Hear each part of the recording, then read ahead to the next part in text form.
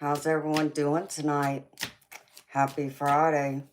Welcome to another edition of Insomnia Maniacs Tarot with your host, Tropical Empress in Spirit. What have y'all been up to today, beautiful people? What's going on out there in the world with y'all? You know.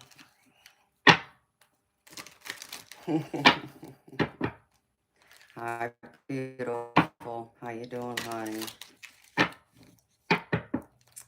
Wow, I'm surprised Eternal and Tim aren't here. I must got sidetracked with something.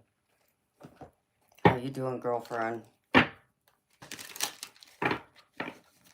You feeling any better?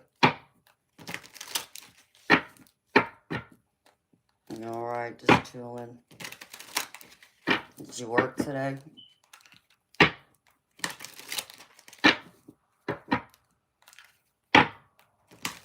I know it's kind of crazy. I'm pretty much on time tonight. I've actually been sitting here for the past hour. Whoa. Way to go, Amanda. Drop your cards. Typical. Oh my goodness. Oh look. I even got another card from one of my other decks on the floor. Ugh. Make sure they're coming right. I don't know what that one is. Oh.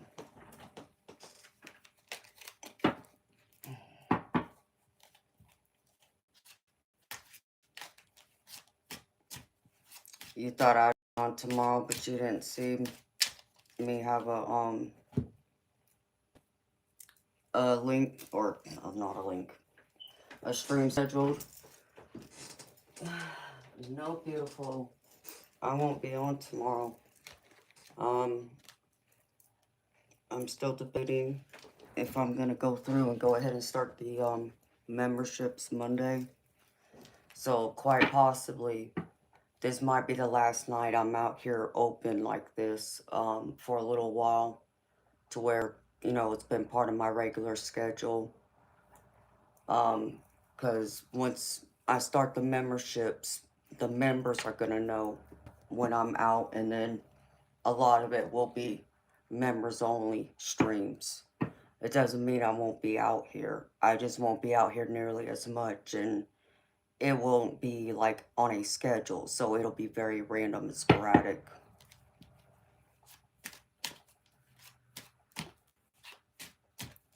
Oh, you're talking about last night? Yeah, I came on late, girlfriend, and I did it again. Because since you weren't here when I came on last night, I'll fill you in.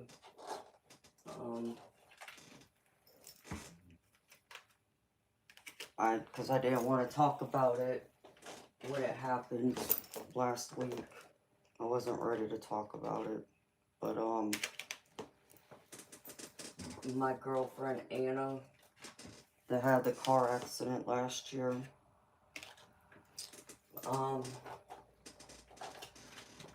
she did pass away. And, me and, our mutual girlfriend, Teresa, got taken out of the loop, 2 weeks ago. Or no, it's been a little bit longer than that. Where we weren't able to make any more decisions for her care because her aunt filed a motion in the court, you know, saying she's pretty much next of kin. Me and Teresa, you know, technically we're not, you know, blood family to her, even by marriage. We're just her close friends that she looked at as family. So, and I don't know what happens, because again, me and Teresa got taken out of it, where the hospital could no longer share information, details of what was going on with her health and her care. But I did go through my lawyer, my friend that, I told you was my lawyer when I had my car accident, 20 years ago. I asked him, for a favor. So he was helping me, to file the appeals and the motions before her aunt came in and filed the motion to, keep us out. I can't remember what it was called, but so he was able to find out that she did pass away. Um, and I was trying to get information. Actually, I want to know what happened because she was doing so much better. So, me and Teresa are just, baffled, flabbergasted, and obviously devastated. What happened? And so I decided to call the hospital because I know a lot of the nurses got to know me and Teresa up there since, we have been there from the very beginning.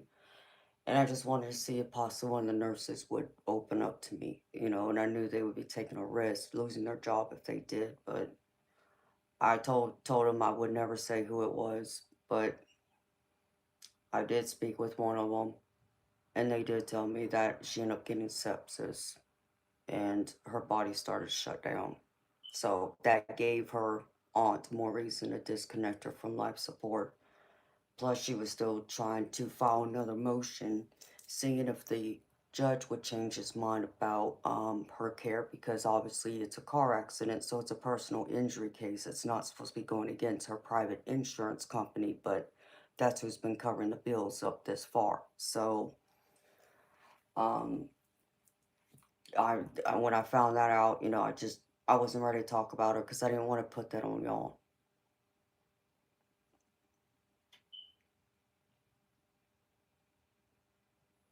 Yeah, she's the one that came in like out of the woodwork, and you know, when Anna's husband passed away about 3 years ago, that woman and her husband were nowhere to be found. They didn't come here to help comfort Anna and her kids, to help, her with the funeral arrangements, none of that. Me and Teresa were there.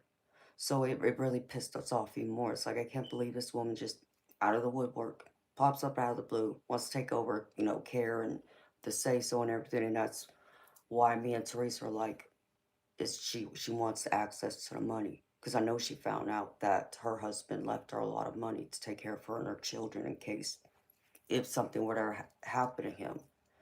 And unfortunately, something did. So they wanted access to the money that Anna had. And I know that's all it was. So she finally got her way. And so I've been dealing with that. You know, I am still trying to make sense of it. I'm very angry with God, and I let him know I'm angry with him. Besides, completely devastated and heartbroken. But it's not just her. You think about my relative that passed away back in January. My childhood best friend from kindergarten passed away on Easter. And then, I don't know if you remember Carolyn Booker, but she had been here from the very beginning. And I think you were around, Shelby. Um, she was one of my mods. She passed away, I think, like a month ago. And now Anna. So it all came coming, it just hit me all at once the other day. But that's not what really did it in. Um, After I streamed, it would have been Thursday morning. Teresa was waiting for me to get done with the stream because something happened that I wasn't aware of before she would call me. So after I ended the stream, she called me and she told me that the sheriff department ended up at her house to take custody of Anna's kids, to hand the custody of the kids to Anna's aunt and uncle. So now we don't even have her children. So that was like another blow. And I'm devastated. I didn't get to say goodbye to Anna. I didn't get to say goodbye to her kids. And now I don't know what's going to happen. And I think, more of my heartbreak is for her children because, again, I don't know anything about her aunt. I know I've never seen her aunt up until this tragedy has happened with Anna. So her children don't know her. Anna's never mentioned her aunt, like as far as talking to her, going to visit her in Arizona, none of that. Um, so I don't even know what that relationship is. It don't even seem like these children have had any kind of relationship with Anna's aunt, which is her mother's sister. So, but our hands are tied, and I figured it was coming once Anna passed away, but you don't believe it's gonna happen until it happens. So it happened. So, you know, they wanted access to Anna's home. So now, everything's going into probate because she passed away. So now her estate's in, the probate court, and so they'll get access to the house now, and all the money that Anna had still to take care of herself and her children. And God only knows what's going to happen from here, Shelby. I don't know. I know that woman's not going to keep in touch with us because, if looks could kill, I'd be dead right now when she saw me the last time, because we had it out in the parking lot at the courthouse after the judge had granted, the extension of the 30 days for Anna to still be on life support, to not remove her because this is a personal injury case, not, anything like medically wrong with Anna that she did to herself or hereditary or anything like that. So it's been a big mess. So anyhow, um, that's why I didn't get on till late last night or this morning. But so that's what happened. Well, I appreciate it, beautiful. Hello, Sahib. Thank you. So, what are you gonna do? I've had my moments where I've cried. I cried myself to sleep the other night because of everything and still trying to process my grief. But I can't, just go crawl in bed and just, become a basket of tears. That's not going to help me. Yeah, I'll feel better, but I'm not going to, do anything remotely or allow myself right now to cry like I did with my mama or, my other relatives. So I also was trying to find out about the funeral for Anna, and then I found out that they didn't have a funeral. They cremated her, and obviously they're taking her ashes back with them to Arizona. And so when I got word that they're planning on having a funeral in Arizona, and I'm trying to even make sense of that. I don't. Anna never mentioned knowing anybody in Arizona. The only people that she would know in Arizona is her aunt and her uncle and her cousin, which is her aunt and her uncle's child. That's it. More of her family, close friends are here. So it's like I feel like this woman did this out of spite, you know, to make me and Teresa suffer. It really is. It comes down to that ugly greed. So, but yeah, that's what's been going on with me, honey. So I'm just trying to keep it together, process my grief, even doing this.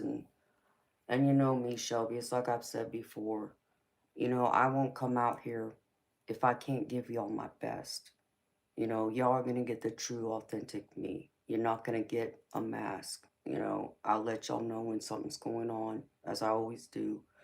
But even more important than that, it's like I've always told y'all, if I'm angry, if I'm sad, or anything like that, that's the time I know I can't pick up that deck, a tarot deck, because I know that energy goes into it and it could affect anyone's reading I do. That's the other reason I didn't come on till late. I had to get some of my feelings out first.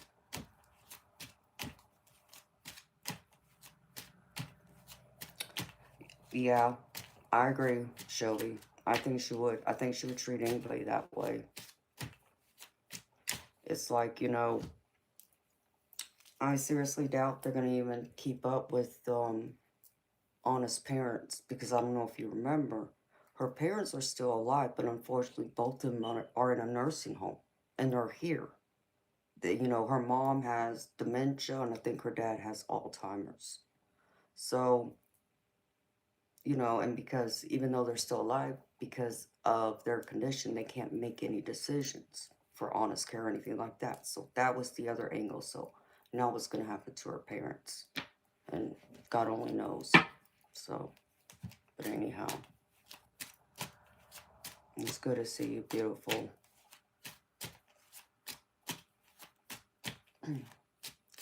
And then naturally, my general collective, my pre-recordings that I told you I was doing, for whatever reason, it still hasn't fully uploaded to YouTube. Like, I checked it before I started the stream, and it was at 79%. It's like this, I don't understand it, other than I just think it's because I'm out here in the sticks. So, it's like if the pre-recordings, if it's like over an hour, or an hour, I should say, it seems like it takes like 3 freaking days to upload. But if I keep it under a certain time limit, it'll upload a lot quicker. So I'm still waiting for that to upload. So that's probably why you haven't seen a collective reading from me last couple days. I did do the general collective on the stream I did late last night. And I did pull cards to give y'all a general collective tonight, since the video hasn't posted yet. So I'm going to have to figure all that out too. No. Shelby, I know you would, beautiful, and I appreciate you very much. Just being here, girlfriend, supporting me. That's more than enough. So thank you. So I'm gonna give people a few minutes to get here, and then I'll get into the general collective reading. But yeah, my goal is to start the memberships Monday. So I'm hoping everything goes well without a hitch. There won't be any problems. We'll see. Keep fingers crossed. And then I'll go from there when I'll be out here for anyone to see me. But like I said, it'll be very random. It won't be a set time unless people get a membership. Then they'll be able to see me regularly. But I appreciate your kind words, beautiful. Are you working this weekend?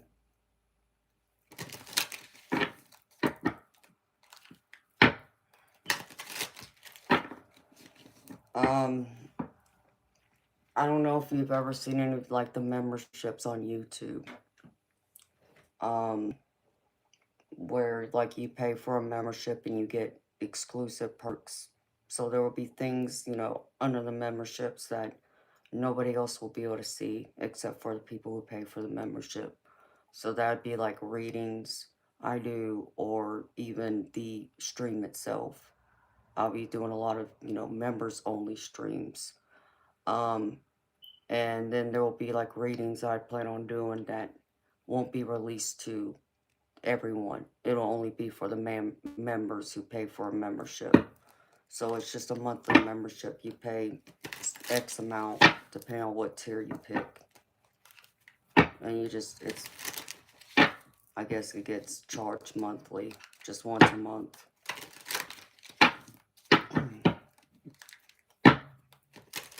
Ouch. So that's pretty much how it works. It'll be on a different platform though. And I'll release a video to kind of explain what, you know, a little bit more about the memberships once I have everything else uploaded and ready to go.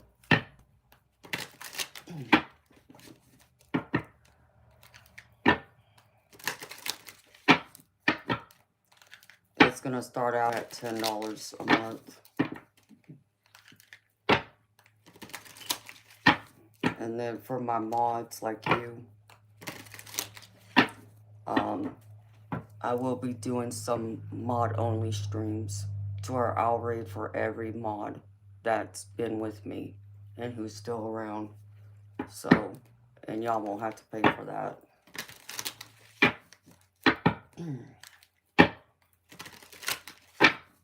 So, as long as I got your email, beautiful, I can always send you the link to the mod-only streams when I do them. But that's how I'm going to do that. To say thank you to y'all who have helped me.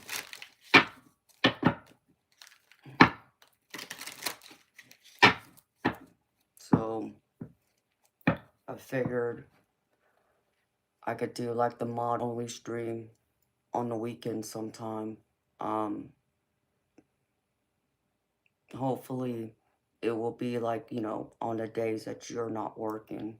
And I guess it'll depend, like, I guess the mods are gonna have to let me know when they're typically free. So to give everybody an opportunity to come.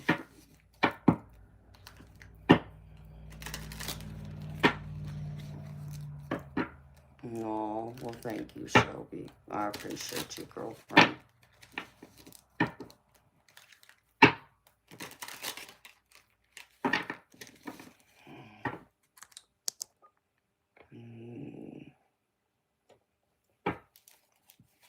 So,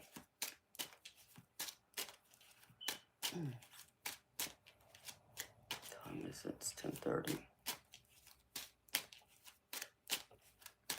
I know I've been missing doing my in-depth readings. Some people say they liked the shorter version from the videos. Others say they like my more in-depth readings. So, I don't know. I miss doing my in-depth readings, though. Well, hello there, Rachel. How you doing, beautiful? Thank you for the super sticker.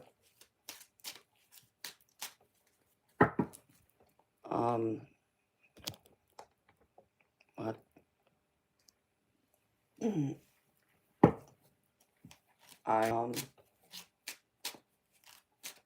Sometimes I like doing the shorter version of the General Collective, but I admit I miss doing my more in-depth collective readings.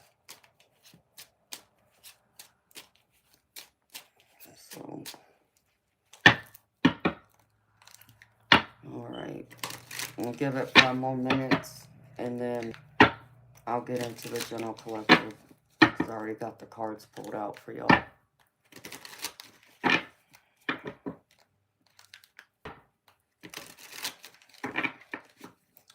Yeah, I mean, I like it when Spirit has, like, one, you know, specific message in whatever category of our lives it's for, whether it's for relationships or career or personal spiritual growth. So, I mean, I did pull out the Oracle decks for, like, the pre-recorded, the ones I was using that, you know, breaks it up into each category. But I still did pull out a 5-card spread, too. So I'm going to go over the 5-card spread first, tarot spread, and then I'll go over the Oracle cards that I pulled with it. That goes into those 4 categories. Hello, Eric. Well, thank you. It's very sweet of you, honey.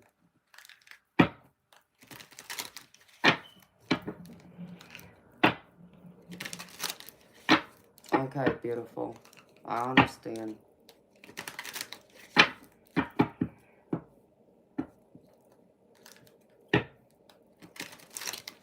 Oh, well, thank you, Rachel.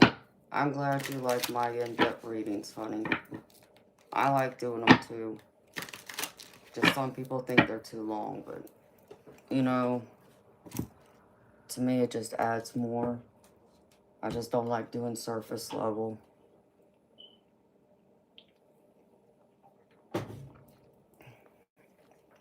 But I understand some people are limited on time, too. But I figured they could go back and watch the rest of it when they're free to do so. So,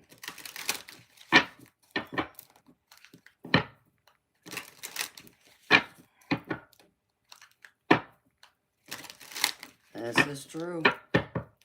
And that's what I've been known for this past year, is doing in-depth readings, pulling from multiple decks. So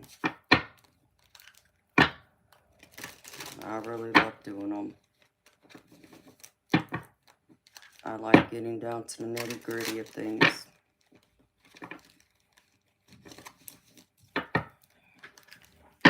So, and I pulled out a new deck too, so I got fresh energy.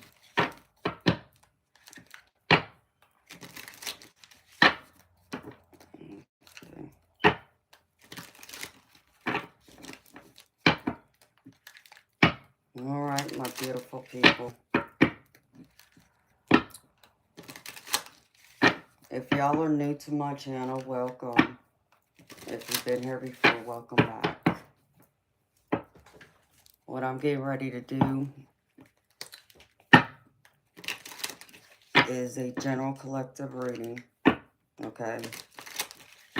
It's not a personal reading, so take what messages resonate and leave behind the rest. And if something doesn't fit, please don't force it to fit, y'all.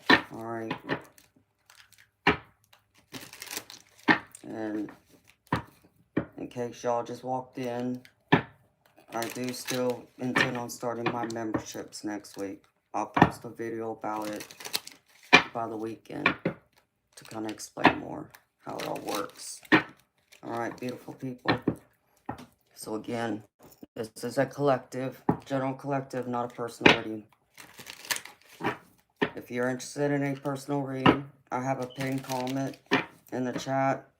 That's just kind of summary, but I have this board back here too that list out my readings and prices. Okay.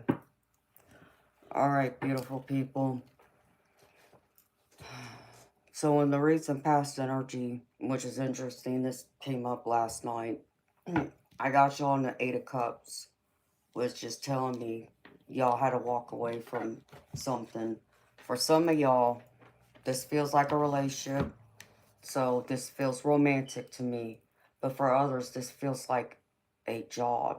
Like you either quit a job or maybe someone got fired or let go. And so now this is kind of like you stepping and walking away and releasing, what, you've had to walk away and leave behind. You're trying to let go. And I have the Eight of Pentacles here with it, which is telling me this is all about mostly like your career, your money, your finances. And I feel like for some of y'all, this even has to do with having to reevaluate your life circumstances pertaining to home. Again, this can be with like um, a romantic partner, but this can even involve your friends or your family, like roommates or whoever you're living at home with. So there's been a reevaluation of you trying to master what it is that you have to change that isn't working. Because I feel like some of y'all are in this poverty mindset, especially if you did have to walk away from a job or you got let go or fired.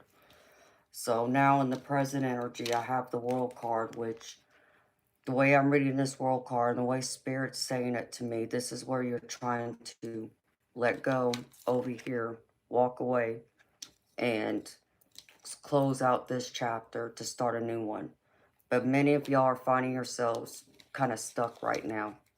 Obviously there's disappointment, there's hurt, because, you never expected to, lose this job, wherever for those of y'all, this involves a job. For others, this involves a romantic relationship.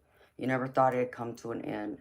And so now you're kind of going deep within, trying to deal with all those emotions, but it's causing you to get stuck. There's more stagnation because you still are trying to seek closure to why things happened the way they did. And Spirit showing me part of you is understanding that maybe for some of y'all, this felt more one-sided.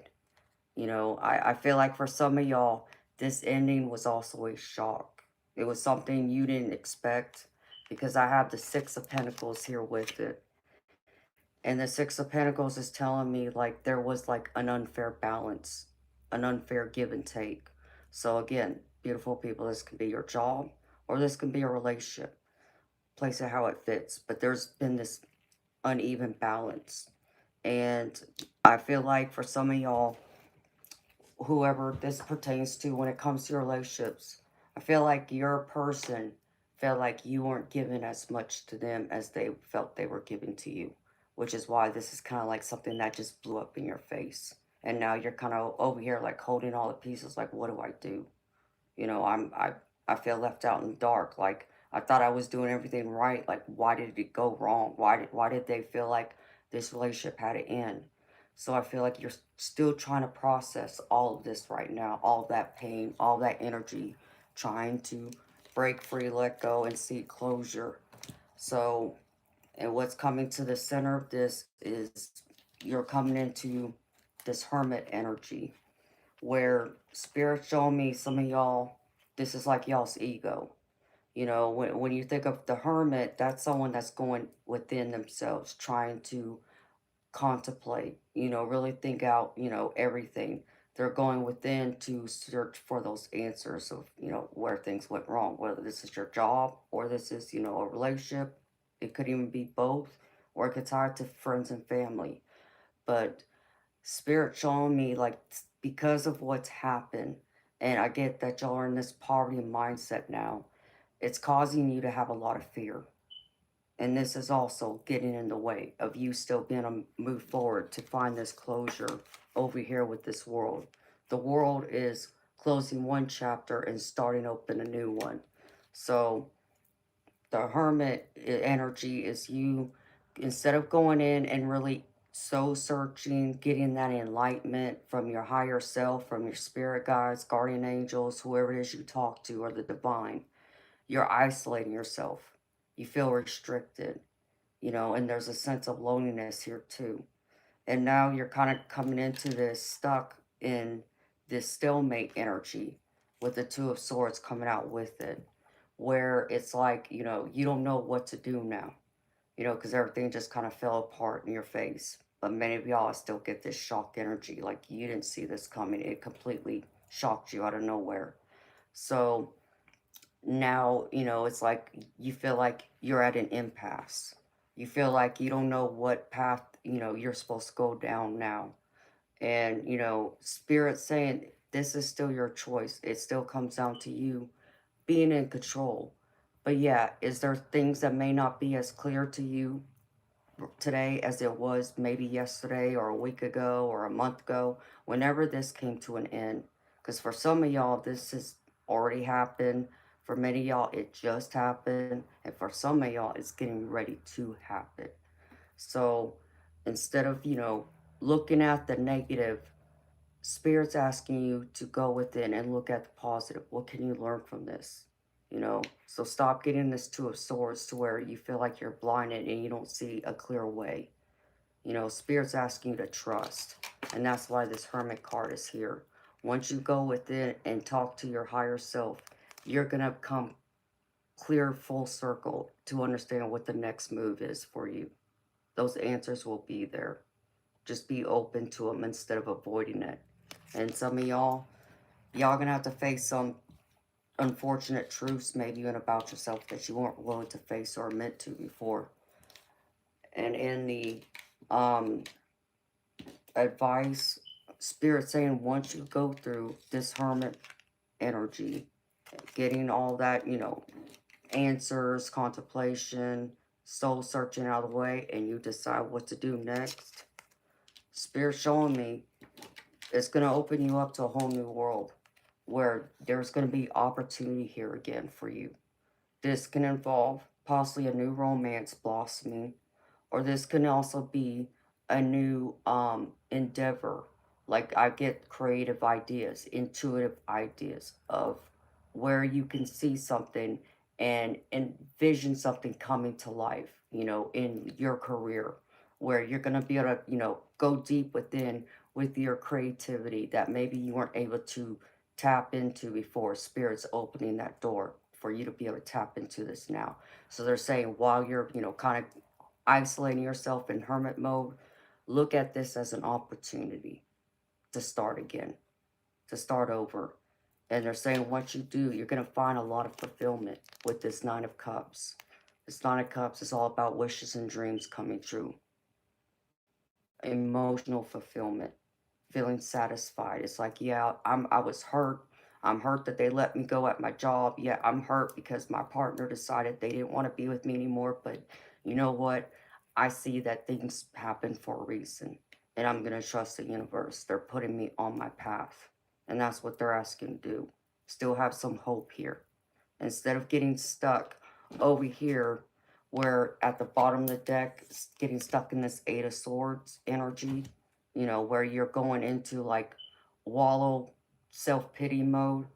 They want you to see this as a new opportunity to make your happiness and dreams, your emotional fulfillments come to fruition. Okay, so make sure you're not getting stuck here, because this will hold you back. All right, and if you can do that, I see a lot of positive movement for you with this Eight of Wands.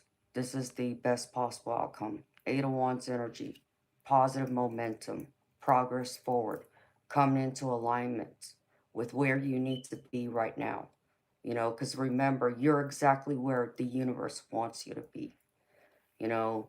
Um, though we do have free will, but spirit still guides us to go down a certain road when we get those little nudges, whether we recognize them or not.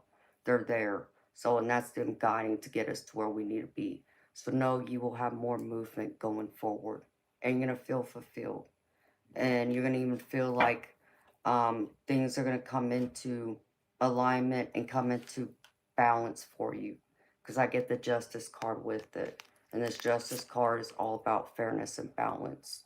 You're going to see where maybe things weren't fair before. I feel like you're going to come to that absolute truth of where things need to be fair, where you need to fix some things with yourself, or maybe other things you got to watch out with other people that maybe you ignore the red flags.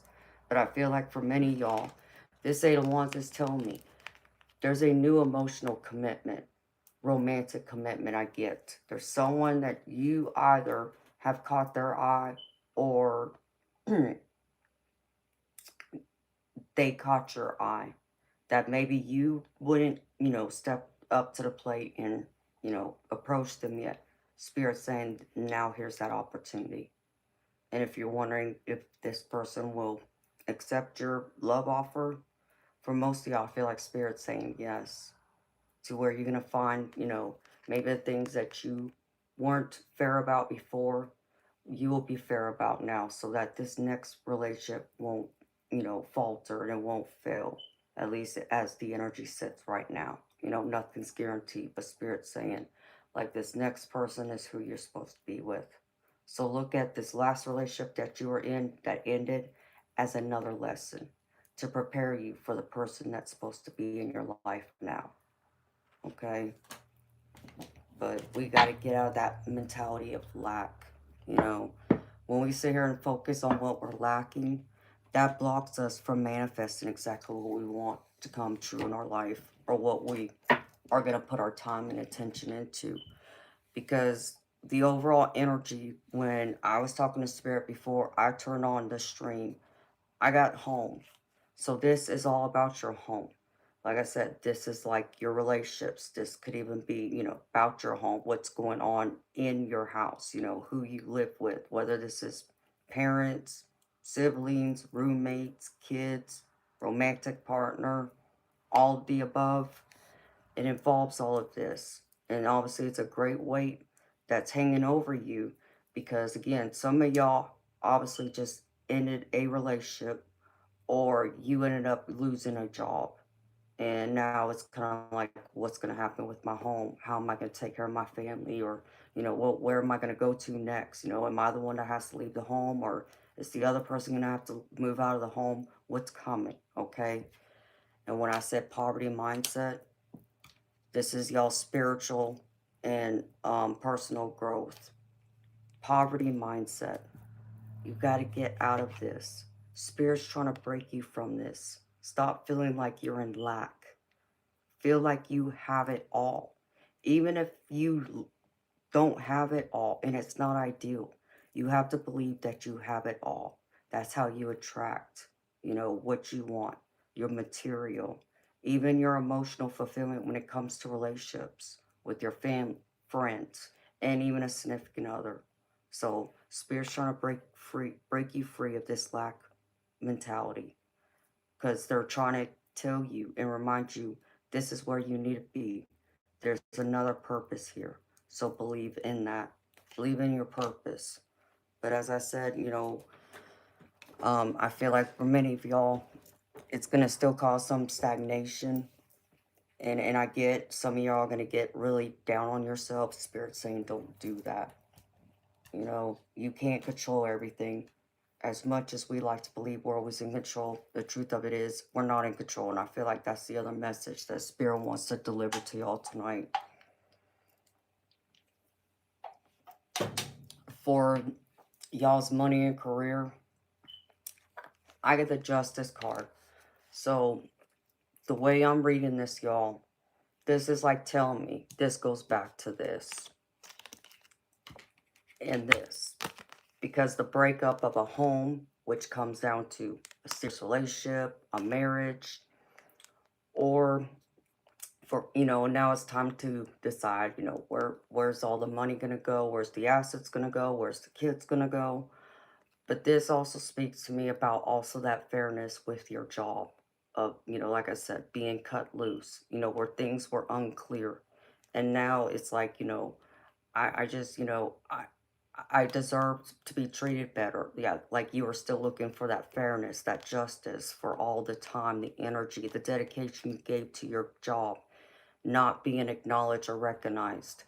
I still feel like there's going to be something that's going to turn in your favor here with this card being here. Plus, knowing the fact that I actually pulled the Justice card from the tarot too. So, know that things are going to be made right. Maybe it means that, you do have to, divide up assets if we're talking about, the ending of a relationship. Yeah, that's always difficult.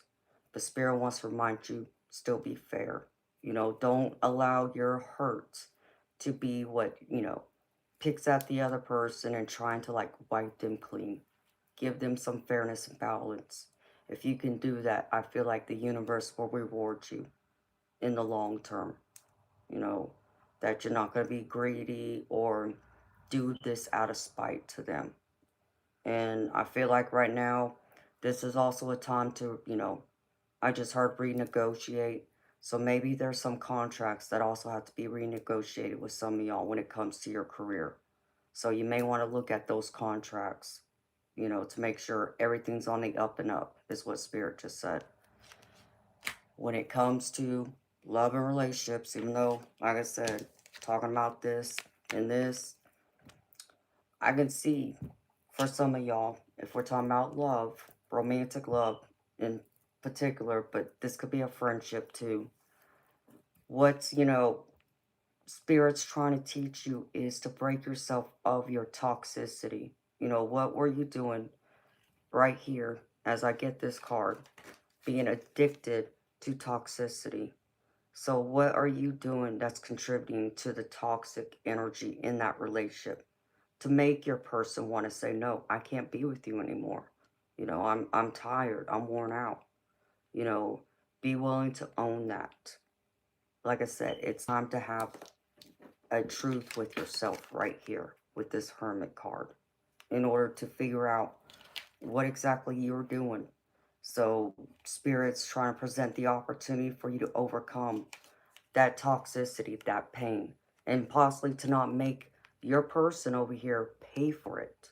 Because I get that for someone. It's like you keep testing this person to test their loyalty, to test their not just value, but are they being loyal and faithful to you? So you keep, poking at them, challenging them, and doing stupid stuff that's testing their patience. Are they going to stay with me if I keep pushing their buttons? Or are they going to break and, walk away or cheat on me like my ex did? That type of energy I'm picking up from someone. Stop that. You're going to lose out on a lot If that's the only way, you're going to ever feel safe and secure in a loving, giving relationship. If you want this person back, Spirit saying you need to break out of that. There's a possibility of a reunion here. Okay, I have reunion, but it's in your court. You decide what can you change about yourself to make this relationship run better, so you can be there, be a loving, caring, supportive partner. And also, Spirit's not saying, not just talking about you. Obviously, there's some toxic things with your partner too that's contributing to this relationship falling apart, y'all going separate ways, y'all breaking, whatever it is. But you got to stop being addicted to toxic ways, toxic patterns. All you're doing is hurting yourself in the long run. And in the process, you're going to be hurting your family and even your children. If some of y'all have kids, so think of that too. Now, the other oracle cards I pulled for y'all. Let's see, what is this? Alright. From the guides of the hidden realms. Like we're talking about toxicity over here with this. Okay? I can't make this up, beautiful people. I got the alchemy of poison. So again, what poison are you contributing to? Okay, this is what Spirit's making loud and clear to y'all tonight. And it says, transformational lessons occur when we're invited to revisit our old wounds so we can rise above, find resilience, and accept the magic of radical forgiveness. Today, if you experience an echo of the pain of the past, there is a solution. Understand it for what it is. Your nervous system is activated, and you perceive the world through the lens of your child's self, causing you to overreact. Call on your divine connection to spirit and release all resentments to any person, place, institution, or situation. Remember, when you simmer in resentment, it's like drinking poison in an attempt to hurt the other. Let go of the pains of the past. Do the inner work and contemplate how to develop more compassion and a sense of humor. Don't take this world so personally. Soon these triggers will stop clamoring for your attention. So again, beautiful people, stop drinking that poison. Stop bringing that poison into your life. Stop opening the door to it. It's like that devilish energy, that codependency, but it's an unhealthy one. It's one thing to be able to rely on someone. It's completely different to, drop everything on them and expect them to carry all the weight. And then you still poke at them like saying, well, you do this, you do that. Instead of poking your finger at the other person, pointing out what they're doing wrong. Try acknowledging what they're actually doing right. And maybe that's the starting point. And maybe for some of y'all beautiful people, if you go and you do spend time in this hermit energy, that's where that truth has to come out. Maybe you need to write it down, okay? And be honest with yourself. What am I doing right? But now, okay, what did I do wrong to hurt, my family, my friends, my romantic partner? Be honest with yourself. Okay, you can't change what you don't acknowledge over here. Okay, if you want love again, no matter what type of love, you got to break free. And don't allow this to come into your relationships. And this can even affect your career, your professional relationships. It's the same thing. Stop trying to test people, to test their loyalty, just because maybe someone abandoned you in the past. Okay, they're not that person or persons. So don't make them pay for it. That's not right and it's not fair. Like, you wouldn't want people to do that to you. So why is it okay that you do that to others? So remember that. And I know it's so hard to let go. I get sometimes we don't get that closure. I get that pain just, sits there, and we think we're doing okay. We think we found peace with it. We think like, oh, I'm good. I can start a new relationship. And no, I'm not going to do that. And then something happens and it gets triggered. And then you find out, man, why am I acting like this? And then you take it out on your partner or your friends or your family. And then even them, Maybe they try and have that conversation with you, like, listen, you do this. Why is it every single time I mention this, you react this way? And it's like you don't want to hear it, but you need to hear it. If you really love those people, you have to be honest with you. And yeah, you're going to have to hear the brutal, honest truth about yourself. Yeah, the things we may not like about ourselves, that's not pretty. But beautiful people, remember, we all have flaws, okay? And it's not the flaws that we got to focus on, it's the good things about us. And yeah, acknowledge those flaws, acknowledge that pain, acknowledge that childhood hurt. But it doesn't mean we bring it into our present and poison it, because then we lose out on a lot. Don't lose out. There's still an opportunity to change it if you want it. And that's what Spirit's saying. And then the other oracle card I pulled, and this kind of reminds me a lot towards, yeah, your relationships, but even your professional career. I got fake it till you make it. And it says, your inner guidance accurately directs you, even though the outer world offers no evidence to confirm that you are on the right path. Have no fear. You are not making a mistake. You are tuning into the energy before it physically unfolds.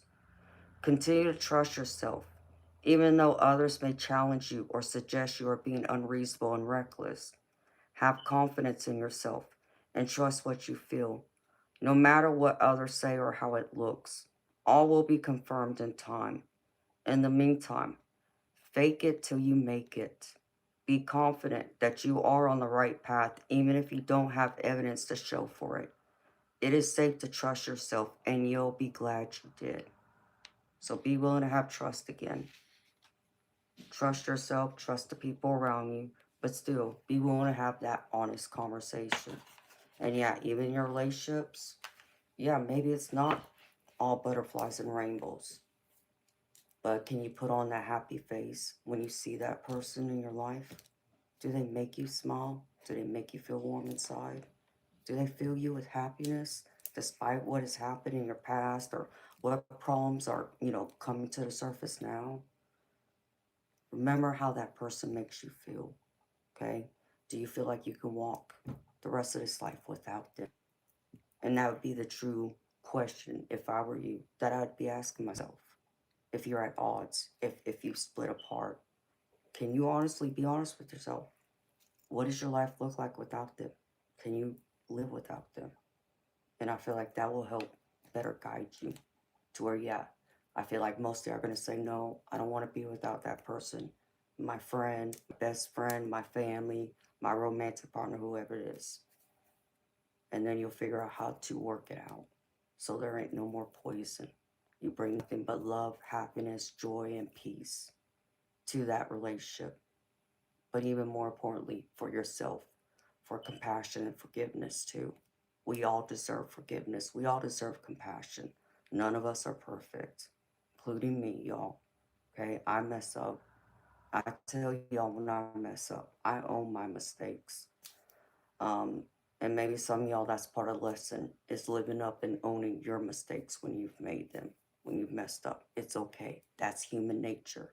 And yeah, for some of y'all, it's hard to be that vulnerable. But that's what Spirit's challenging you to do. Be vulnerable. Be honest with yourself, but with the people around you. And then the angel card I pulled is powers. And it says, be kind and compassionate. In order for peace to be restored in the outer world, you must first be able to find it within yourself. Your current situation requires you to step into the energy of loving kindness. Realize that the other person is also you. Having consideration for others will open your heart up so that you can see the world through more loving eyes.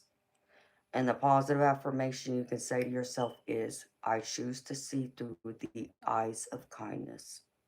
I choose to see through the eyes of kindness. And that concludes the general collective reading, beautiful people. Again, beautiful people, that was a general collective reading. Okay, it does not matter what sign you are, it covers all 12 signs. If you're here, you're part of that collective. Take what messages resonate, leave behind the rest. If something didn't fit, don't force it to fit. If you want a personal reading from me, there's a pinned comment in the chat, and it's just a summary, but I have a board back here that has all the prices if you're interested, okay? All right.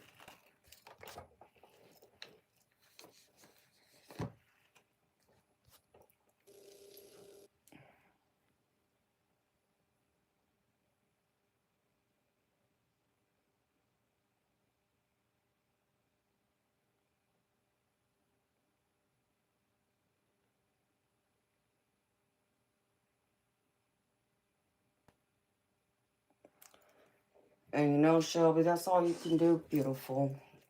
You know, some of us are meant to go down a different path. You know, some of us are meant to learn about a different religion or follow a different religious path. And that's okay. You know, nobody knows better um, your cousin than you. You know, do you feel like she's going to judge you, you know, for believing the way you do? Maybe. You know, beautiful, it's like I told you. Open up the door. And this is how I've had to learn how to handle this over the years before I started the channel. It would somehow come up in the aspect of, do you believe in ghost? You know, what are your thoughts about ghost? About paranormal activity? You know, just to kind of figure out where's her mindset. You know, does she believe that they exist, or does she, if she believes they exist, does she honestly think that that's like familiar spirits, aka demons, or is she open to the belief that no, that can be angels or that can be loved ones? That's where you'll find out how open she is. It'll open that door. If she tells you that no, she doesn't, you know, want anything to do with it, she thinks it's demons and all this and that, then you'll know. You won't be able to open up to her about anything else. But that's how I would do it. You know, I would find out if they told me yes, that they, you know, believe that, you know, that can be an angel, a spirit guide, a pastor or loved one, and I'll automatically say it's demons. Then my next question to them would be, do you believe in psychics? And I would take it from there. So like for you, Shelby, you know, my next question, you know, that I would say for you to ask, is she open to other religions? Is she open to what you practice? You know, can she be an open-minded Christian like I am? You know, to where, yeah, you know, believe in Jesus and, you know, he died on the cross and this and that. But I still have a big open mind to all the other religions out there too. You know, because it's like I told y'all before, you know, from people that I've gotten to know over the years, they'll share something about the religion that's different than my religion and it'll resonate. And it's like that, I feel that it resonates, but I can't make sense of it, you know. And it's like I've always told y'all, you know, to me, you know, my personal belief, and it's just mine, okay, that if you were to take all the religions, if you were to take a sliver of every religion and put it together, you would be more closer to the absolute truth than one religion. I still struggle with the belief that one rich religion has all the answers. I don't believe that. Even though I'm a Christian and I believe in Jesus and, you know, I pray, but I just don't. I believe all these other prophets and stuff had a role to play in this too. So, but I'm different and I get that. So only you can decide that, beautiful.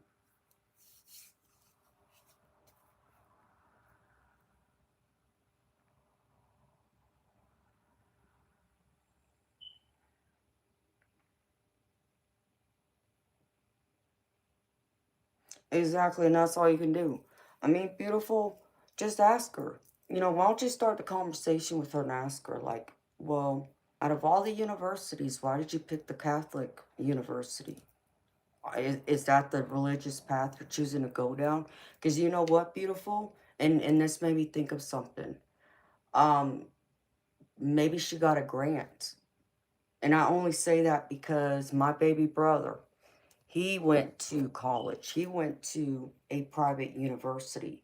and it was some type of Christian university, and I believe it was in, oh crap, where was it? Because I almost moved up there with him. Um, it was somewhere in the Midwest. I want to say Kansas.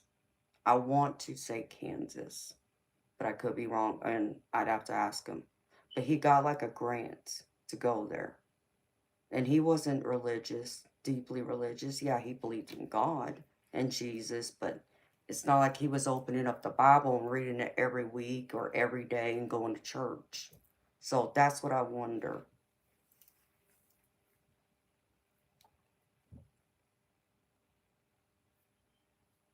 Okay.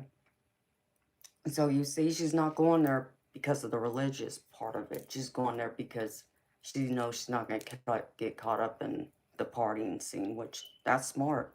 So she's very serious about her academics, and that's great. And obviously when she goes there, I'm sure they're going to preach, give her a Bible and, talk to her about God and this and that. Only she can decide for herself. So, but I still, beautiful, it's like I told you, I think more people out there are more open minded to, what some call woo woo, as you said, than we realize, because even the people I've talked to in my family, even my friends who go to church, who've been baptized, it's like they're like stuck, because they're conflicted. They understand what the Bible tells them about, having, paranormal activity, ghosts, what they're supposed to be, even people like me. In the Bible, like I said before, the Bible teaches that people like me are evil, but they know I'm not evil. And they don't see anything wrong with what I do, but they understand that Bible tells them differently. So they can't make sense of it. So it's like they say, when they do die and they go to heaven and have that conversation with divine, aka God, they got a lot of questions for him. And I'm glad they have questions, and I'm glad they don't look at me as someone evil, because y'all know I'm not. And it's like my own brother said, he doesn't see anything wrong with what I do, that he understands that I'm able to reach people on a different level, and I'm helping people. I'm not hurting anyone, and it's wrong for people, you know, like from church, no matter whether it's Christian or any other church, to come in here and judge me or judge you for that matter. So,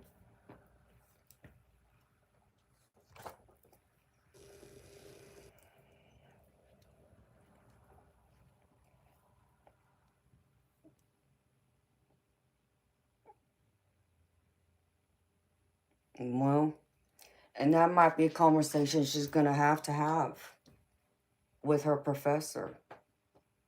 And, so she's taking some type of Bible study too, it sounds like, which, yeah, that would make sense if you're going to a Catholic university. I wonder if my brother did that. I'll have to ask him. But he only went for a year.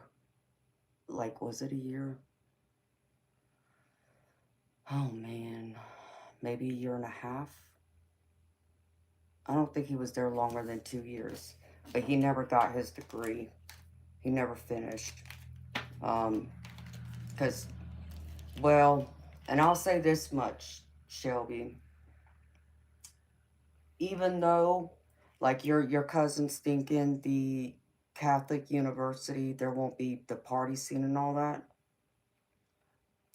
she could still find it, and the people who are going will probably, if she is someone who gives into peer pressure, they'll find a party place, because I do recall my brother saying that they did still party.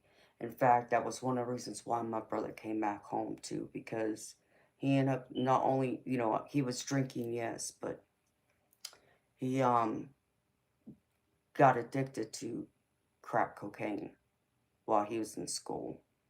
And a lot of it had to do with my mother passing away, because like I told you, even though I was 19 years old, I was a legal adult My brother was only 15, and he had just started his freshman year of high school.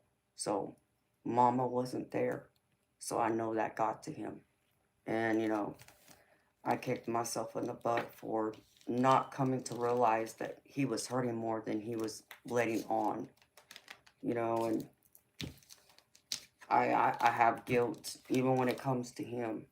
It's like I should have paid more attention, but then, everybody says to me, but, you were grieving your mama too, and I could not be there for anyone in the way I needed to be emotionally supportive because I was just so stuck in my own pain to where I didn't see the signs in him. And it shocked me when I found out that he somehow got a hold of some crack cocaine and became addicted. But thankfully, my daddy, he was still alive, and my grandma got him help and got him in a rehab, and he got clean from it. And he hasn't touched it since then. And I just saw a big, huge ring spirit orb on my wall over here. So,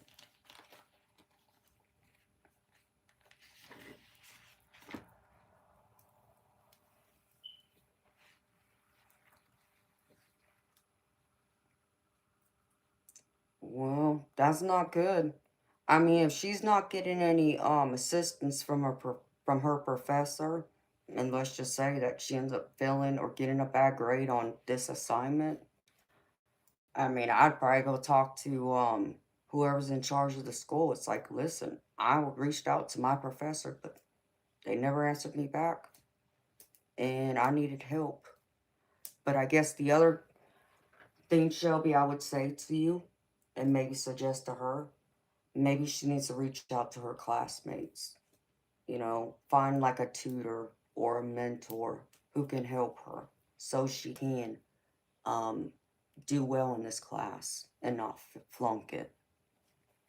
That would be my other suggestion to you, beautiful, for her. She's a spitfire. I like that. Yeah, she's gonna need it. Because some of them kids, I mean, I love y'all, but some of the younger kids can act crazy. And I've heard some wild, crazy stories, and I'm just like, what? I couldn't do that, but I was different too. So,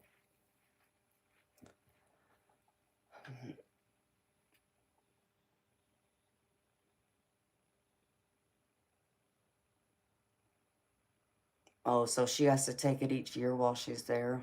Oh, wow. Sounds like they're trying to convert her.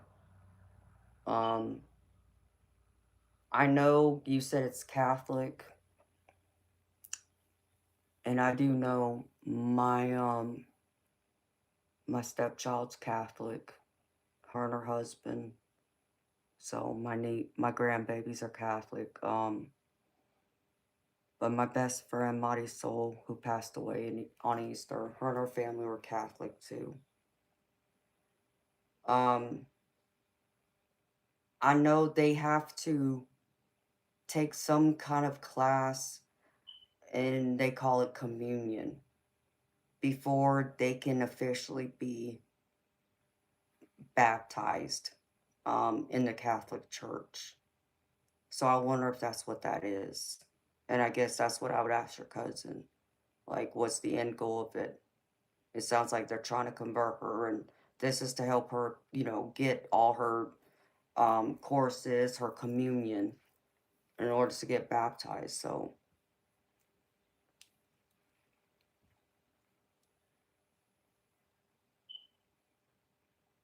it's called assumption. Yeah. Oh, I believe it. I believe you've seen some wild, crazy stuff at the malls with the kids. I could only imagine, sweetheart. I mean,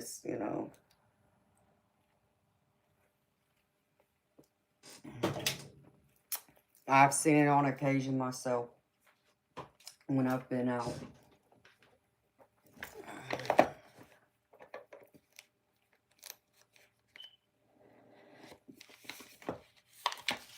Well, don't be afraid to ask her, beautiful. You know, it's like that's what I always tell y'all. The answer will always be no until you ask. Ask her. You know, is she looking? Is she, you know, seriously considering being baptized in the Catholic Church? Is she open to it? Or is she still like going through like hermit mode? Still trying to figure everything out? You know, she hasn't made, you know, a decision one way or the other. And that's okay too. And I just saw a bright gold spirit orb.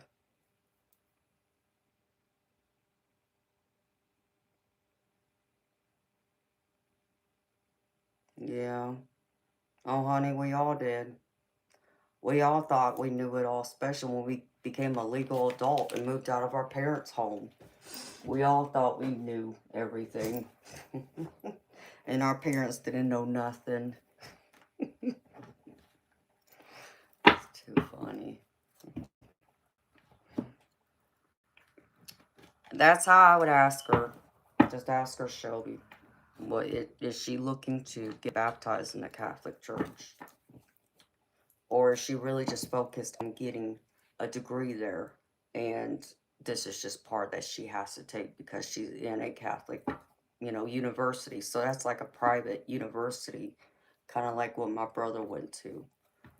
But his wasn't Catholic, I don't think. I don't believe it was. Oh man, I'll have to ask him.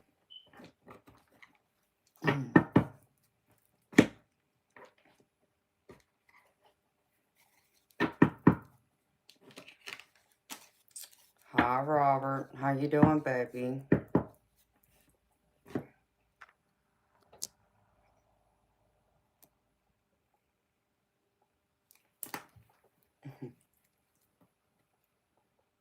Wonderful. Oh, I'm happy to hear it, baby. Yeah, I didn't see your message, baby. I'm sorry. I just caught Shelby's. So let me see who else is here real quick.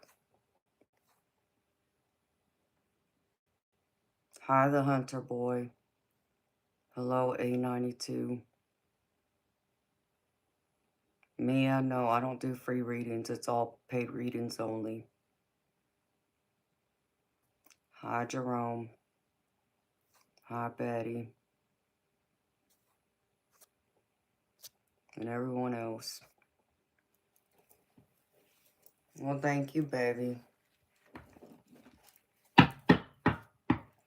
Yeah, I know some of y'all won't follow me to the memberships.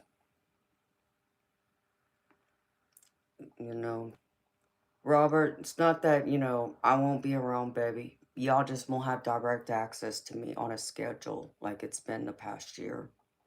So I'll still come out.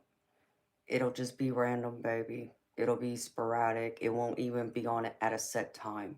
So that'd be the other reason to make sure you keep your notifications on and select all. So when I do come out for everyone to see me, but a lot of it will go into memberships only.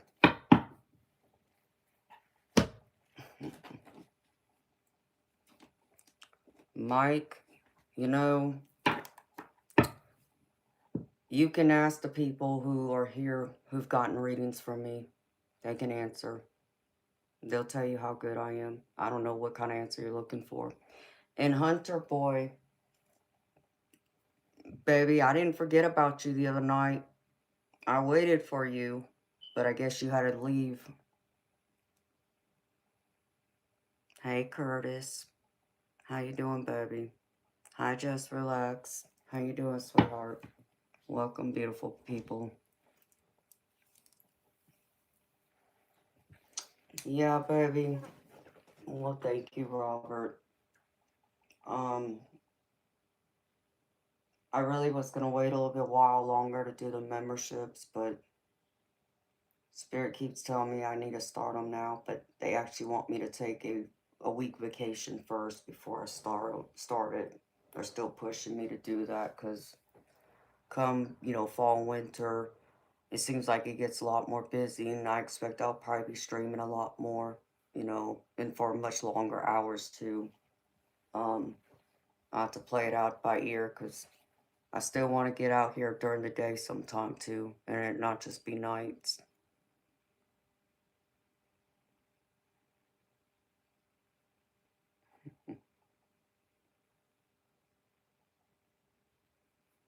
No, thank you, Shelby. I gotta run to the ladies' room, y'all.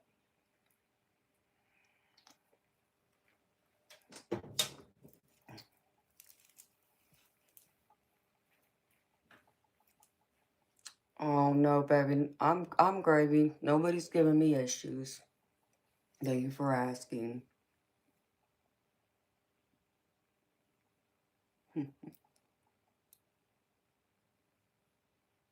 No, thank you. Just relax.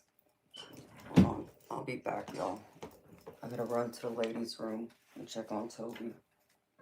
Maybe a few minutes.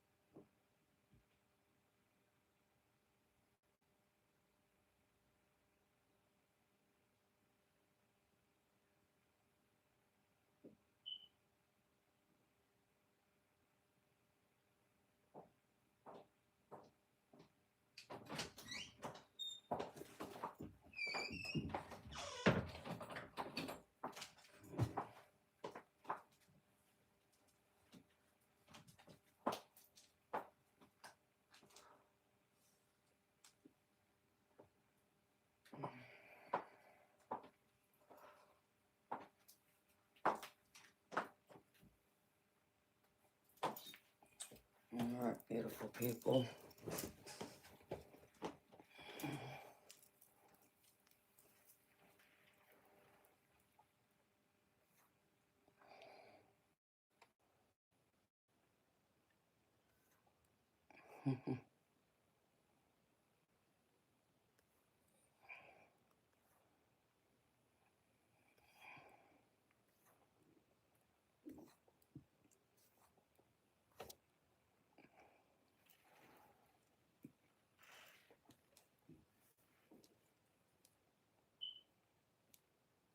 Alright, beautiful Shelby. Sounds good, sweetheart. Sweet dreams to you, girlfriend. We'll be in touch, honey. I know I got your email because I know you sent me an email a couple times. And I know I have it saved. So I'll let you know when everything gets started, honey. I'll make sure you get notified.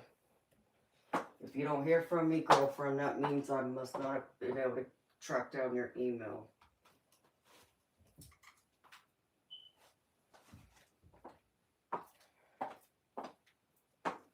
Put these other two decks up. Get them out of the way.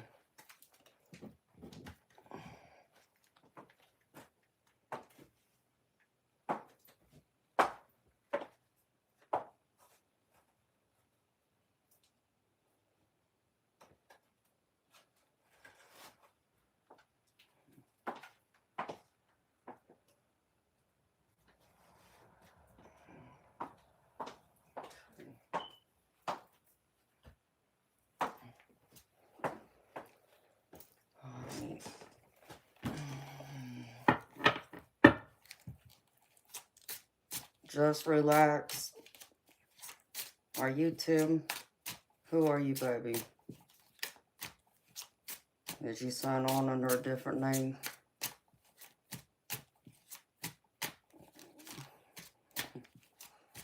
Yeah, miss my stylish clothes too? Well, Robert, you can always get a membership, baby, so you see me.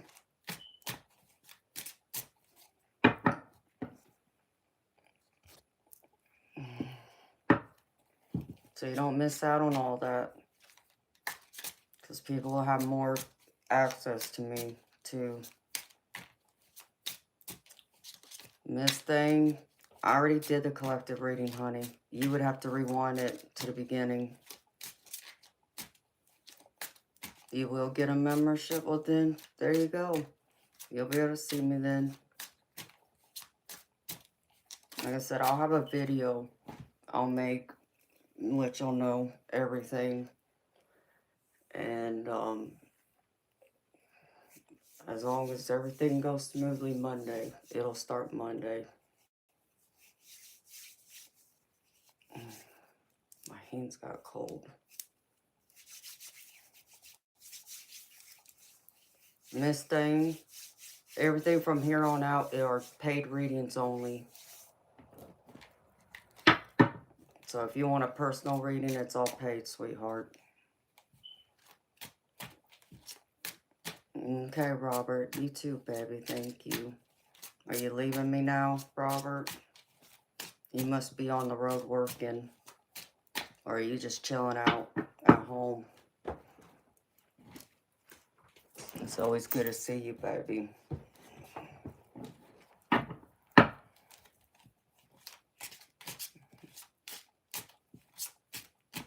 Thank you, Miss Thing. God bless you too, sweetheart.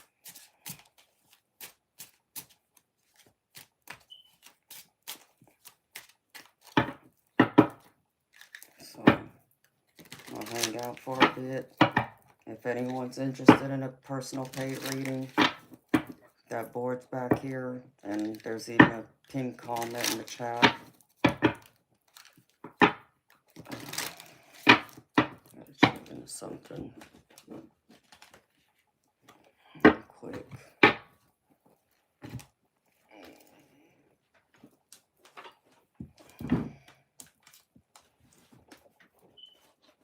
I saw the moon out there earlier. It was pretty. I think it was a crescent moon.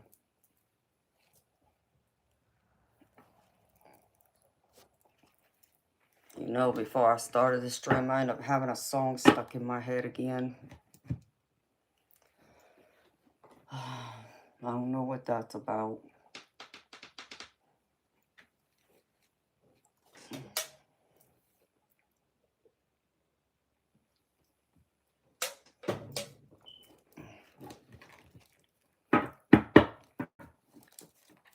So what are y'all beautiful people up to tonight?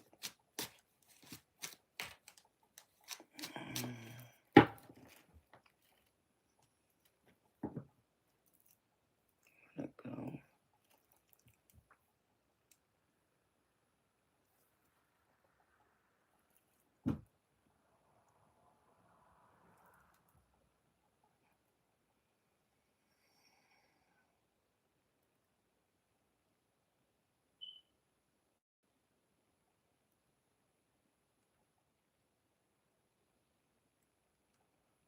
Oh, thank God.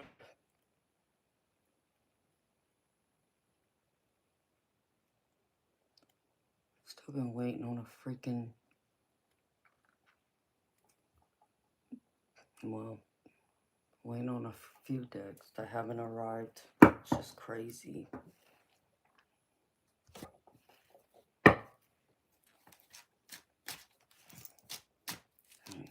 Just gotta chill. And I did see a bright, fiery, orange spirit orb earlier in my bedroom. In fact, I saw it not long after I woke up. When I see that one, it always get the energy of my maternal grandmother. Um, the crazy story behind it is you know, when I started having um paranormal experiences, even my psychic ability starting to surface, like seeing spirit orbs and hearing my name being called when no one's there and such. Um, I didn't want to believe in what I was seeing, and naturally, like most of us, we don't ever talk about our, experiences because we don't want to be, perceived as being crazy. Surely don't want to be put in a psychiatric ward of any kind. So I would never talk about my spiritual experiences, and even though I would see spirit orbs often, but I would only see them in gold or white. Um, and a rare occasion I would see an actual ghost. But then one day I was, I had heard all the, the stories from others, who, perceive spirit orbs being, just either spirit guides, angels. I've even had people, say, "Oh, that's just like your own energy moving about, yeah, and you're seeing." So I didn't know really what to make of it back then. Most people though felt they were spirits, but they weren't just spirits of like your guardian angels or your spirit guides. They're your loved ones who passed over. And I was confused. I still didn't know what to believe. And it wasn't until one day I was in my bedroom and it was early afternoon. It was like 1:30, 2 o'clock, I want to say. And it was sunny outside. And I remember I'm sitting in bed and I'm looking at my TV's on. I'm not really listening to what's going on the TV, but TV's playing. And I have my laptop in my lap and, and I'm looking at, my laptop. I'm scrolling on the internet. And suddenly out of the blue, out of nowhere, this bright, fiery orange color spirit orb appears right above me. And it came so close to me, it scared me. And I remember I leaned back and I'm sitting here and I'm just looking at it, and it's right here. And, peeked up at it for like maybe 5 seconds and I looked away because I expected it would disappear because that's usually the way it works. This one didn't. Not only did it still linger, it came in closer to me to where I felt a warm touch on my forehead. You know, think of like someone kissing your forehead, is what it felt like. And then all of a sudden, I hear my grandmother's voice call out to me. And she called me by my pet name too, that she always called me by. And I'm kind of looking up at it crazy. It's like, Grams, is that you? And she said, yes, it's me. I love you. And then the orb disappeared. And that was my first experience to say, okay, without a shadow of a doubt, that the spirit orbs I've been seeing since I was, 6, 7 years old are of actual spirits of people who passed over. It's not just, energy moving about like some people say, or just spirit guides or guardian angels. They are indeed your own loved ones too. So it's rare that I see that color orb. It's not one of the colors I see on a regular basis because most of the ones I see are either gold, white, or blue. Um, there'll be, I used to see more purple, but I don't see purple as much as I used to. Not that I don't see them, it's just not, I can't say it's daily like it was before. Um, and on the rare occasion, I'll see a green one, a red one. Um, I've seen one that even had like a brownish color to it, seen black. I've even seen them where I've seen two different colors together. Like there will be one color, and then there will be a ring of a different color, and it's together. Um, and I've seen them to where I've seen multiples at once, a cluster of them, to where it's not just one spirit orb, it's a cluster of them all coming together.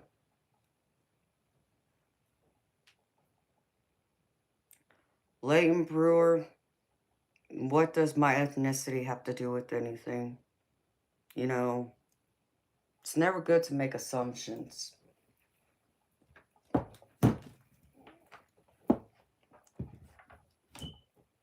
You know, why can't I just be a human being? What does my ethnicity have to do with my channel or what I do here? Because, to me, it don't have a damn thing to do with it. Because I'm still a human being like you. And that's all I want to be. So what my ethnicity is really isn't important. And, many people would say it's very rude to assume. But, let's just make this clear. Nope. I'm not Native American. So, and again, what I am, it's not important. Other than I'm a human being.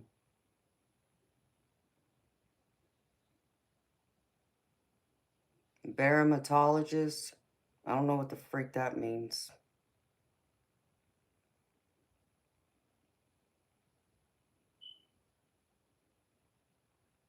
So you can explain that one to me. As if you know what I am.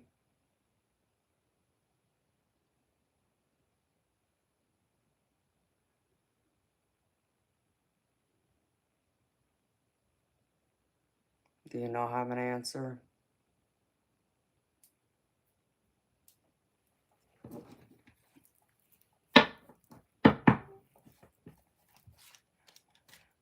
I'm just curious to know why we can't live in a society and just love people for who they are. It's like good old Martin Luther King Jr. had said, dreams of a day when we'll all be judged based on the content of our character and not the color of our skin.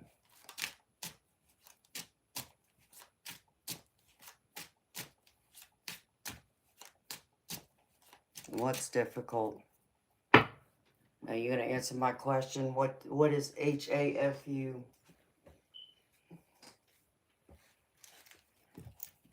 You act like you know me, but I don't know what that word means.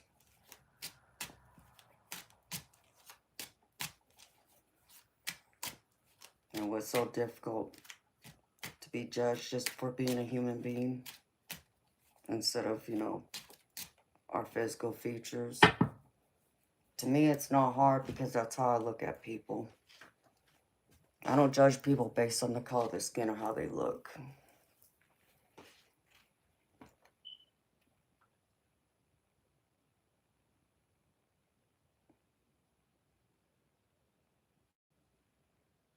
Hafu means half Japanese. Well, you got part of it right, but you're not right completely.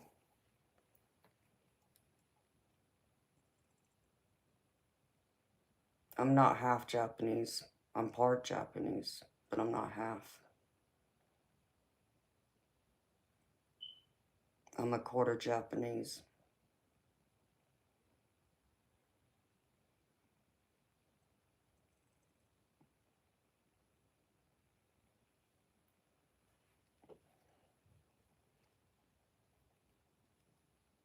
So, dermatologist, you gonna tell me who you are? Since your name's listed in here under something different. You know me for something, like you've watched me before, to know that, yes, I'm part Japanese. You are correct.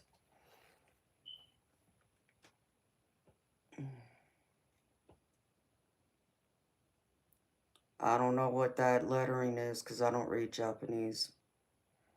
I was never taught the language, either how to read it or how to speak it.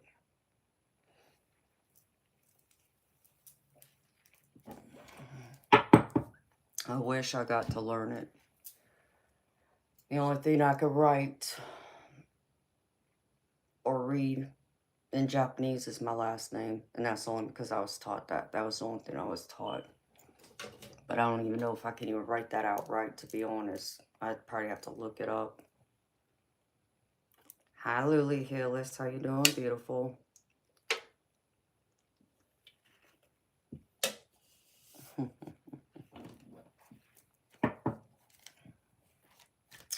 Oh, it's great to see you too, Lily Hillis. How you doing, beautiful? How's life treating you, honey?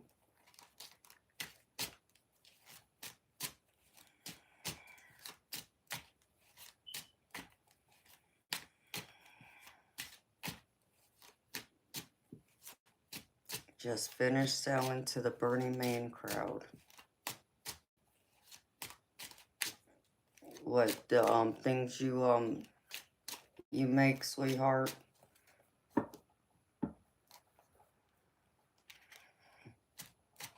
Well, that's awesome that you got to sell some of your stuff you make. That's a good thing, beautiful. I'm happy to hear that. And dermatologist, what's sad? What, that I don't speak the language and I wasn't taught it? Yeah, I wish I knew how to speak Japanese. But unfortunately, well, I don't regret my life, so I can't say that. Because I learned a lot. And yeah, it was hard and I grew up fast, but I learned a lot. Yeah, if I had stayed in California, I probably would have learned the language.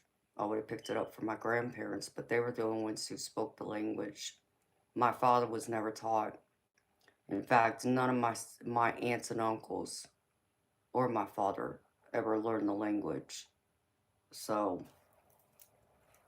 it's not like even if I was around my father a lot more, he couldn't teach it to me either. It was only my grandparents.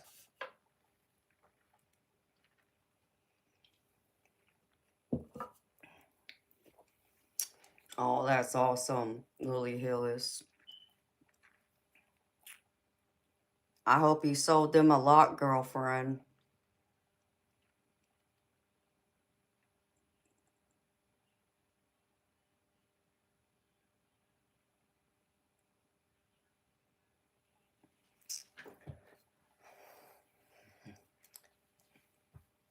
Oh, I know. It's like the only thing I ever remember my grandparents saying to me was "Konnichiwa," which is good morning. That's it. That's all I got from them. Um, man, I think they might have tried telling me and my siblings one or two other words, but I don't remember. I don't remember. And unfortunately, my grandfather died when I was 14. And I mean, I said grandfather died when I was 14. And my grandmother died on my 17th birthday.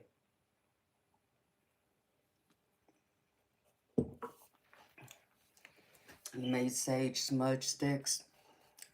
So you said you make hippie hair extensions. Well, that's cool, honey. You know, Lily Hillis, do you know how many times I've been asked if I would sell my hair? To where I've had women ask me all the time when I'm out in public if I would ever consider cutting my hair and selling it to them so they can actually take my hair and go to their hairdresser and use my hair as extensions or weave. It always blows my mind.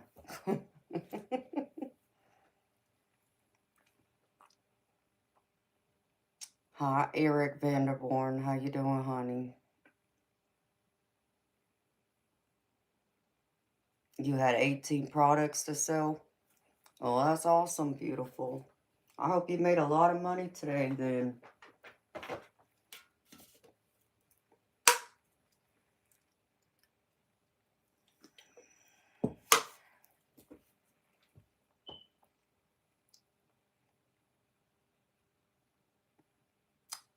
Um, Dermatologist, I mean, I am part Hawaiian, too. Yeah.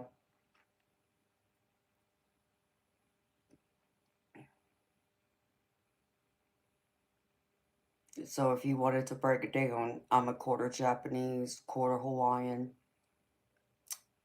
and half Caucasian, English, Irish, and Scandinavian. How I break those three up, I couldn't tell you. That's just what my mama's ethnicity was.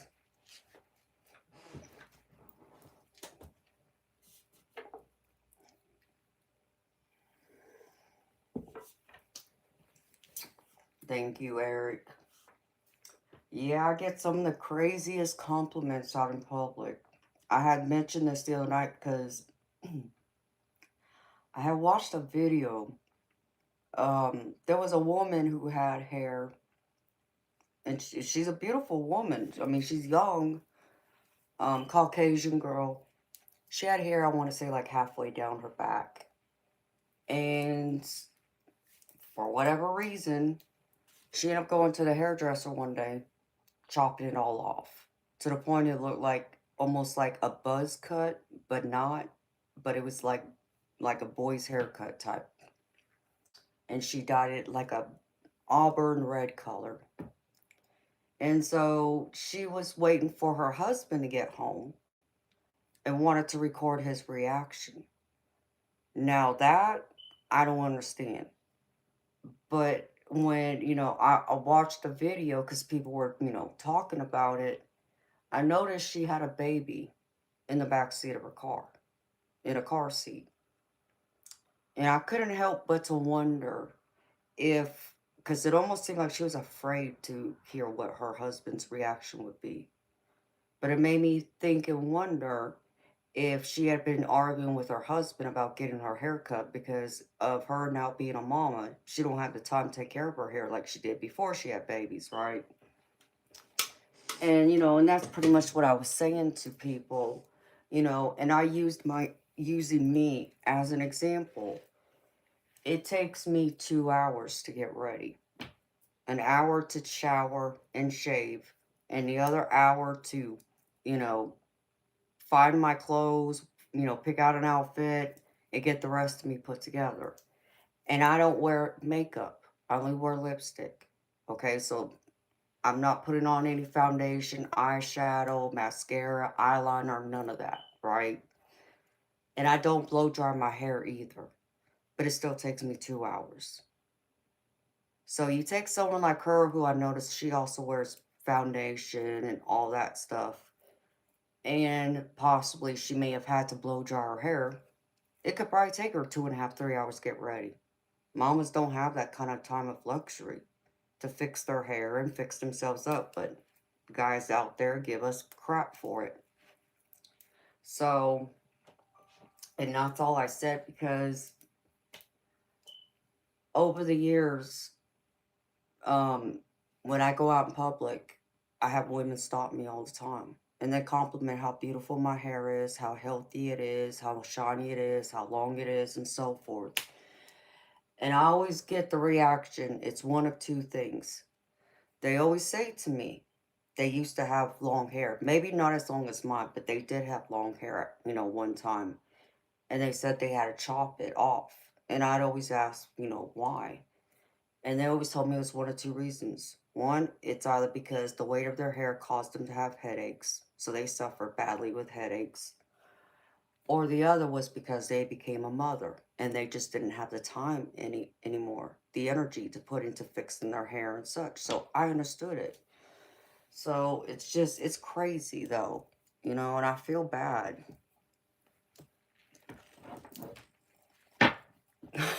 You're so funny, Lily Hillis. Hi, Roselle. Oh, thank you, honey. Oh, thank you, Muhammad. That's very sweet of you.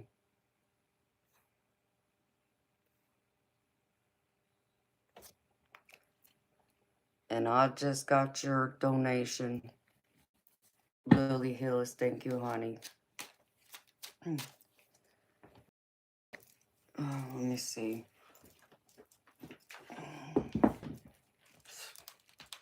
Got cold.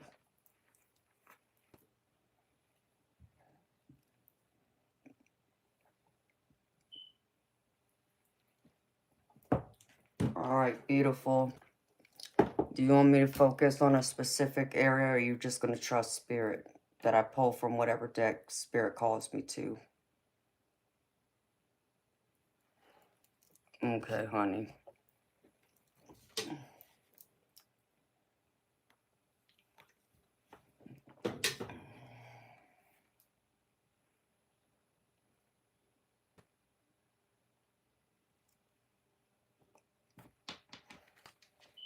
All right. I'm called to pull from 2 different decks. Hold on. Let me go grab my decks I'm being called to.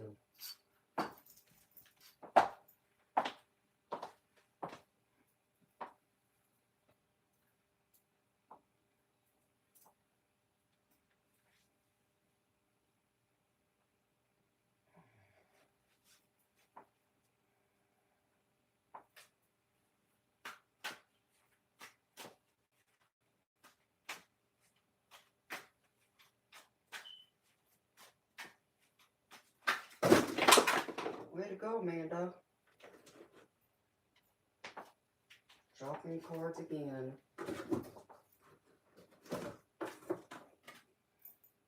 It's almost like Lily Hillis is almost like Spirit say they have a lot to say to you, girlfriend. Come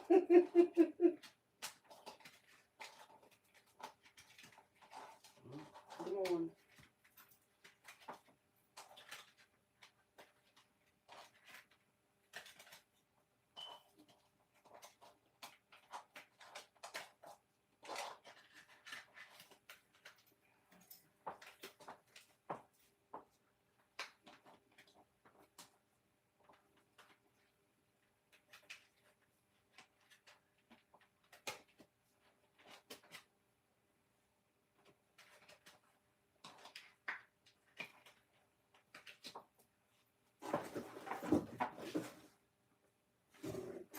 Got them all. Okay.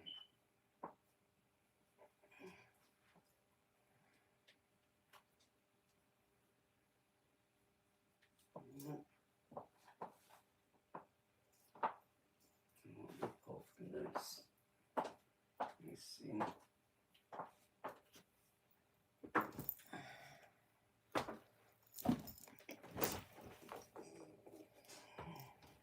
Okay.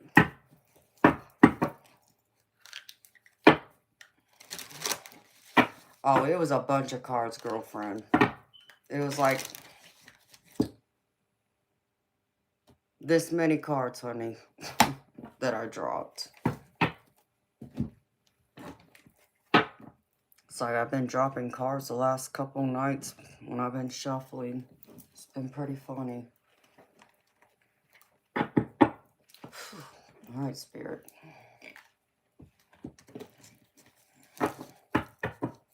So, I didn't look at them, honey. I just put them back in the deck. Let's see. Spirit. I'm just going to trust what Spirit's going to show me here. I don't know. The Spirit puked on the floor. Yeah, I think so.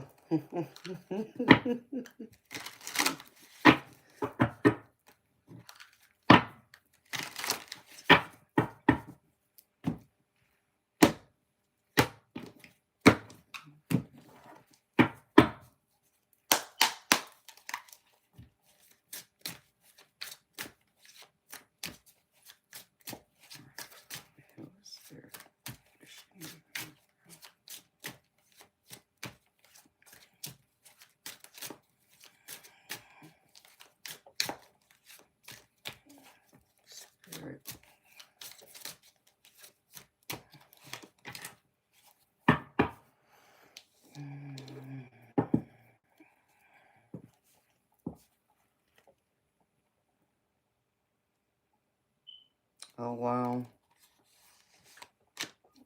I think I understand that.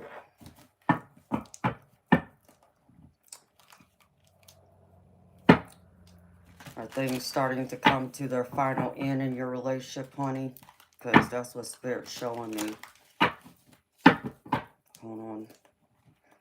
Because this is you, girlfriend. I'm going to pull a couple from this, too. Spirit told me to pull from this deck as well for you. Spirit showed me.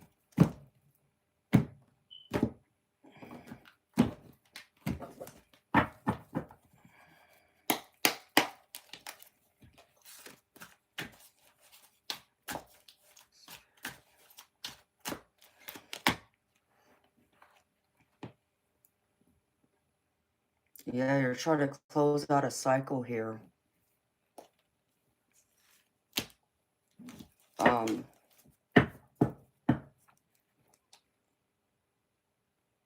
Like I'm picking up Lily Hill, it's like you're trying to end this relationship you've had with this person. And I know we talked about this before, but Spirit's still like showing me like you're trying to process the whole relationship. Like here's like the starting point with this rose card where the relationship had started and things were happy, things were blossoming. You know, maybe you felt like you were on top of the world. But now Spirit's showing me it's coming to like its final ending with the skull here. And I feel like the lesson here is I get good recycling. I pulled from my, what is it called, this deck? Career and something, some abundance, purpose. It's something like that. It's an indie deck. And it says good recycling. It says you've learned from past mistakes and now using that knowledge to shape your vision for the future. Nothing has gone to waste and you're fully prepared to tackle any challenge that comes your way. So I feel like there's like a lot you've learned over these past couple years plus when it came to, you know, this relationship over here, things happening. Now it's coming to its final end. And here you are now processing it all, learning from those mistakes so you can finally close the door and walk away. Spirit wants you to embrace this door closing. Because here's the other card that came out. Closed doors. You know, and it kind of reminds me of like the World card. Lily Hillis in the tarot. It's like, it's a completion of a cycle. You're closing out this cycle to begin, to start over again. So you're now taking all that, you know, knowledge, experience, mistakes you've made, the lessons now, and now applying them to the present to start that new chapter and open up that door to your future.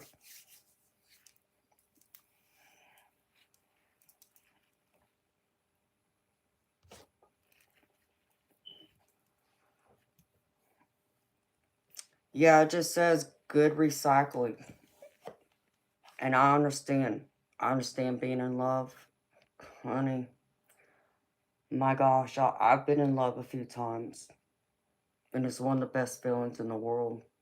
It's interesting because, like, the other night, because I was going to do a collective love reading, and I haven't gotten to it yet because I was going to record it. But it's like being in love like this.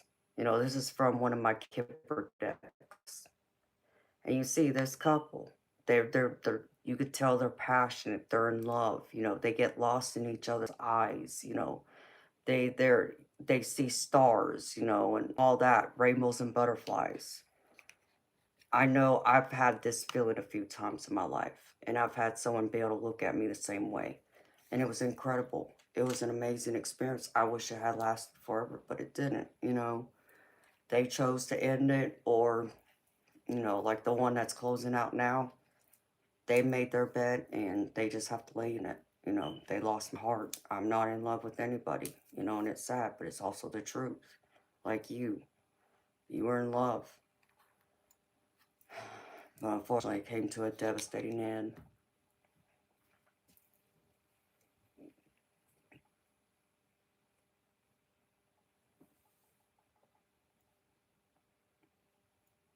No, I'm sorry, honey. It's rough. That I know. But I feel like there's going to be a new door opening for you. This Eight of Wands right here is speaking to me, Lily Hillis. Eight of Wands is positive momentum, progress forward. And I feel like this is where Spirit's taking you to. With all this energy, you're getting things all lined up to start moving forward instead of being, you know, stuck in like a stagnant energy. I have another Eight of Wands that speaks to me more, but I don't know. Let's see. That's my mermaid deck. If I can find it. Ouch. I just pulled it out for the collective, in fact. Let's see if I can find it.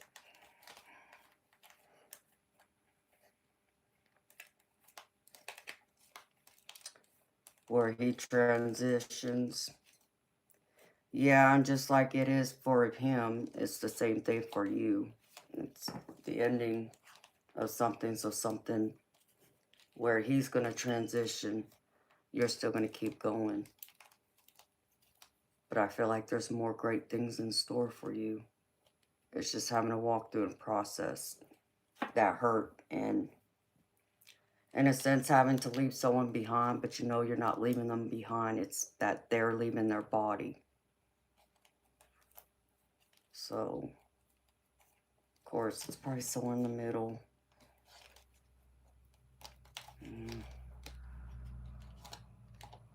Here it is. I think this is a good depiction of the Eight of Wands.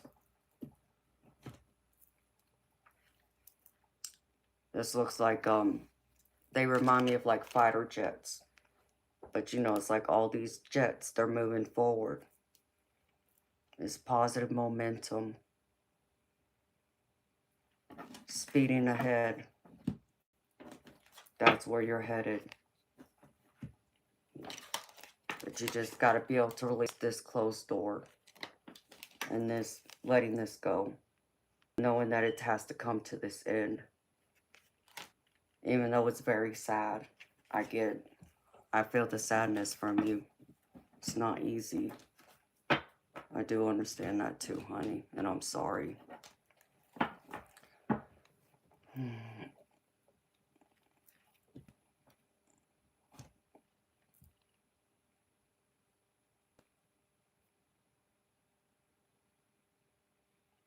No.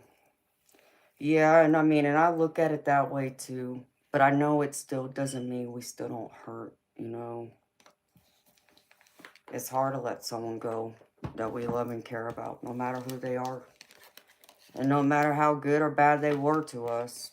Because we all know, you know, all relationships are going to have their ups and downs.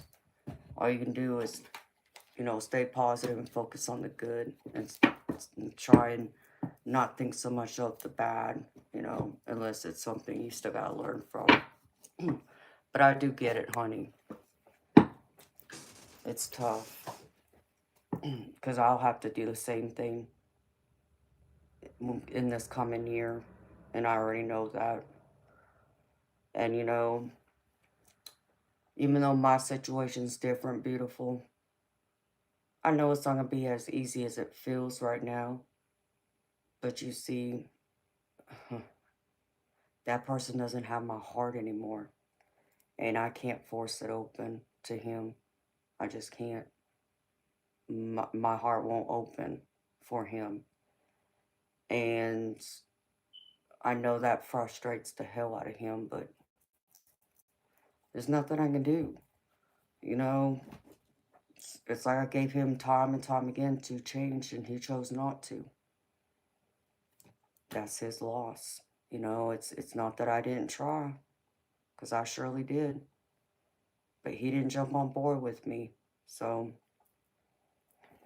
and now I know that Spirit's trying to break me free from this, because there's someone better out there for me. There's someone else I'm supposed to be with. And I'm supposed to build an empire. I'm supposed to build this channel. I'm supposed to do a lot more. And I know by staying where I'm at, I'm not going to be able to do that. So that fork in the road's coming. And I already see it. And I'm already preparing and planning for it. So, um, you know, I'm sure, like I said, it's going to hurt when it finally does come to that end. But you know what? Even just me thinking of it right now, it doesn't bother me, which tells me that I'm ready. But I have felt ready for a while now. You know, I've already broken my emotional connection and attachment to him. I've already given myself that time to heal, knowing that it's already coming to its end. It doesn't mean he's a bad person, doesn't mean I'm a bad person, just means we're not meant for each other anymore. You know, it's like y'all always hear me say sometimes the people that come into our life, they're only meant to be with us for a season or maybe even a year. You know, and once that cycle comes to its close, you got to let it go. You know, others will come to you and they're meant to be there for the rest of your life. You know, you just got to learn from the relationships you've already had. It doesn't make them bad people, it doesn't make you bad people. It just means that you all are meant for a different road ahead. Just like you, beautiful.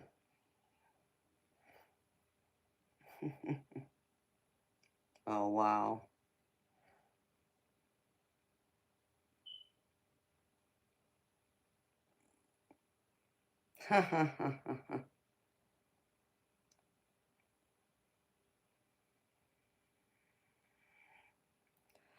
Yeah, and dementia is hard.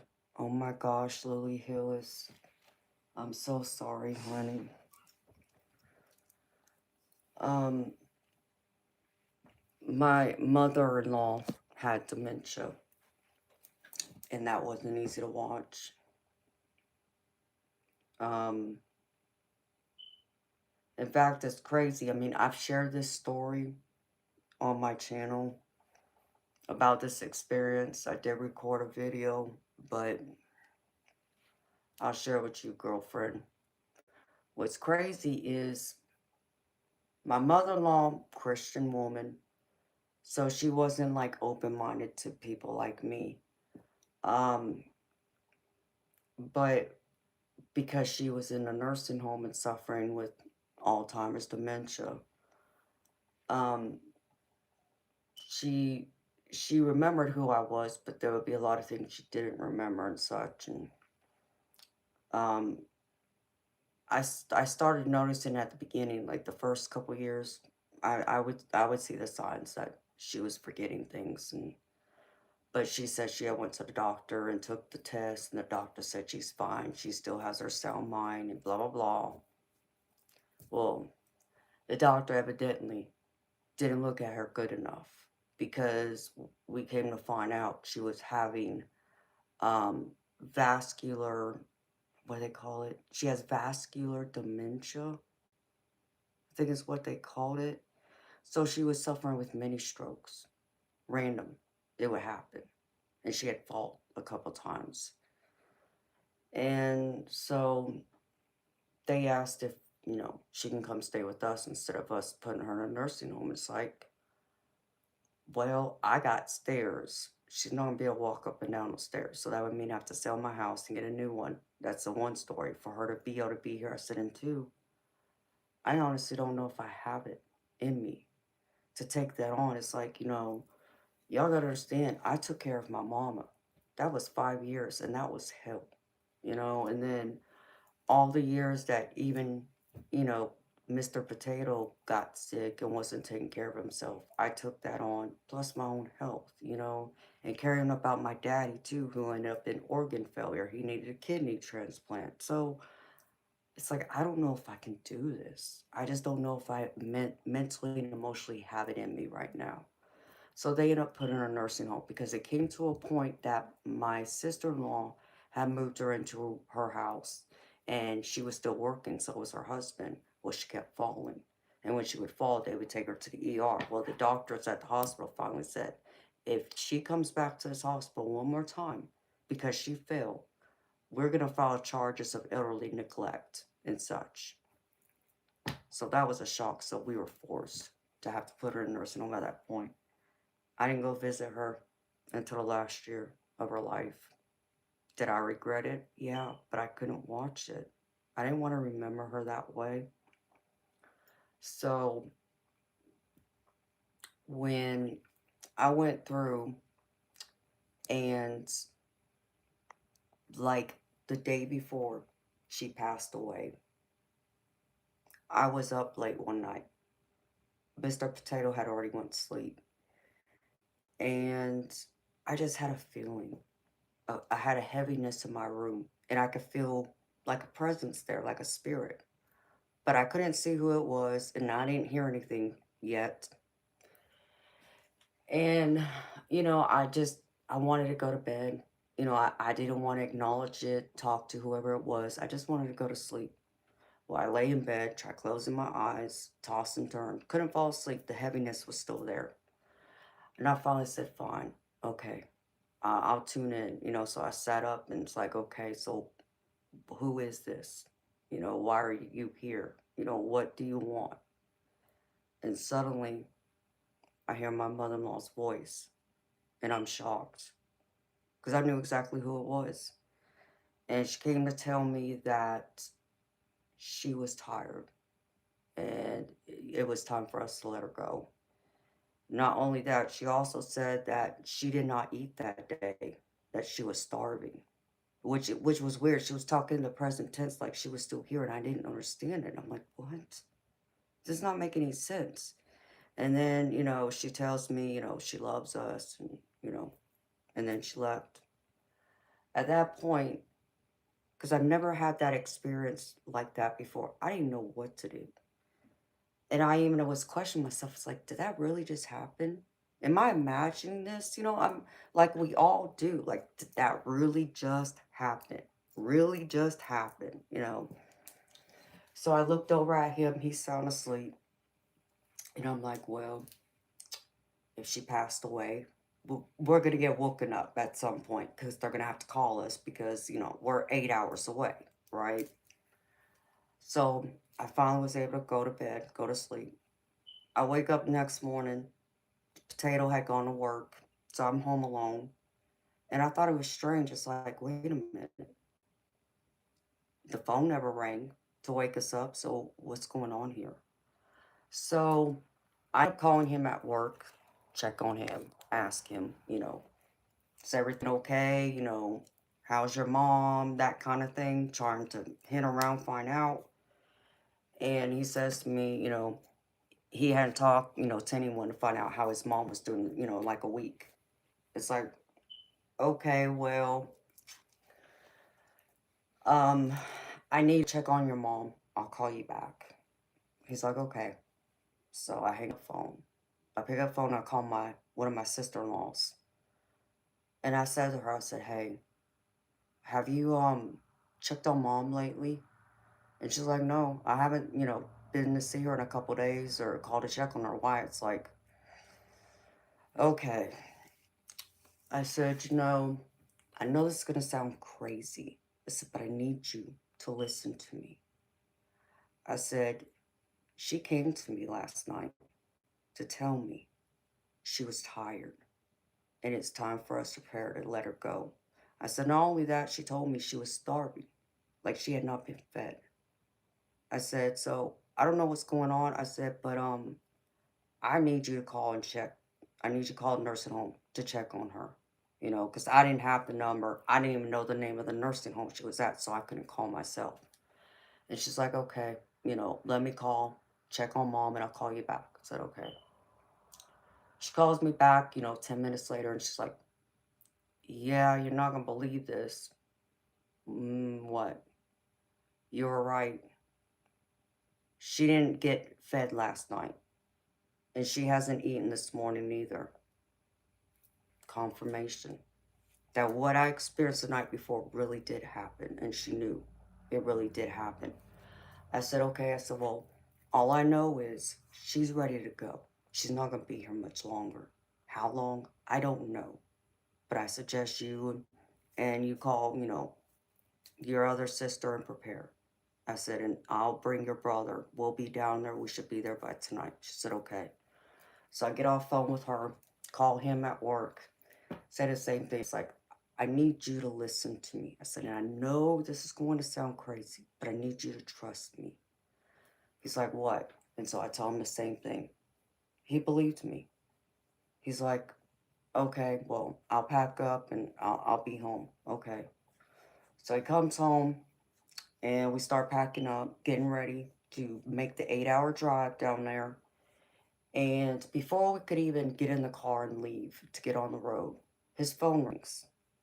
It's his sister, the one I spoke to, calling to let us know that the nursing home just contacted them to inform them that my mother-in-law was being rushed to the hospital because she was non-responsive. There's the other confirmation. Now it's starting to happen. And it just blew my mind. And, he gets off phone, he tells me, and, told me what happened. It's like I said, I know it sounds crazy, but here's the confirmations. So we need to leave now. So we get in the car and we make it down there. Of course, his sister's calling, where are y'all at? When are y'all going to be here? We didn't pull up until I think it was like 1:30, 2 o'clock in the morning. And we went straight to the hospital, sat with her. She was on life support. She was still alive, said our goodbyes and everything. Spent a couple hours there, and then we were tired, after, long 8-hour drive, and it's an emotional, knowing she's dying. So we go to the hotel, and I think it was a few hours later, the hospital calls us to let us know she's starting to, fail, like her organs are failing. She's starting to leave. Okay, we'll be there. So it was exactly 7 o'clock on the dot that morning. I remember the sun was shining. In fact, the sun was shining straight into her room because she was like on the fourth or fifth floor of the hospital. And it was peaceful. And I was thankful for that because I know I've watched a lot of other people pass away being on life support, and it wasn't peaceful. So she was ready. She was more than ready, and all that. Like I said, it still blows my mind because I had to now figure out how was she able to come and talk to me, knowing she was still here, she was still alive. And my spirit guides had to tell me it was because she was bouncing in and out of her body. So that's why she was able to come to me the way she did, to warn me. And all I can say is I'm glad I listened, even though it sounds so far-fetched and crazy.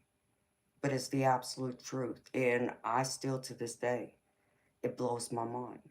And, but I'm thankful because I could only imagine what it would have been like for him to not be able to say goodbye to her. Because, like me, he got robbed out of saying goodbye to his father. I was robbed out of saying goodbye to my mama. So I understood how that felt. And I didn't want us to have to go through that again. So if I ignored it, this be a completely different story, but it would still be what I've been saying about precognition and how sometimes some of us get forewarned. We are forewarned or we foresee the future. As crazy as that sounds to some people, because they're trying to figure out, like, well, we have free will. How is that possible? Yes, you're right. We do have free will, but the difference of it is what people don't understand is there are certain events in our life that have already been pre-planned, that were predestined before we incarnated into this life, that we said we would do because there's certain lessons we came here to learn. So, for example, it'd be like, say you decided before you incarnated in this life that you want to be married with 10 kids. Well, you sign a contract, the soul contract, like it's called, and you end up already knowing who your spouse is going to be, who's going to have your 10 kids. That's just an example, okay? There's certain things, certain major events that happen. The rest of it, yeah, it is our free will. But there's times where the universe, our spirit guides, our guardian angels plays a role in it to direct us down where we're supposed to go, to make sure we meet those contracts, or to make sure we meet and learn this specific lesson or that. So, and for a lot of people, they think it's crazy. I get it. So,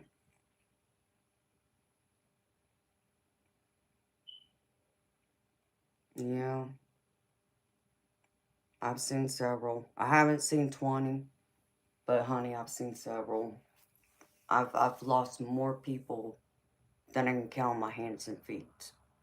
I was only lucky to be there for maybe a handful of them, you know. Um,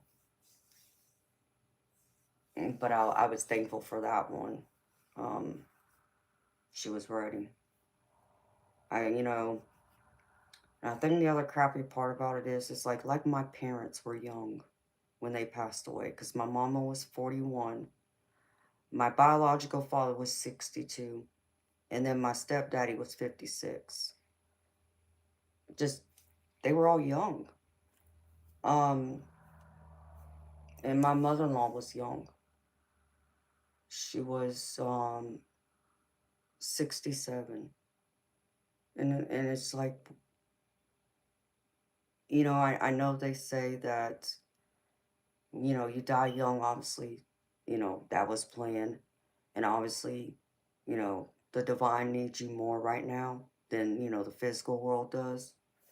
Yeah, I like to believe that, but doesn't make it hurt any less? No. Or even the fact that your loved one has been suffering with a disease, does it make it hurt any less? No. You know? And I think that's one of the things that I know more better, is that it doesn't matter how they pass away. It doesn't matter if it was caused by a disease, if it's a tragic accident, unexpected, it still hurts. So my heart hurts for you, honey. And I'm sorry. I'm sorry that that's happening to him. Because I know it can't be easy.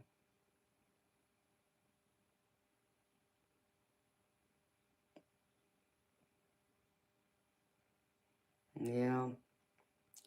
See, I watched, like, my great uncles, my great aunt. I got to go to their funeral. In fact, I met my great grandmother too, but I didn't know she was my great grandmother. In fact, she was the woman I was named after. I didn't find out till after she passed away. But I was young, like maybe 11, 12 years old, something like that. Um, I lost all of my grandparents by the time my mama passed away, except for my mama's mom and then my stepdaddy's mom. All my other grandparents had already gone. Um, and I've lost many friends, and sadly, a lot of them from car accidents. Some were young, back in high school. One of my girlfriends, this is back when cell phones were brand new, and she left her house, and her and her boyfriend just got into a big fight. So she was out upset, and she's on the road driving, and I think she's trying to call him because I think she was going to his house, and because she wasn't paying attention, she ended up running in off the road and wrapped her car around a utility pole, and she died instantly. I had another friend that died in my old neighborhood I lived in. My One of my other friends who lived there, her brother was friends with my other friend. His name was Shane, and they were horsing around playing Dungeons and Dragons, I think, in the driveway, and his truck was out there, and he moved his truck, and my friend Shane fell out of the back of the bed of the truck, and he got ran over and died. So that was hard. And then my aunt, who was run over one day while she was out walking her dog, just in her own neighborhood. Someone fell asleep behind the wheel, ran her over. Um, she ended up with brain damage, and she died. I think it was about 2 weeks after, maybe less than 2 weeks. A few days later, one of my friends that I shot pool with, very, very sweet guy. He was engaged, he was young. When I say young, he was mid 20s. So, and this was about a decade ago. It's been a little over a decade actually now. Um, on his way home, and he ended up getting hit, rear-ended by, I think I heard it was some kind of like prisoner shuttle bus, like for cops, police, moving someone who's been in the jail from one jail to another, transporting them, rear-ended him, and he ended up with brain damage too, and he died. Same week, just days apart. Um, I had another friend that ended up being at work one day, and he was on a job. He handled windows. He installed like windows in people's cars and such. Just dropped dead of a heart attack. And the crappy part about that is he had just went to the doctor for his heart, to have his heart checked, because he was saying that he was having some type of chest pain and such. And the doctor said everything was fine. But yet, not even a month later, he drops dead of a heart attack. It's like, I can't believe this. Um, my grandfather, I remember, um, another friend at the pool hall. It was the manager. Um, we all called her Mama. She was the manager of the pool. I used to play at a lot, and her husband was there with her, and he would help clean up the pool hall and such. He ended up passing away too because he had diabetes, and so he went into organ failure. Um, my best friend, even though I wasn't there, from kindergarten, Mighty Soul, she went to sleep and died Easter.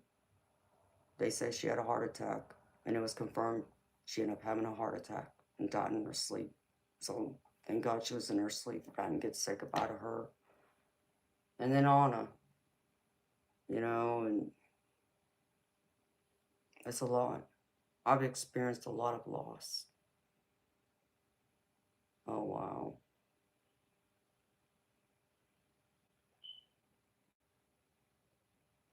That's a lot of suicides. I'm sorry to hear that, honey.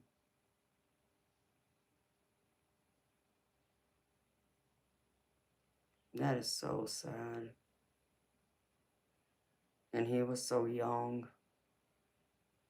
I know of someone who did commit suicide. I forgot about them. I think I try not to think of it because they took their life. But, you know, you ever heard of that movie, The Shack? If you haven't heard of it, I would encourage you to go watch it.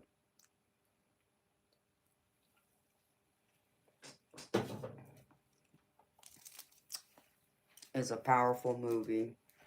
My brother told me to watch it, and I finally took the time to watch it a couple weekends ago.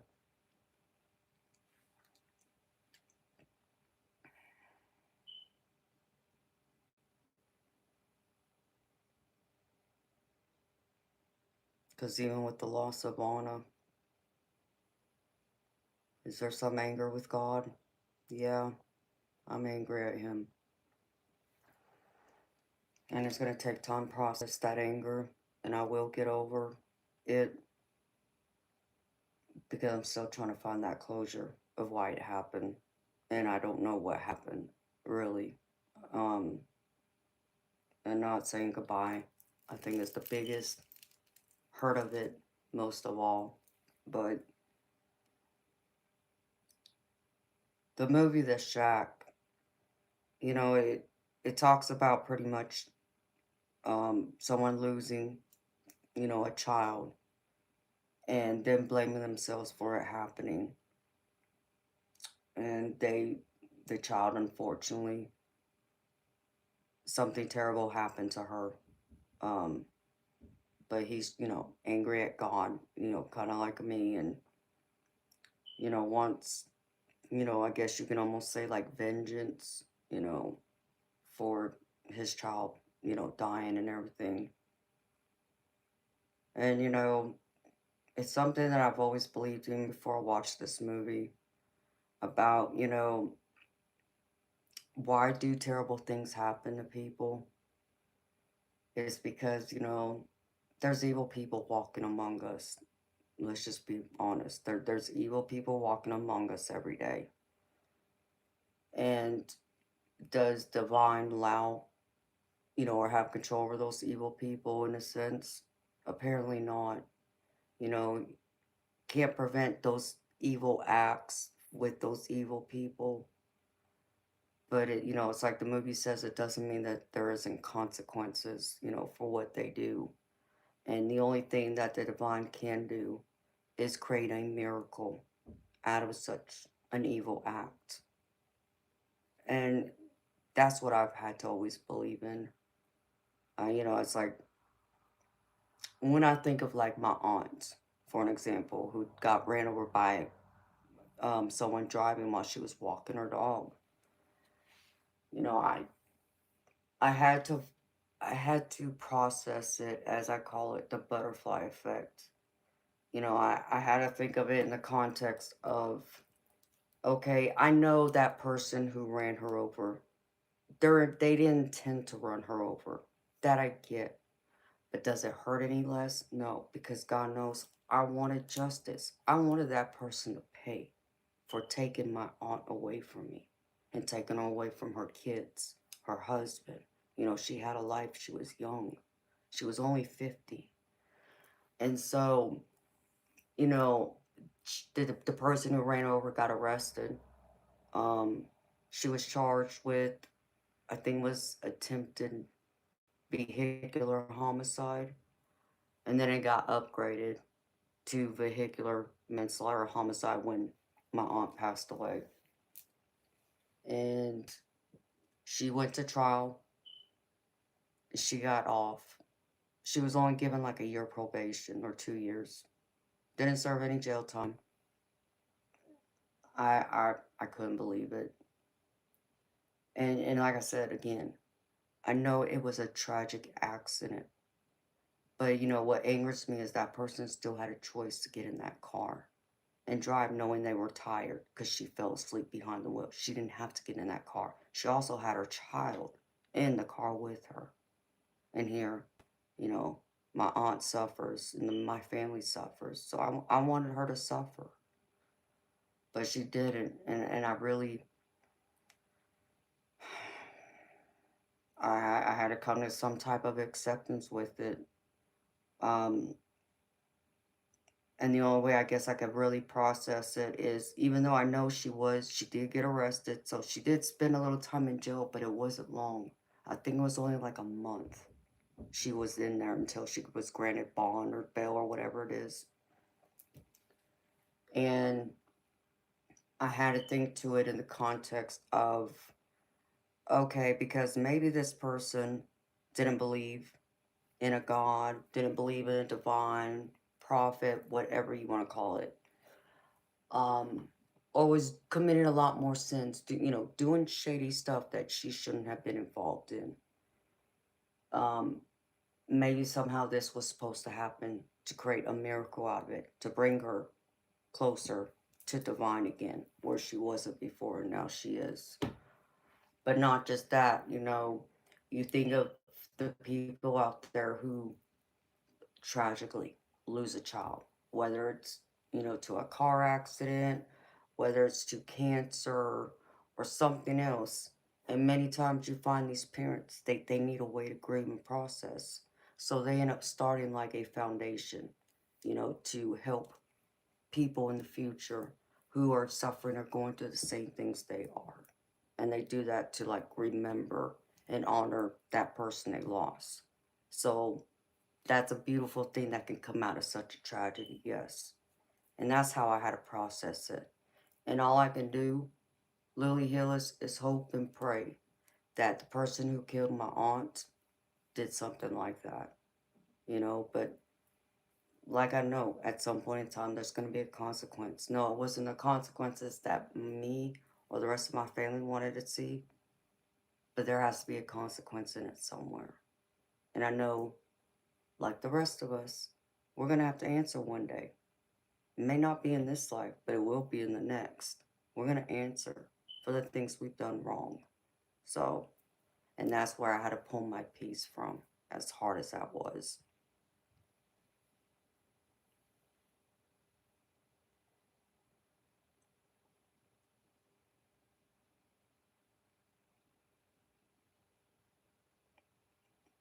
No, honey, I never did find out. I don't know what she done with her life. All I can do is hope that she became a better mother, knowing her child was in the car with her. But no, I don't know. And I'm sure I never will. And I try not to think about it, to be honest. In fact, my aunt's birthday was earlier this month. So, and then I realized that last week. It's like, wow, she would have been 60 if she was alive today. So, I try not to think about the car accident, what happened to her. I just think of her, my aunt. The person that did, ran her over. I gotta tell myself I still send them love and light and wish the best for them. Um, do I have that vengeance in me for her? No. I let it go. I had to. If I didn't, it would have eaten me up inside, and I know that. And I didn't want that to happen. So I had to forgive her. As hard as that was, I had to forgive her and move on.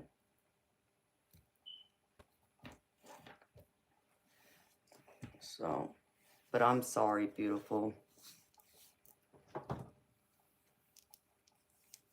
It's crazy though how those things work out. You know, could only hope she's doing something incredible with her life, knowing that she almost had her life taken from her. She could be in prison right now. She should be, you know. I say that without that anger, vengeance. I still believe, you do the crime, you do the time kind of thing. So,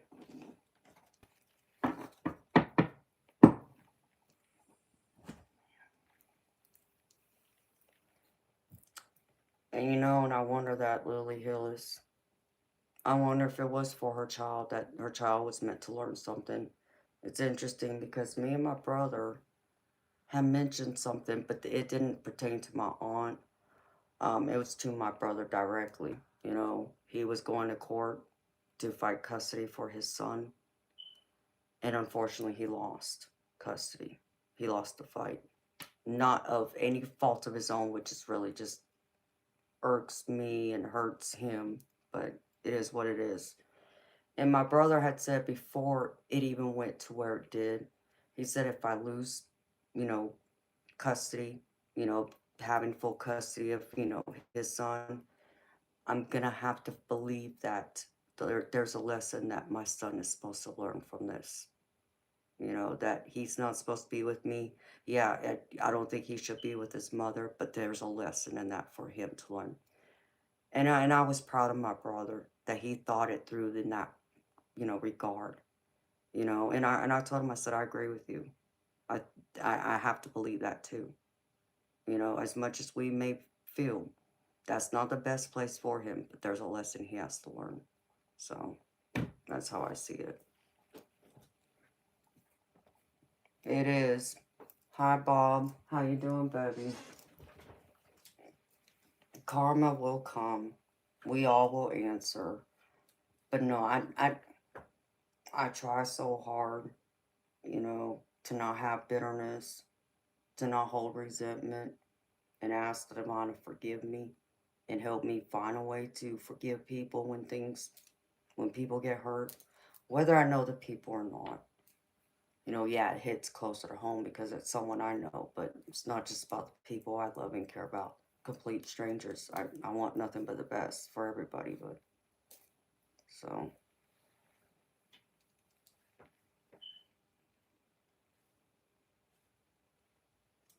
hi Tim. How you doing, baby?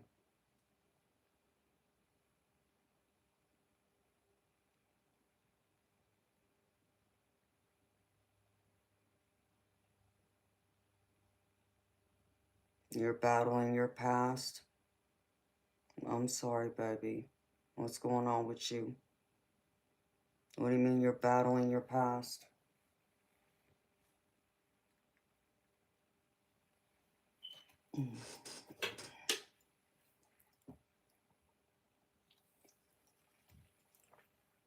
Okay, Lily Hillis. Oh, you're so welcome, beautiful. Thank you for the donation. And thank you for hanging out with me for a bit, honey. I'm sending healing love and light to you, honey. For you and, your man. I'm deeply sorry to hear about his condition.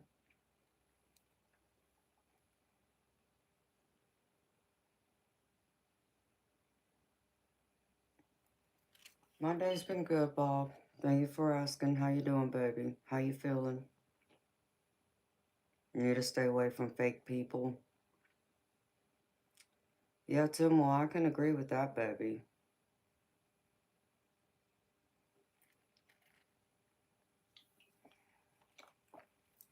And Lily Hillis, I plan on starting my memberships Monday. Just so you know, honey.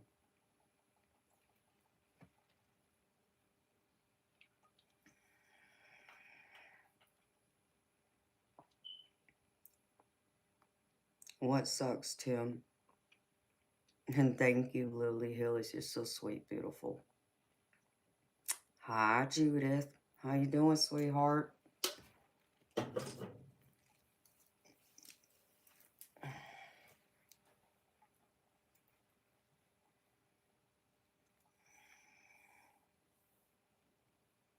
Opportunistic vultures. Uh-oh, that doesn't sound good, Tim. Ooh, excuse me. Ooh, excuse me. Usually, Red Bull doesn't make me burp. Wonder if that was some of the Mountain Dew I drank earlier. Hmm, sorry.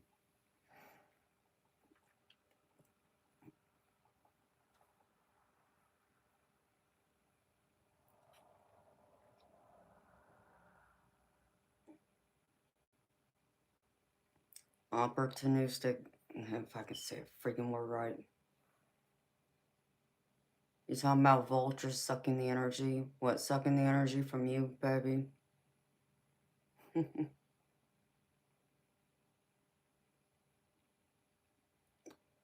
I'm good, honey. Thank you for asking, Judith. I'm gravy. You know me. How's things going with you, Judith? Any more luck on the job search?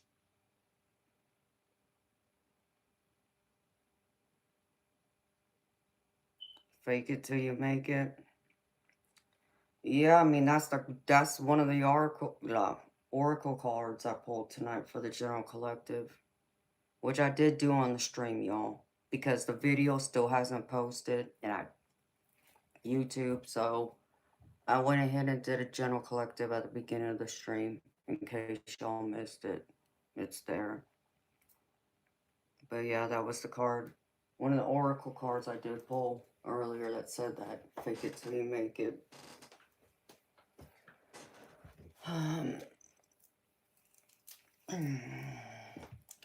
You know, Judith, I haven't had a chance to look through this book yet. I have an oracle book that has it. It's like for different types of spreads, tarot spreads, but it's for oracle. I'm wondering. I know there's some places in here for money manifestation. That if I could freaking talk right, money manifestation spread.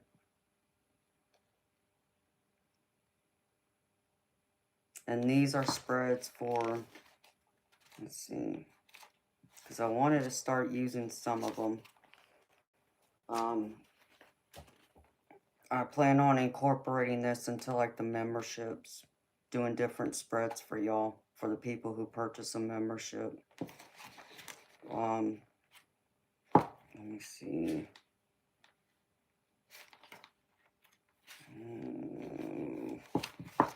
Find it.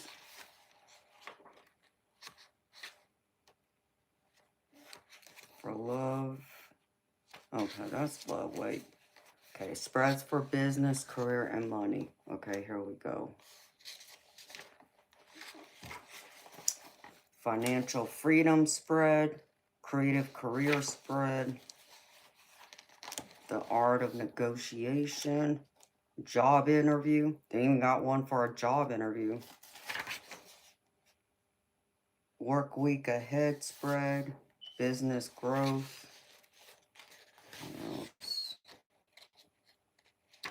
Career path, work-life balance, career vision board spread. Let's see. Goal progress, to stay or go or to go spread, and then money manifestation spread. But then they have some in here for life changes and transitions, which is kind of funny because and there it is. They got a midlife crisis spread in here, which is pretty freaking funny. It's a 5-card spread too.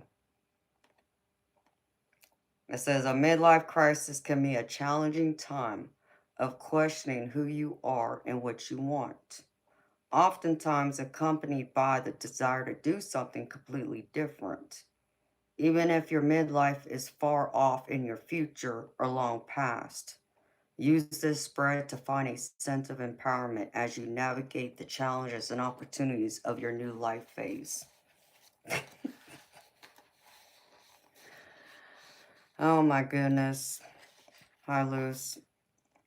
So I can start doing some of these spreads for y'all because I'm going to be doing like some different spreads other than my regular 5-card tarot, my in-depth. And a lot of it will just be for the members only. So it won't even get posted to the public. So most people won't be able to see it. No way anybody be able to see it if they purchase a membership. But I'm going to look into messing with some of these spreads.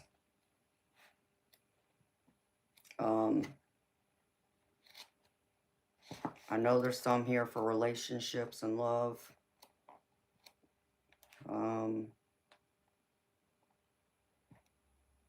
Yeah, spreads for love and matters of the heart. But it's not just romantic relationships. Like I know I saw some for like family and stuff. Oh yeah, here. Spreads for home and family life. So they even got ones for your family life. Sibling dynamic spread. I guess if you're fighting with your siblings, they got a parent and child spread. Some different ones in here. It looked interesting. Like I said, I haven't had a big chance to really look through it yet. They even have one for spirituality and divine guidance, which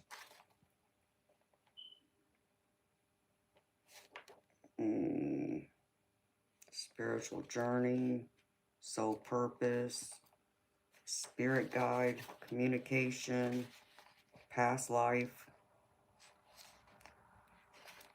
I know some of these would make me laugh, but I thought the midlife crisis spread, just seeing that just cracked me up. So, it'll be interesting. Because I'm sure I can use this for both, like just a regular tarot. And I can also probably do it, use it for oracle decks too.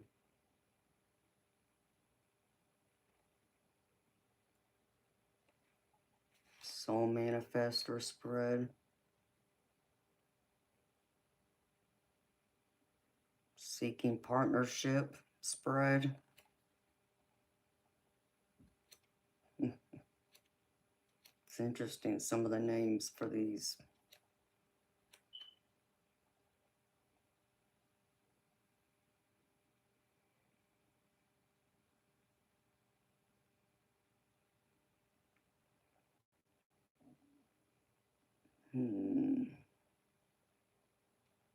Anyhow.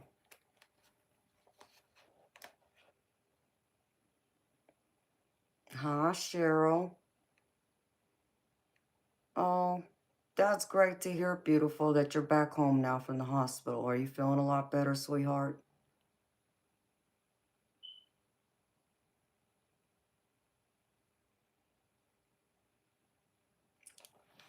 No, Bob, I haven't seen either one of them lately.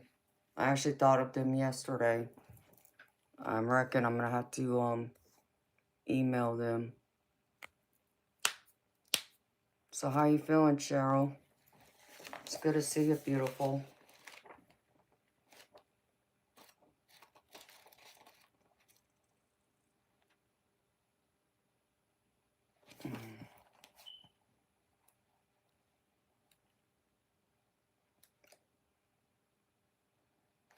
I wonder.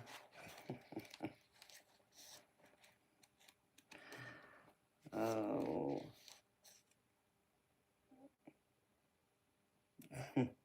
They even got a spread that's called a mirror spread. An alter ego spread.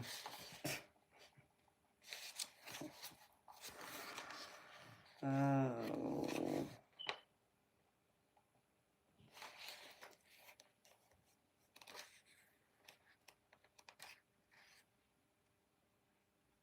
Oh, that's great to hear, honey.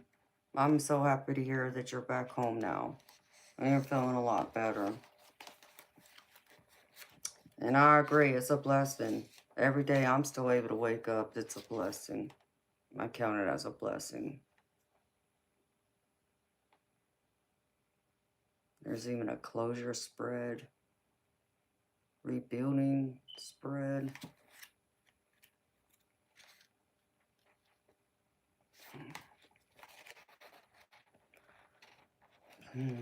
So anyways. I'm wondering, I guess I'm trying to figure out Judith, if there's one in here specifically for, like, what I would classify, like, you seeking a job, like,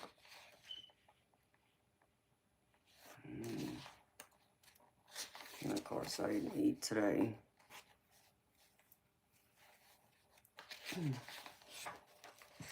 And 5 weeks is a long time to be in the hospital, Cheryl. How come you had to be in there for so long, beautiful? Let's see.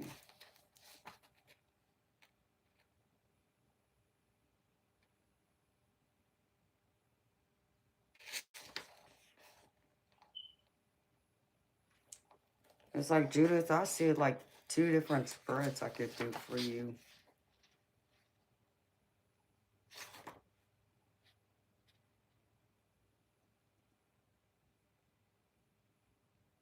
I mean, ask some hard questions. I don't know if you'd be up for the answers, though, beautiful. But I'm planning on using some of those spreads, too. And, alright, Spirit. Just got chilly.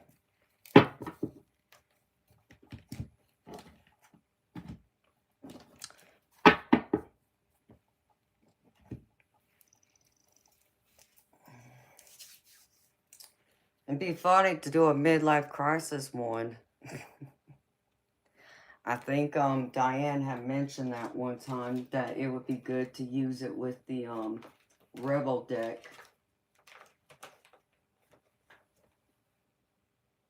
Well, where did this one come from? Look, I even got a bookmarker that was a gift from something I ordered. It's the Wheel of Fortune.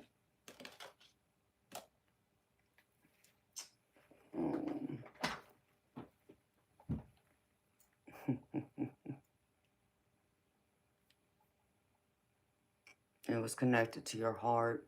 Well, is your heart rhythm much better now, honey? What do you have to do? Do they have to do like a triple bypass or anything like that? And I thank the heavens you're still here, honey. Sorry. A couple decks fell over.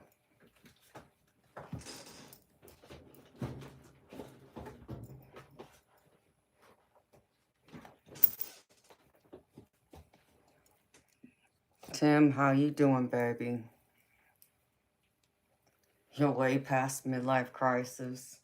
Well, I understand that, beautiful. It was just saying if you had gone through one, maybe that would be a good spread to do to kind of make sense of everything, was what I gathered from it.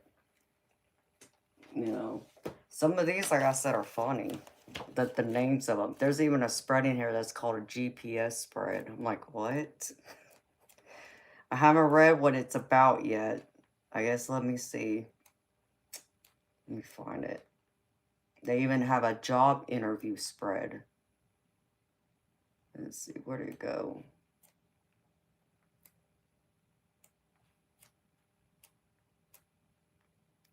It's called a GPS spread. I'm like, what the heck is that? Somebody following me spread? Oh my goodness. Because they have spreads in here for like self-awareness, self-reflection.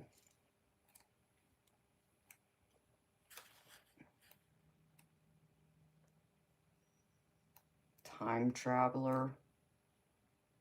That's interesting. Well, where'd it go? Of course, now I'm looking for it, I can't find it. Where is it?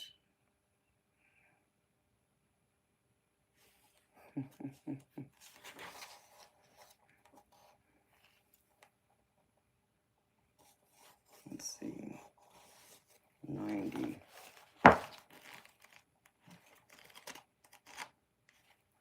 Oh, here it is. More than that? Oh no. What else they have to do? They got to put a pacemaker in, Cheryl? Okay, GPS spread. There are times when you feel things changing or you yearn for change, but it feels like you don't even know how to pull out of the driveway, let alone start down a whole new road. This spread is your personal GPS to guide you to the new destination your soul knows is out there. So that's what it's supposed to help guide you to.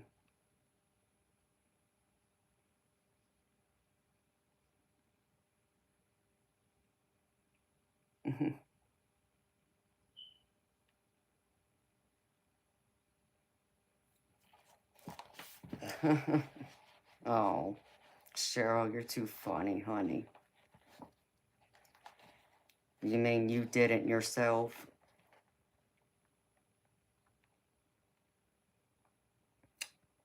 So here's the midlife crisis spread. Here's the questions. What does your midlife crisis look like? How do you feel about this transitional point in your life? What changes are you being guided to make? How will you be empowered to take action? And how will your life look different if you follow your intuition toward this portal of change?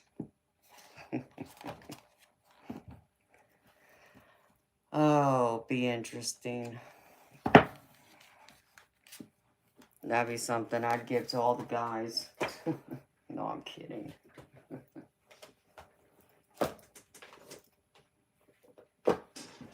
Oh, I got a munch.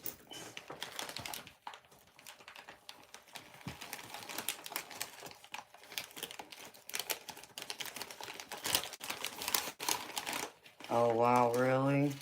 What did you call and check on her to see if she's still around? Or you don't know how to reach her?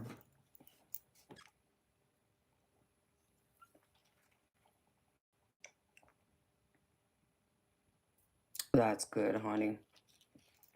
I would hate for you to get a pacemaker and then suffer the same way my daddy did, because that was not good.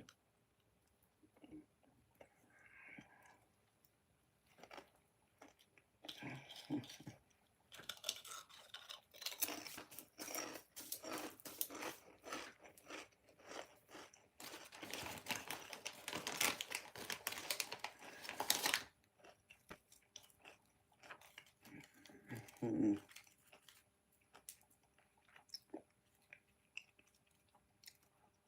Tim, are you still here, baby?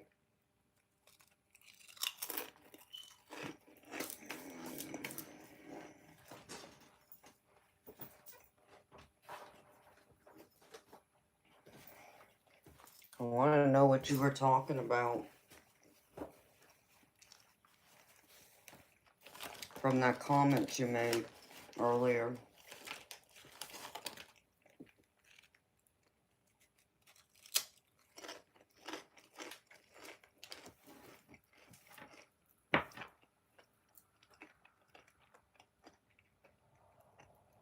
And so what did the doctors tell you to do, Cheryl? Like, what do you got to do, honey, so you don't end up having to go back to the hospital or having some kind of um, heart arrhythmia or anything like that?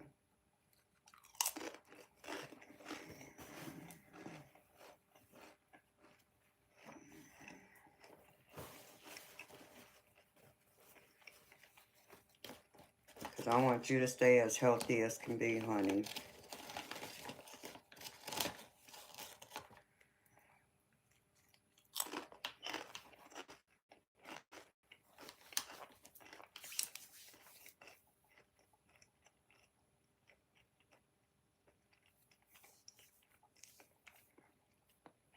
Okay, Bob. Well, thank you for stopping, baby. I understand. Life calls. You have a good night, baby. Enjoy your visit tomorrow, because I know you said you were having lunch with your cousin. Enjoy that time, baby. Make the most of it. And I'll see you later.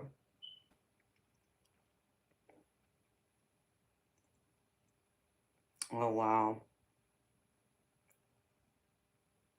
Yeah, my daddy lived longer, but man,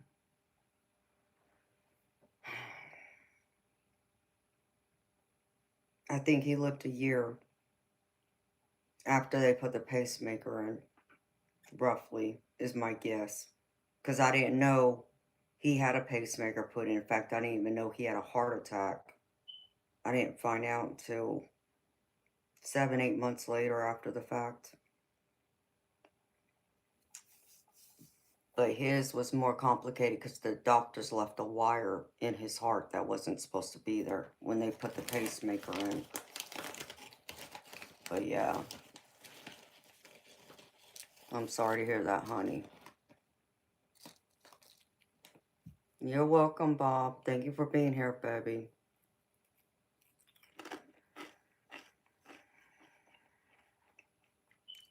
All right, Judith. Well, you have a good night, beautiful. Sweet dreams, honey. See you later.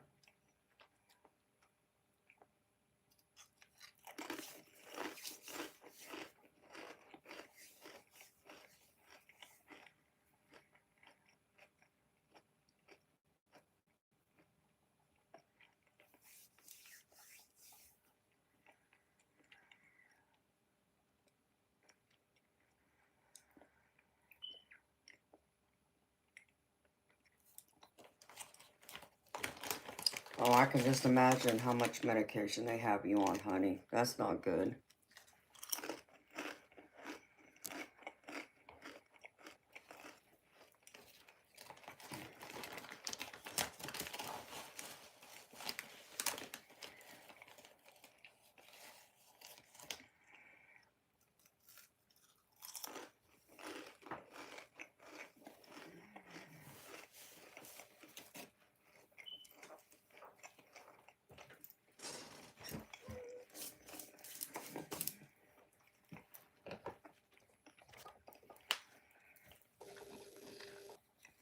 How old was who? Dermatologist, you talking about my daddy? He was 56 when he died.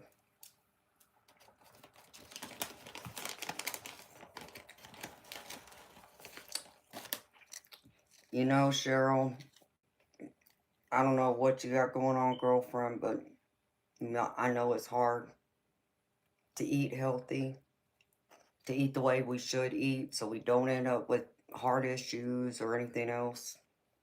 I mean, we should be allowed to splurge here and there, you know, the foods that we love, but they're obviously terrible for our health.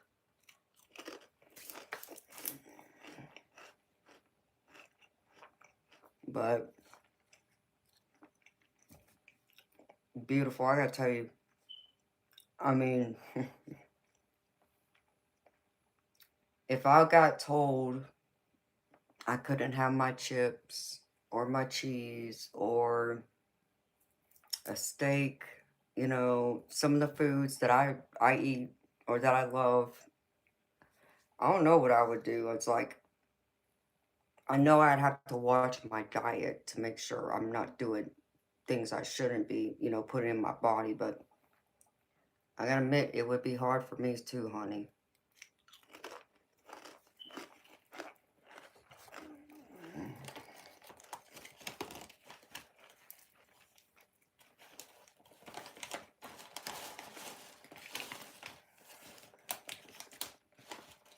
Oh, I'm sure that helps, Cheryl. Well, you see, my daddy had a lot of health issues.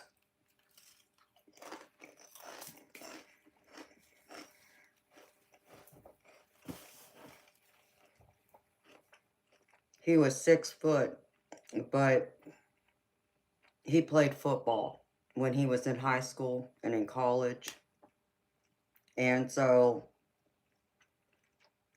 he had to put a lot more weight on, you know, for playing football.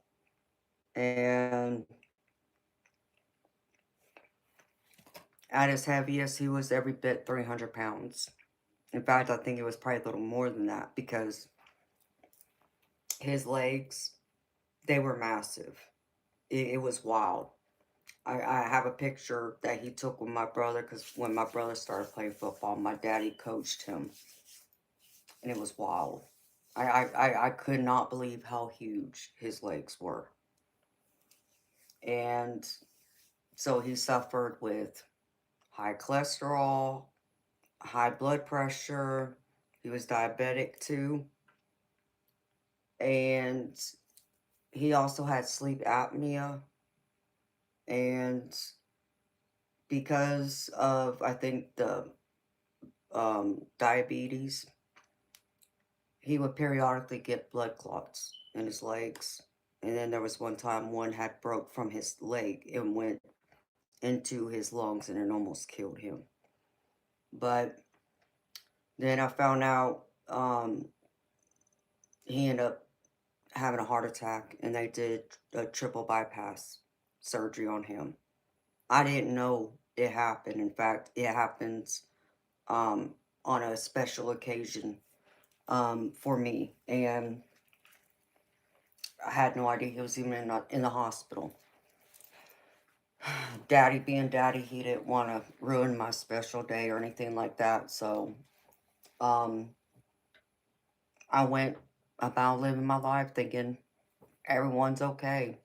Not knowing he was laying up in the hospital recovering from a heart attack. Um, I think I found out 6 months later. It was Christmas, or right before Christmas. It might have been Thanksgiving. I found out. Couldn't believe it.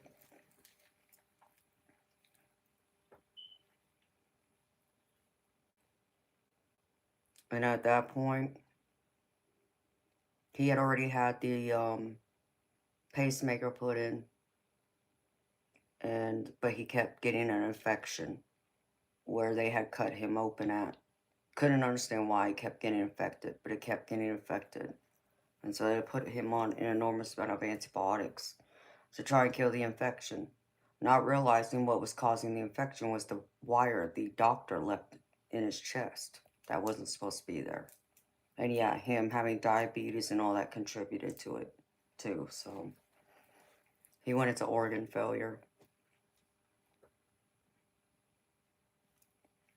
Okay.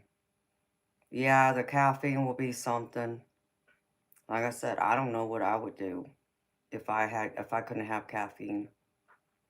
Cause you know me, girlfriend. You know I love my Red Bulls. I'm over here drinking one right now.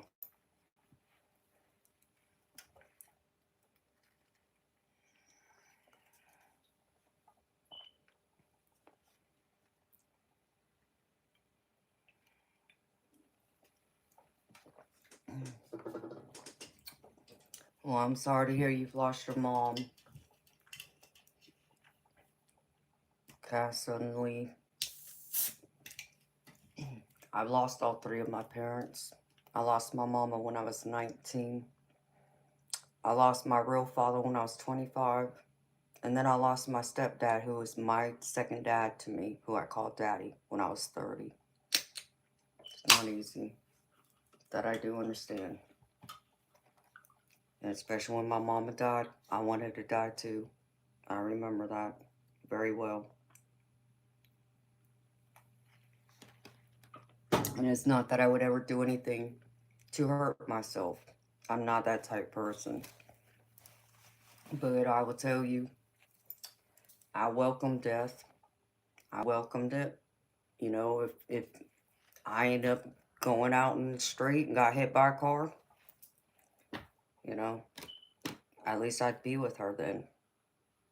So, I'm deeply sorry for your loss. And all I can tell you is give yourself the time to grieve her, however long that takes. For you, it's going to be different. For everybody, they grieve differently. Um, I can tell you for me, it took me 12 years to really come to a point in my life where I could have some type of peace with her being gone. And truthfully, the only reason why that came about is because my mama came to visit me. Not only did she come visit me, I got to hear her voice. And that's what I needed. I needed to hear her voice again. And thankfully, the divine blessed me with that gift. And I can't thank, divine enough. And that helped to start the healing for me. because I knew she was still here. I just needed to hear her voice to know she was still with me. Even though I felt her and I felt like I felt her, I didn't have anything else that could say to me with absolute certainty that she was still here without hearing her voice or seeing her ghost. I heard her voice, and that's all I needed. And she had a message for me, and that's all I needed to hear. So, you know, I understand not everybody will experience what I experienced, but doesn't mean that they're not here trying to talk to you, trying to, teach you still, trying to advise you. They're always with you. And you just got to remember that your mama, left her love behind with you. Love doesn't die, it's eternal, it lives on, there's no ending. So, know and believe that you'll see her again one day, and you will. But don't allow anyone else tell you how to feel. You feel whatever you feel for however long you feel. It's not anyone else's place or business to tell you what you should feel or not feel or how, and for however long. And if anyone tells you it's time to get over it, you can tell them to, to be nice, to take a hike, but I got other words I would put in there really, which I've had to tell a couple of people who tried telling me that it was time for me to get over it, because the one thing I could tell you, there's no completely getting over it. There's only living with it and living through it. But you'll never ever be completely over it. And what I've learned now that I'm 44 years old, so we're going back, when my mom had died when I was 19. So this year it'll be 25 years she's been gone. And what I can tell you is, even though I found some peace and acceptance with it, as best as I'm going to accept it, it doesn't mean I still don't cry. It doesn't mean that I still don't get sad. There's going to be those times. It will catch you off guard. When you think you're doing okay, you think you found that middle point in the road, that you found that peace and acceptance, and you're not going to cry anymore. That's when you'll find out of nowhere, it'll hit you again. And it'll hit you at the most unexpected times too. But you need to know that's normal. That's part of it. And they never, they're never far away. You got to know that your mama never left you. They always walk beside us, and they're still here. Whether you feel them or not, see them or not, hear them or not, I can tell you from my experience and my connection to the spirit world, they're always with you. So you just need to know that. And you can talk to your mama anytime you want. She will hear you. Now, the way she responds back may not be the way you expect. Okay, you may not be able to hear her voice like I heard my mama, but she will send signs to let you know she's there. You just have to be open and receptive to them.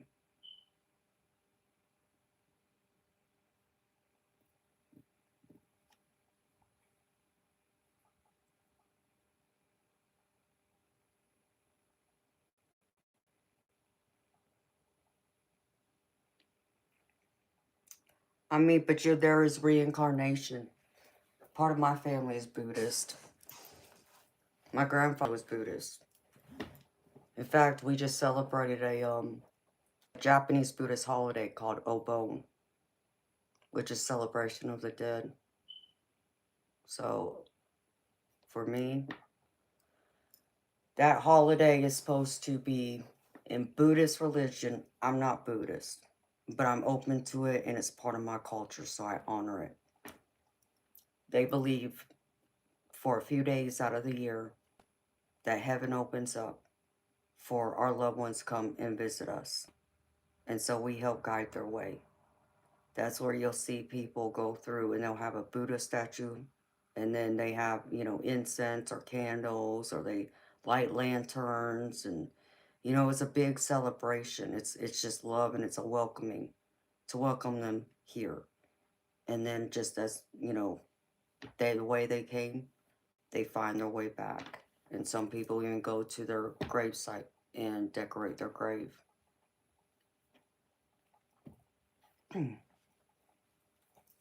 So I understand that. But for me,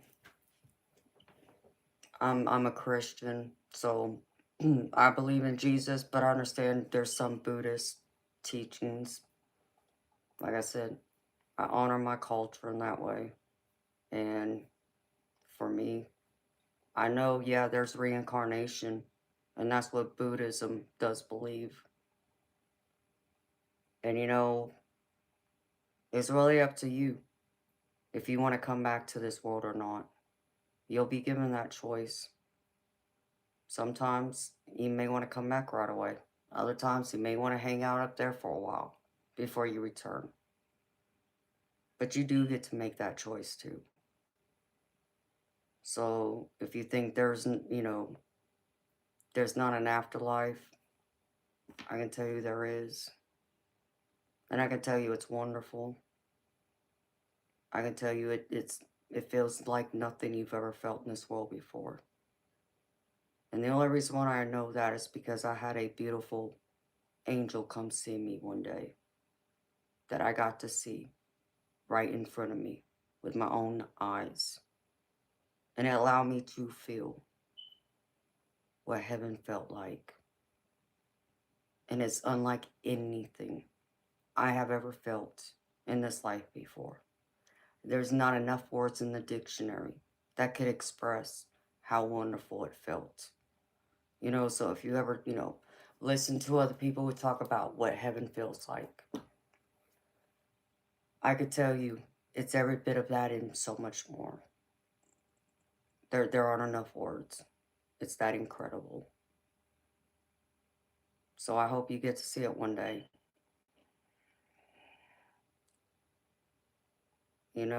Kids could suddenly, I don't know, honey. You know, I don't know that much about the Buddhists. I know,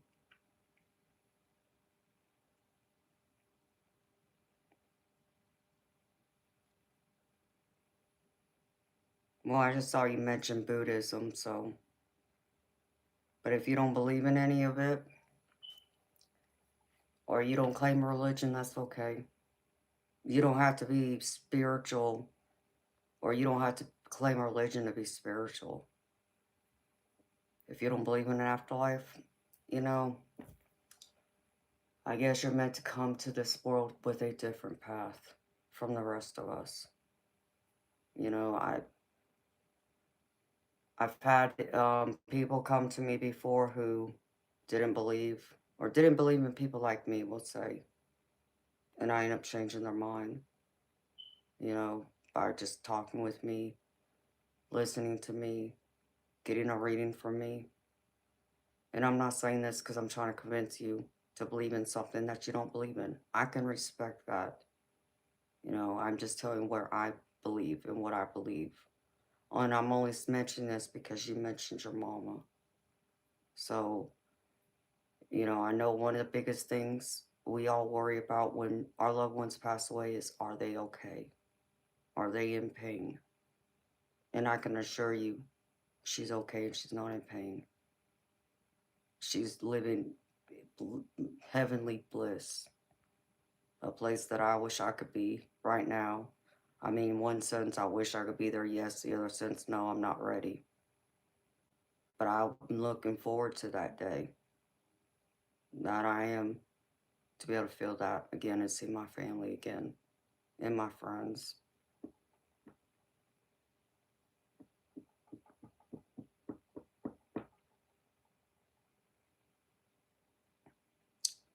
My name is Bartek. I don't need to lower my camera. Thank you very much. You don't need to sing anything else.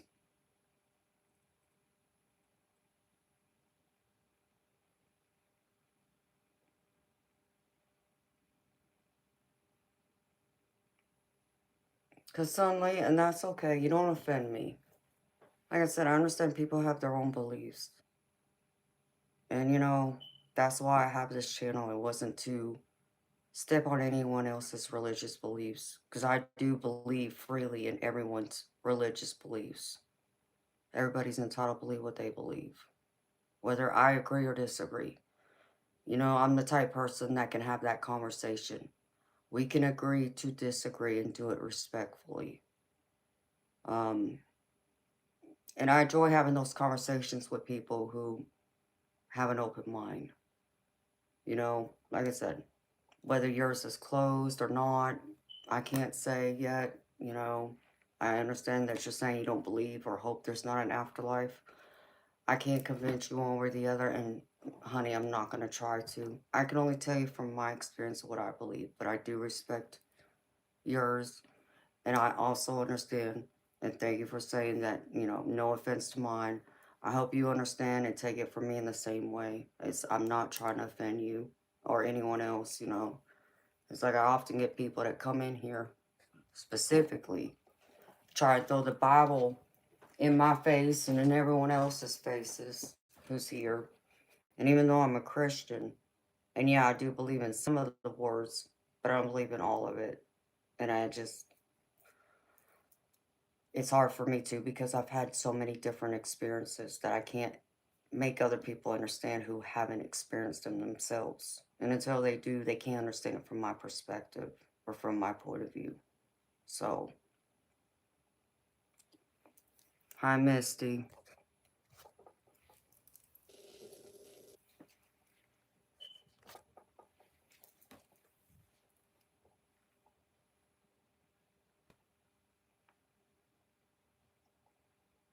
Mm. Because suddenly, do you believe in a higher being of any kind? Like, do you believe in guardian angels? Do you believe in archangels? Do you believe in spirit guides? Do you have any belief for that? Or are you just kind of automatically set that once we leave this physical body, that's it, we're dead? If I understood you correctly.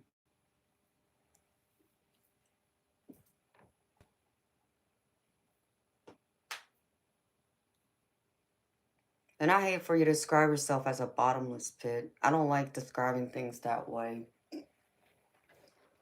Um, I would just say you're at a starting point. You just never took off. I guess I would kind of describe it as a point of stagnation. Like, let's see.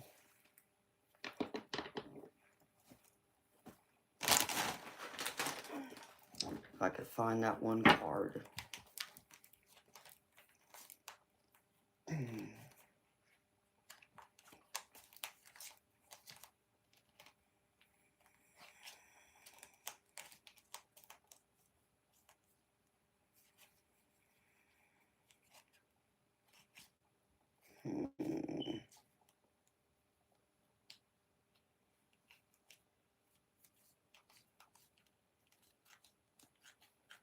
Yeah, it'd probably be somewhere in the middle or at the bottom.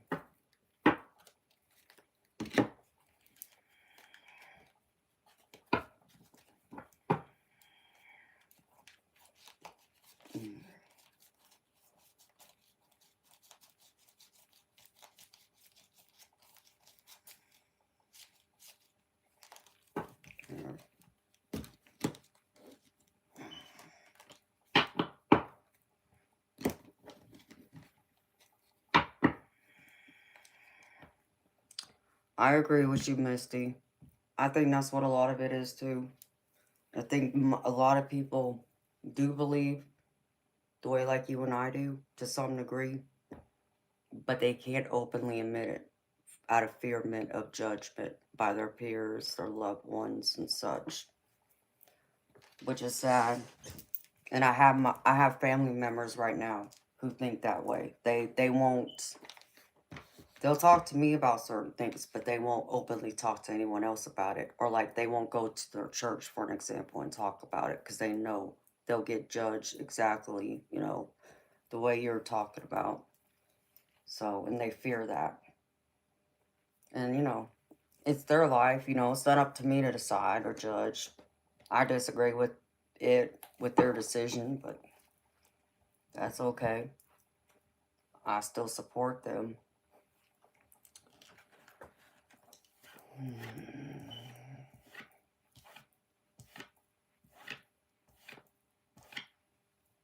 Okay, so you're open to angels. So you do believe in some context that there has to be some type of, you know, afterlife if angels exist. Because, like, you mentioned Buddhism, so I'll use this as an example. Growing up, my grandparents told me and my siblings we couldn't kill anything. Like, we couldn't kill anything, even an insect. At least we shouldn't, because they believed our great ancestors are reincarnated, not just as human beings, but as insects, animals, all that. So whenever like there would be like we would often get daddy long leg spiders in our house. My grandparents would leave them alone. They wouldn't take the web down, they wouldn't kill them because they believed that is a great ancestor of ours. Now, when I think about it now, because I'm much older, back then I was a child, I did see my grandma use a fly swatter. So she would kill some flies, but all the other ones, she would leave them alone.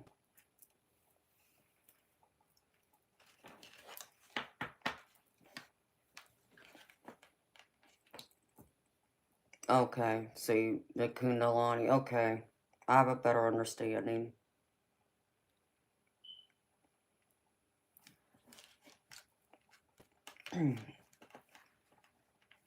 So,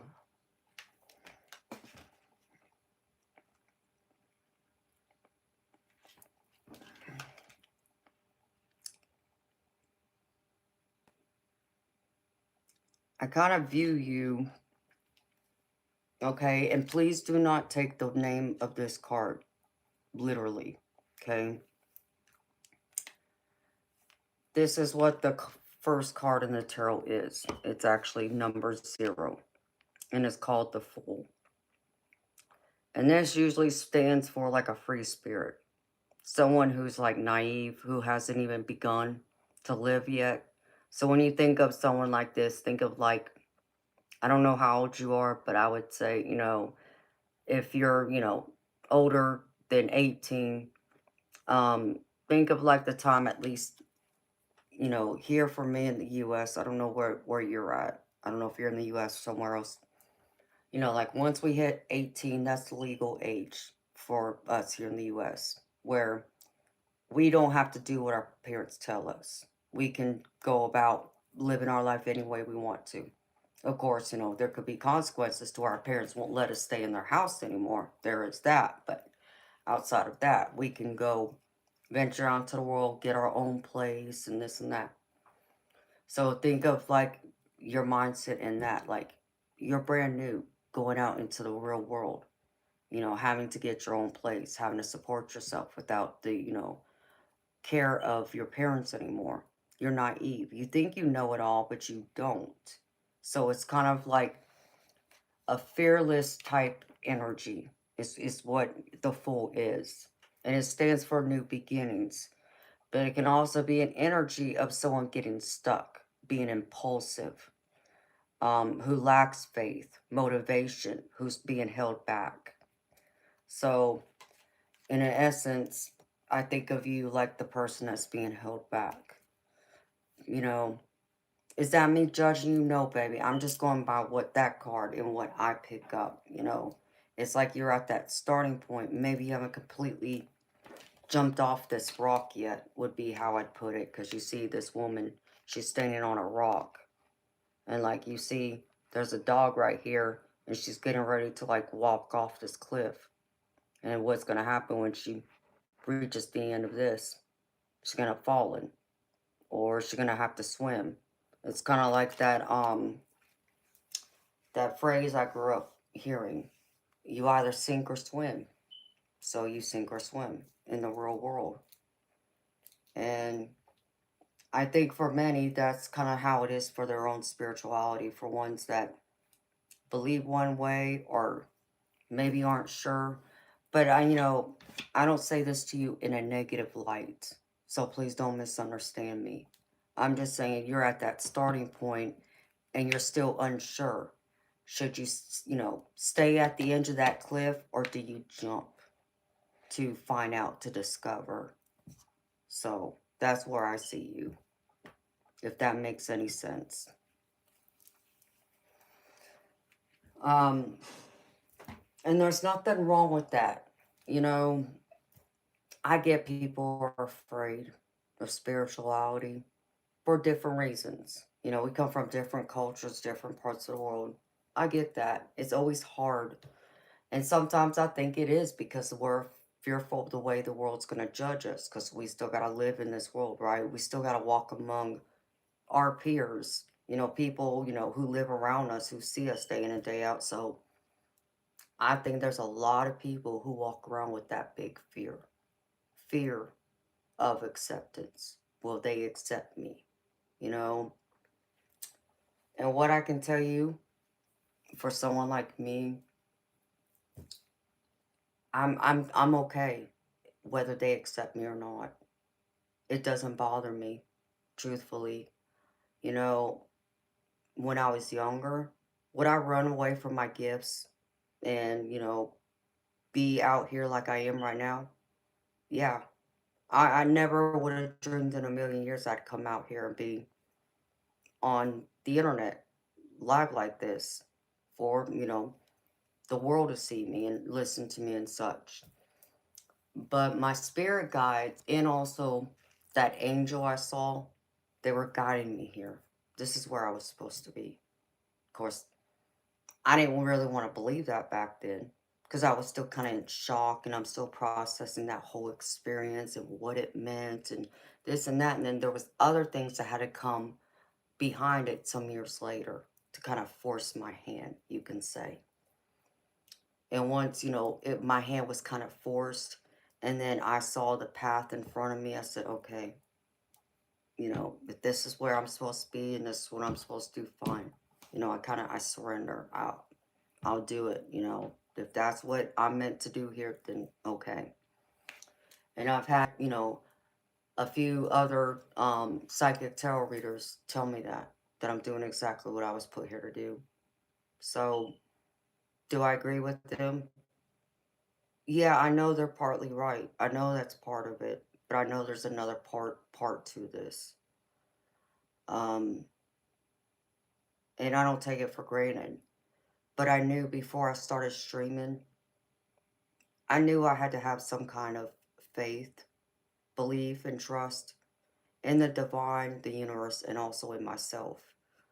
And I also had to have this, self-esteem and confidence to not care. Care, yes, but not care at the same time. I came into this understanding. Not everybody's going to believe in the way I believe. Not everybody's going to see it the way I do. But I'm okay with that. And the way I look at it is the people who are meant to find me are going to find me. The ones who aren't, that's okay. They may come across me, but they'll keep scrolling or whatever. And I'm okay with that too. I don't need everybody to like me, love me, or accept me. Accept my beliefs, accept how I see the world, how I see my spirituality, how I handle my gifts, and so on. Because most people, well, especially here on the internet, they don't know me in person. They don't know me to that level. So their thoughts on, in essence, really holds no weight. The only people who hold weight are the ones who genuinely have come to me. And yes, they, agree with, some of, what I've said, or they get readings from me, but I've gotten to know them on a deeper level too, because I just don't do surface level. I go beneath that. I go deep. And that's just the type of person I am. I'm looking for depth. And, I would never be able to convince anyone of what I saw. or what I experience, even now being here, I see spirit orbs. I don't know if you know what a spirit orb is, but I see spirit orbs. Um, I see them in different colors. I see them in different shapes. Most times they're in like a spear, a circle. But there's been times that I've seen them in different shapes. And I've seen them as tiny as a breadcrumb to being as big as a beach ball. So there's that part of it too. You know, I've also been touched. I've had my loved ones come back to me and touch me. Whether it's, kiss me on my forehead, kiss me on my cheek, touch my face, stroke my hair, hug me. I've experienced all of that. And, it's not like the same thing. I mean, here, it's just warmth. But the best way you can describe it is like someone kissed your forehead or touched your face or kissed your cheek. The hug is a little bit different, you know. You think of someone wrapping their arms around you, like if they physically were still here. It's not like that, but I feel their warmth. And I knew who it was who hugged me. And I've even had a spirit lay in bed with me. And I knew it was my mama coming to comfort me one night. So, again, I understand that not everybody's going to believe the same way I do. And they haven't had those type of experiences.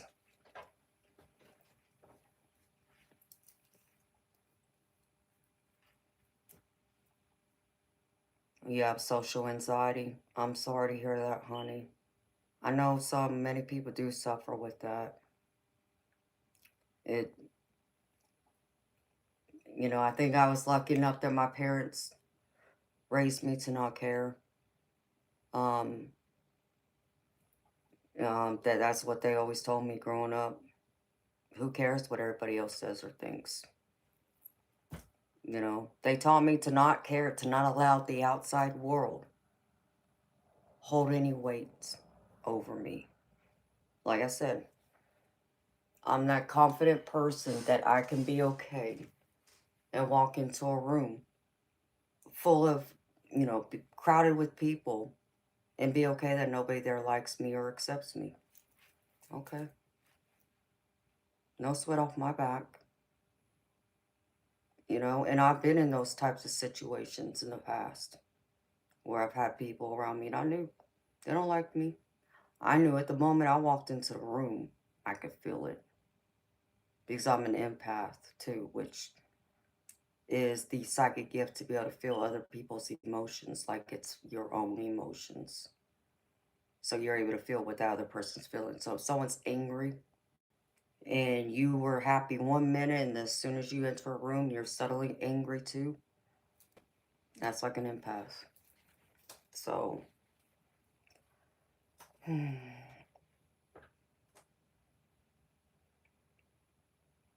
well, I'm sorry. Because suddenly, I get some people have had to go see a shrink. And I wish I had, I don't know if I can reach out to them now. Um, I am friends with someone who is a therapist, a psychotherapist, and I also know someone who is a shrink. And they too, even though they have been in medical school and practice traditional medicine, that type of thing. And they're also believe in God. They believe in Jesus, so they go to church. But even they will tell me, they even know I'm not crazy because they too have experienced some of the same things I've experienced. And they too can't go to their church and say to them, well, I had this experience today or I had that experience yesterday. And it's sad for fear of judgment. But then one of them changed their mind and actually did go to their church.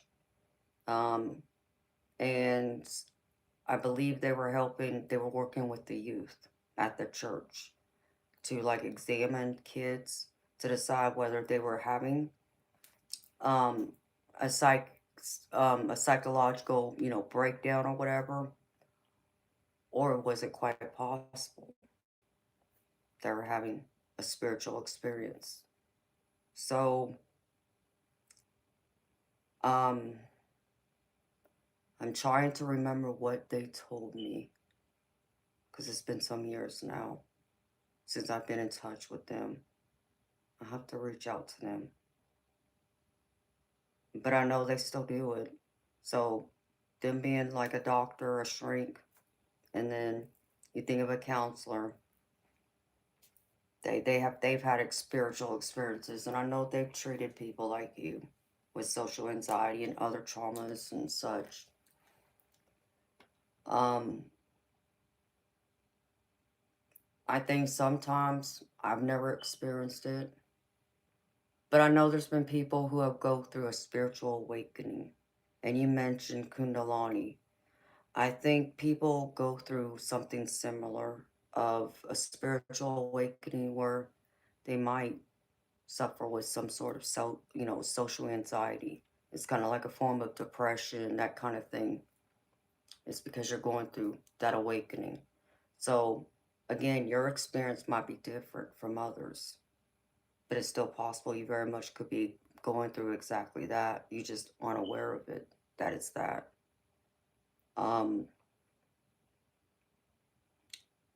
I get you probably have a lot of questions. And I do get you probably are in search of answers still. Try to, piece everything together. What should you believe in? What shouldn't you believe in? I can't tell you what to believe in. You got to decide that for yourself. You know, people who come to me, it's like I tell them, I can tell you my experiences. I can tell you what I've learned, what I've read, and such. But it still comes down to you. What do you believe? And then not only do I ask, what do you believe, but you go out there, do your own research, use your discernment. And I just saw a goat spirit orb just now up here. So that's like spirit saying to you, look into it, explore it, don't be afraid of it. There's no right or wrong answer. It's really what I'm trying to say to you. And I feel like that's what spirit's saying to you too. Whatever path you choose, that's okay. It's okay if it doesn't align with, my religion or anyone else's. You know, you might be on a different path, and that's okay. I just hope you don't have a closed mind, you know. But if you still can't come to believe, some things that I just mentioned earlier, that's okay. I won't judge you any less. I'll be here. I talk to everybody. I know, Misty, and I'm thankful for you, girlfriend.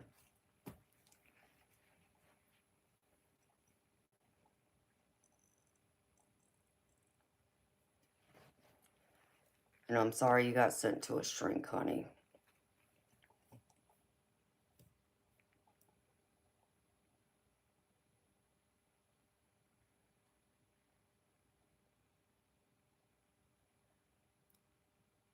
Well, what's held you back, honey?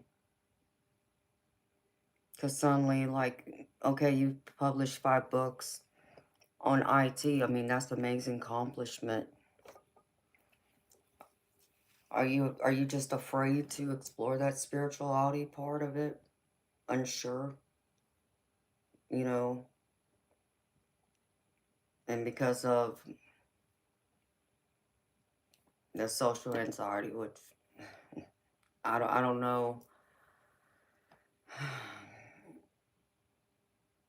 Sometimes I struggle with what some medical professions diagnose people with, but I'm not a doctor myself, so I really have no place saying anything about it. for entertainment purposes only. All I can tell you is that I know there's many people out there who have some of the same experiences I've had. And in the same token, maybe they were younger, they did open up to a relative. And kind of like you, they got sent to a shrink, got told they were crazy. They need to be put on medication, this and that. And I think that's probably um, the wrong thing for, a good amount of them out there. And does that mean that, some out there couldn't still be suffering from some type of social anxiety, depression, anything like that? No, they both can still be true. It just makes it harder to discern, when you're suffering from that. But I believe a lot of people got misdiagnosed, is what I'm saying.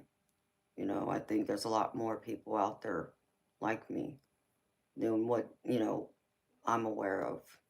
And they're hiding out of fear, just like what Misty said. And it's sad. Hi, Josh, Bills. How you doing, honey?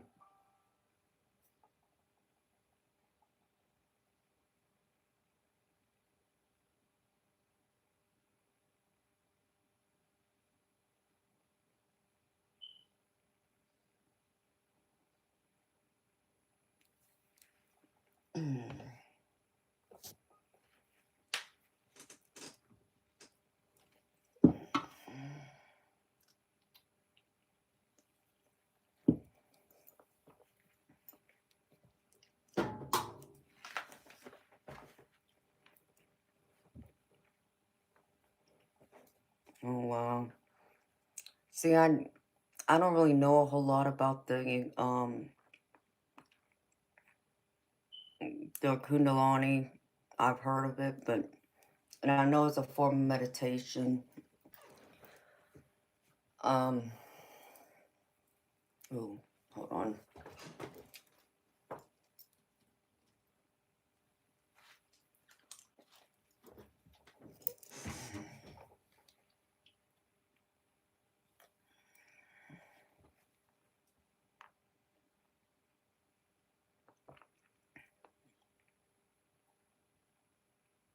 I agree with that.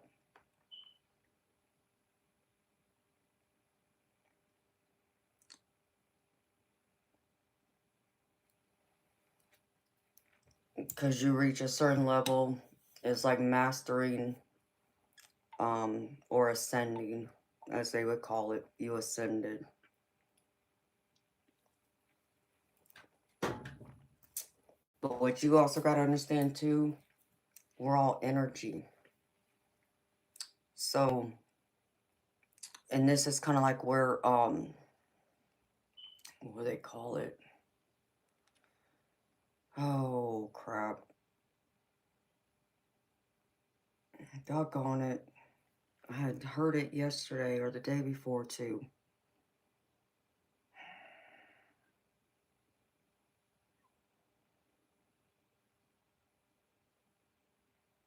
I can't. I'm drawing a blank. Damn it. I'll think of it in a minute, hopefully. Um,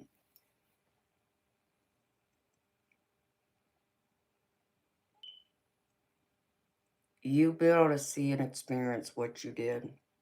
That's a form of energy, right? So when you take that into context, that's all we are, is energy. That energy is just being put into each one of our bodies. And that energy, once, like I call this a clown suit for all of us, once our clown suit has reached its expiration date, that energy of our soul leaves. It leaves it behind and, goes, it ascends up, to the heavens for us to decide next. After, we go through and reunite with our friends and family, and if you believe in angels, divine, all that, and kind of go over what your life was like here and what you learned. Excuse me. but we're just energy. So energy, it can't be destroyed. It moves on. Um, I think a lot of people struggle with the context of that because when people think of their loved one passing away, they kind of have this mindset like, I had someone say to me, Amanda, you're telling me that my mom is just nothing but a big orb? No, she's still your mom, but she's energy. She's a ball of energy. At least that's how they move into this world from the other world, from the spirit world. They're able to come in and out of our world because they're nothing but energy that's just moving about.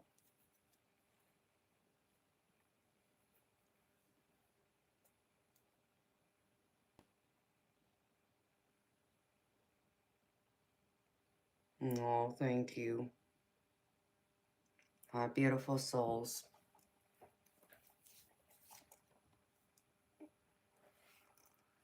So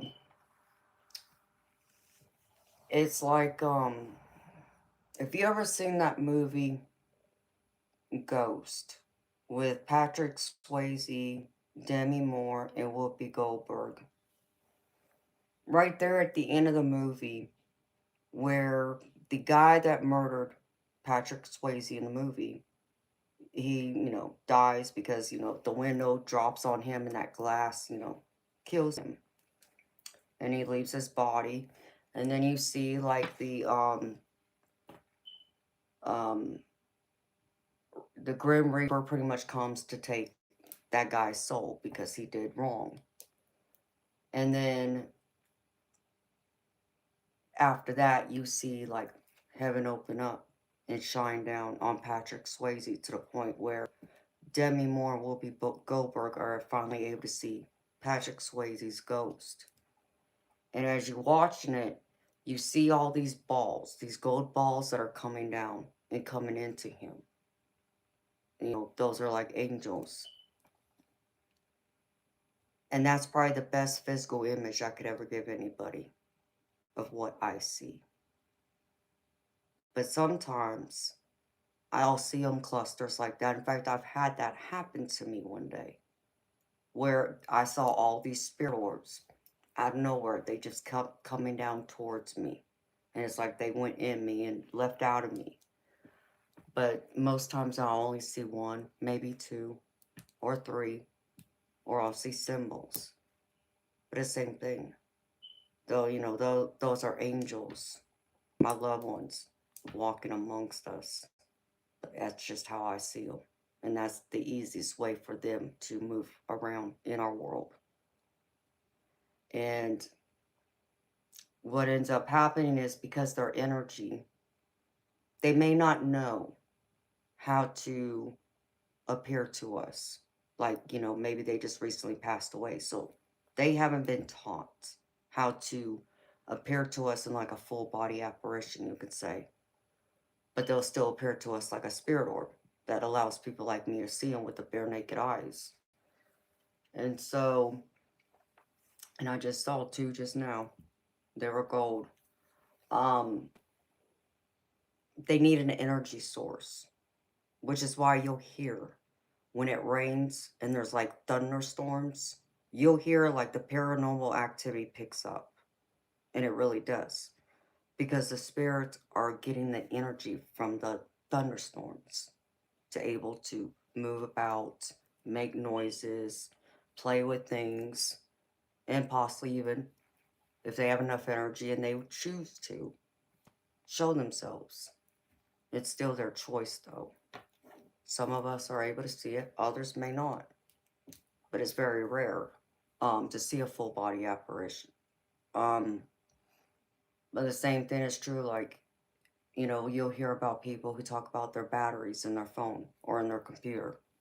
Fully charged, but suddenly it's dead. And they're experiencing paranormal activity.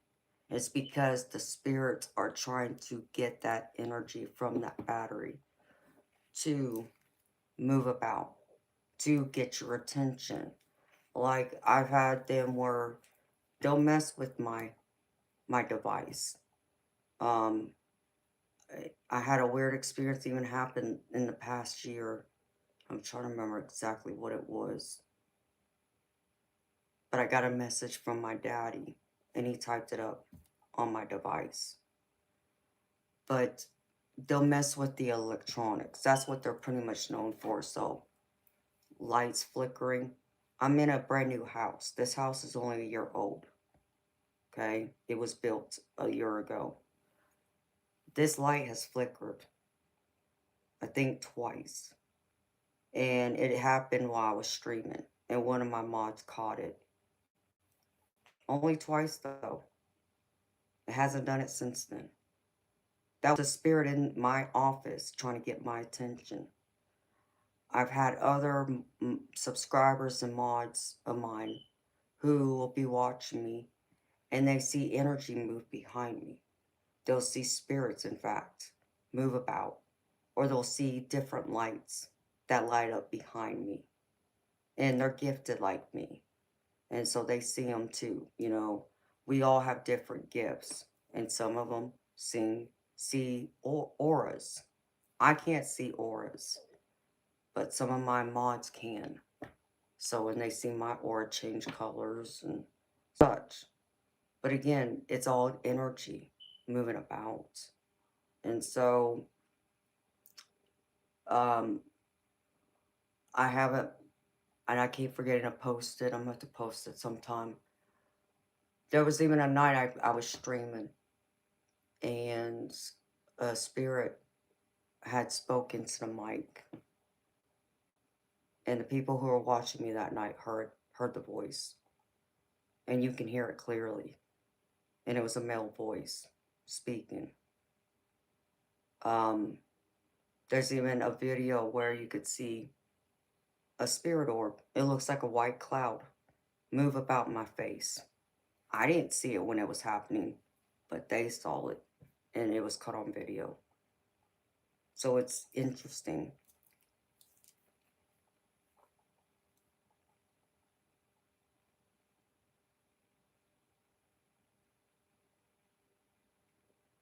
Hi, Lily Yeager.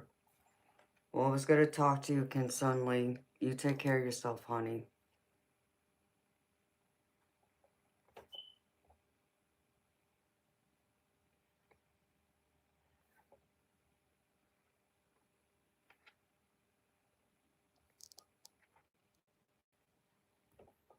Yeah, I don't know what that's supposed to mean, but no.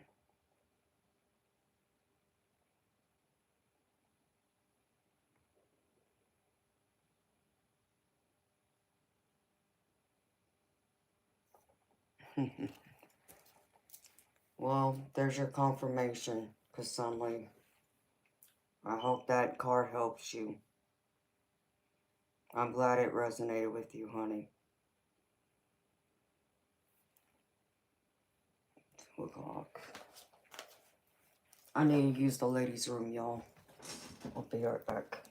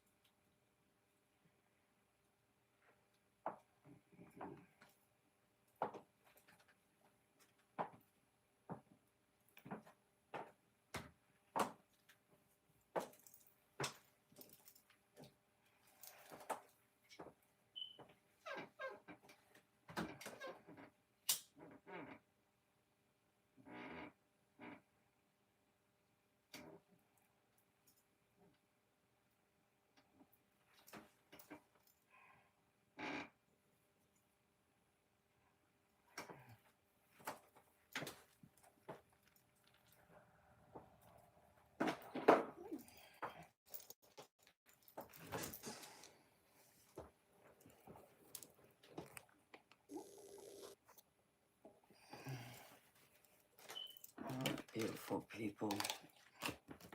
Let's see.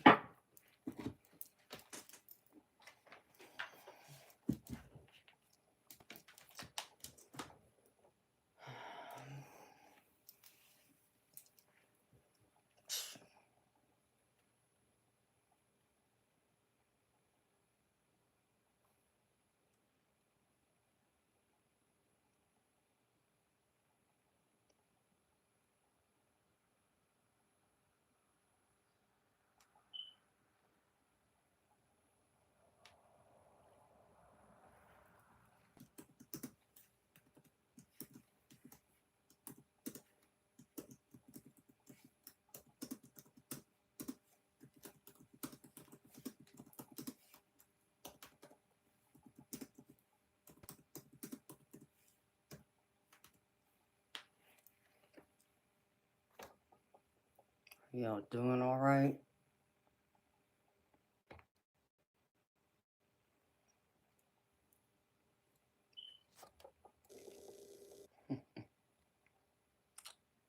Hey, Autumn Love, you called him a creep?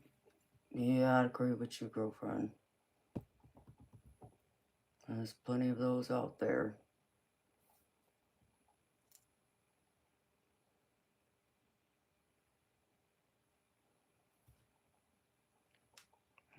Read that.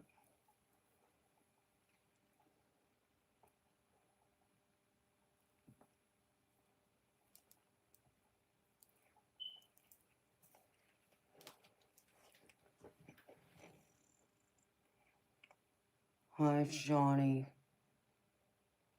If I didn't say your name right, I'm sorry.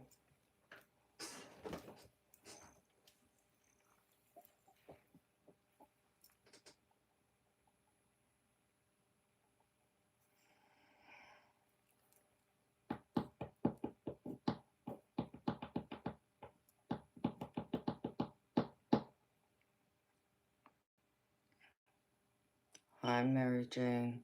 How you doing?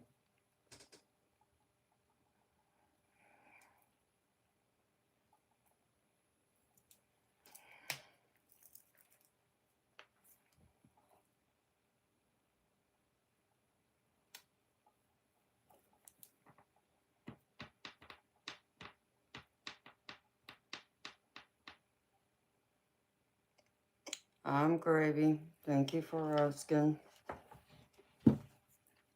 Y'all having a good night?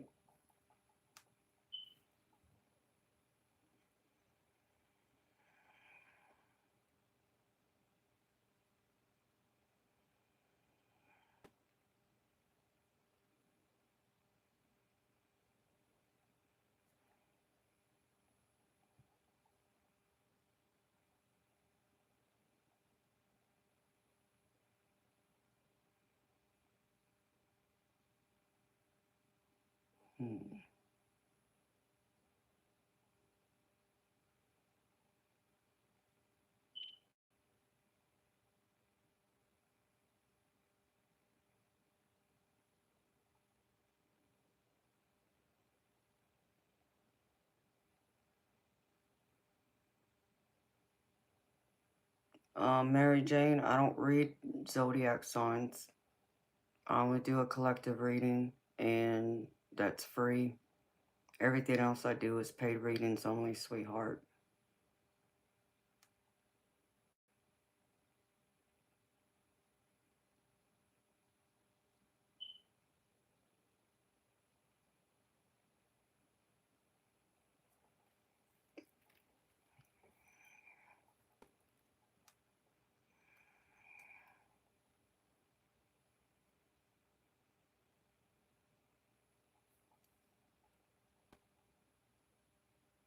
Hmm.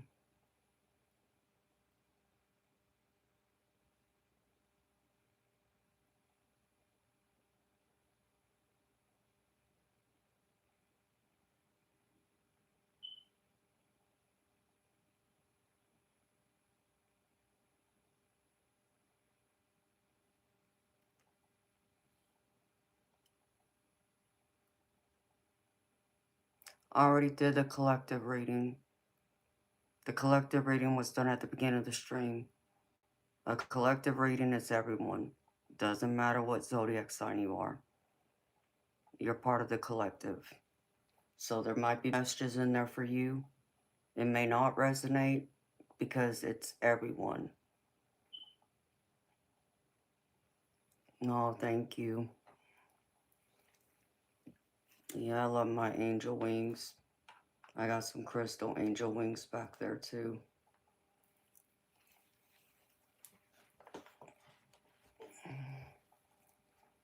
You're welcome.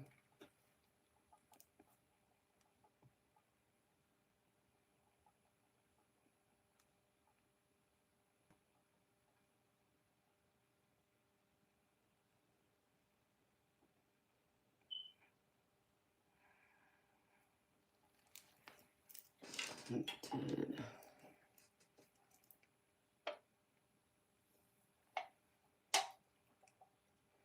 You've been looking for some, what, angel wings? Like the ones I have on my wall? Um, I honestly couldn't tell you where I got them from. They were bought many, many years ago. Um, I couldn't even tell you from what store they came from.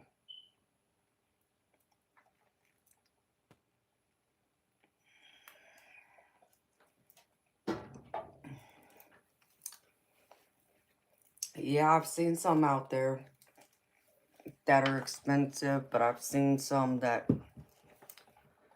are pretty, you know, extravagant, decorative ones. I mean, it'd be more along my taste, to be honest, but um, I considered buying some, but that would be like something for me in the future. Right now, it's been investing into all my tarot and oracle decks I have because they're all purchased by me. So, and those tarot decks aren't cheap. So, that's where my money goes back into this channel for the decks I have to read with and, you know, what it costs to run the stream and all that.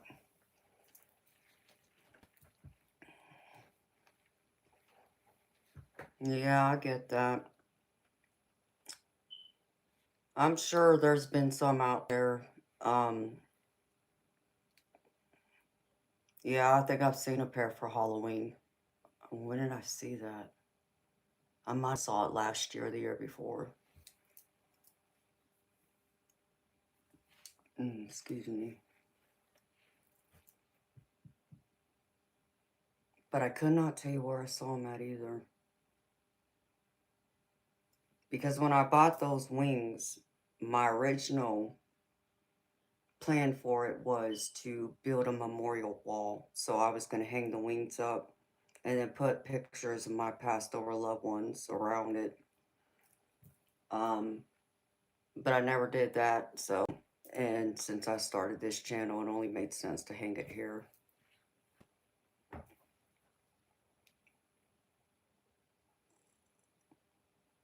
Oh, well, you know, Mary Jane, if you're trying to learn tarot, beautiful, my suggestion to you, I'll give you two suggestions. One, buy a deck that speaks to you.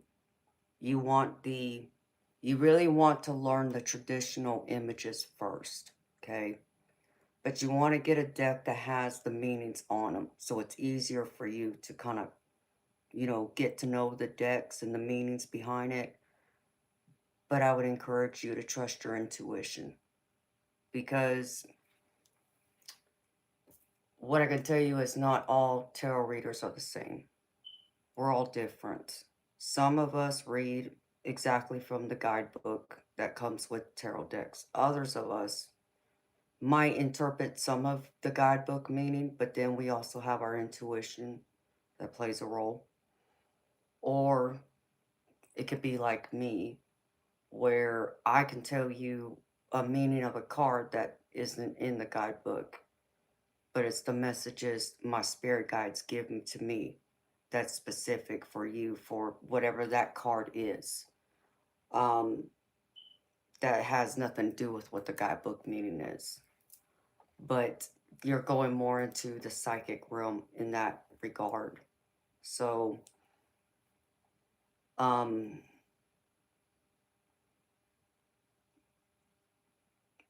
I actually have a deck. I rarely touch it, but I'll show you what I'm talking about. Let me see.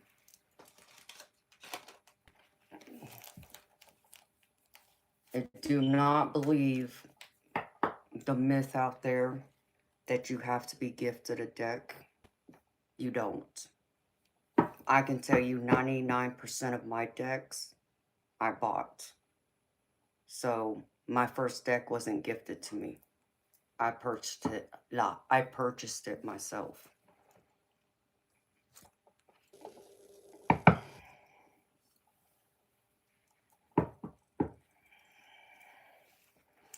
And it's good that you trust your intuition.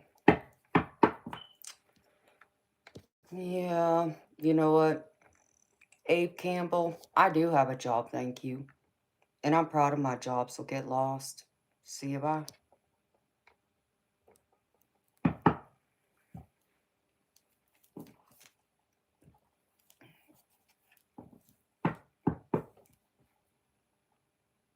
What about opal rings?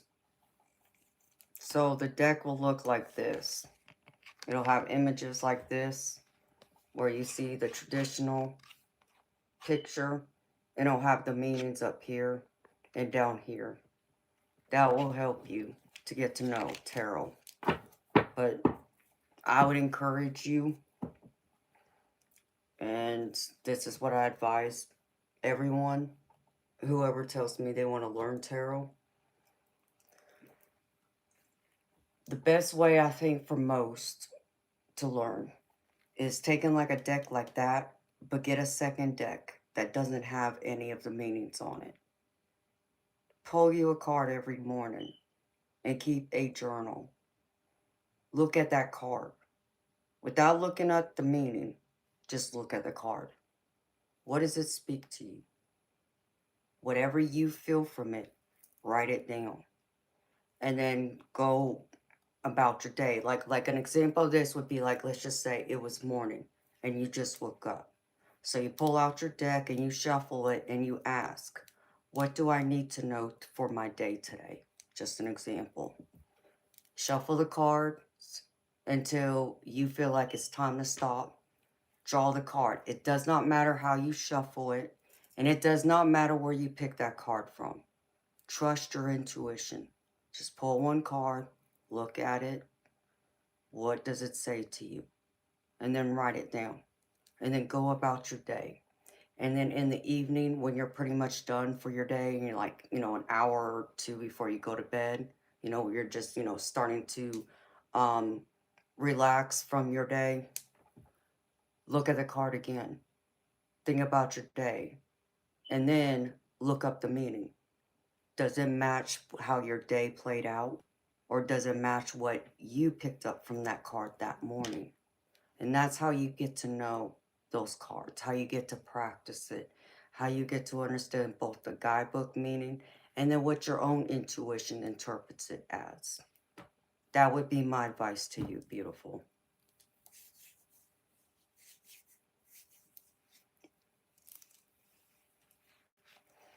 And it can be hard. And that's where, that's why I tell people, trust your intuition. And if it doesn't match what the card meaning is, that's okay. Don't be hard on yourself. That's your own intuition speaking up. Okay? And as you do it more, you get to understand it more. And, go back and look at that card again, because you might pull it a different day. Say a week later, you shuffle that deck again and you pull the same card you pulled a week prior. Don't think about what it said a week prior, you know, but look at the card again. What does it tell you? Write it down and then go about your day again. And then when you come home that night, look at that card again and then think about your day. Write it down. Does it match? And even look at the guidebook then to see, again, does it align with what the guidebook says, or even go back and see if you pulled that card once already. You'll come to familiarize yourself with the cards. That's my best advice to anyone who's learning.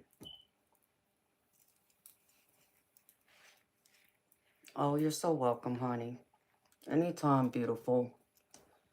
You know, it's like the Fool card. It's a new beginning. You know, I'll show you something, in fact, Mary Jane. You know, your journey learning tarot, right? So, I just got this deck in yesterday. And I think it's a beautiful deck because it has people on it. But you see, I've been reading tarot for years. So I don't really need to know the traditional images. I kind of already know them, right? So I can use other decks. But I would encourage you at some point to shop around for decks too and look at the images. Which ones speak to you? Does a deck really speak to you? And if it speaks to you, trust it. Get it. You have nothing to lose. And maybe you can't read it right now, but when you get to familiarize yourself with, you know, the traditional meanings and then what your intuition is, maybe you'll be able to pull that deck out then. Because I got, oh my gosh, Mary Jane, I have over 200 different decks, both tarot and oracle decks. I even have dice, and I even have charms that I read with every now and then. But anyhow, let me show you this card. Okay, this is the card 0. This is the major arcana. This is the Fool card, right? This is not the traditional image. It kind of is, but it's not like from this traditional image, which is the original old-fashioned. But this is not the Fool card, okay? I'll have to sip the... You know what? Let me do that so I don't confuse you. Hold on. Hopefully that Fool card is somewhere at the top, and my luck can be somewhere in the middle or at the bottom. Let's see.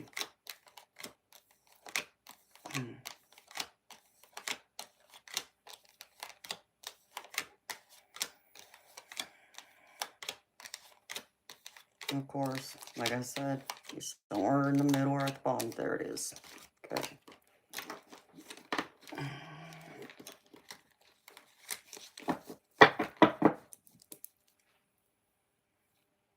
Everybody's been encouraging me to teach tarot.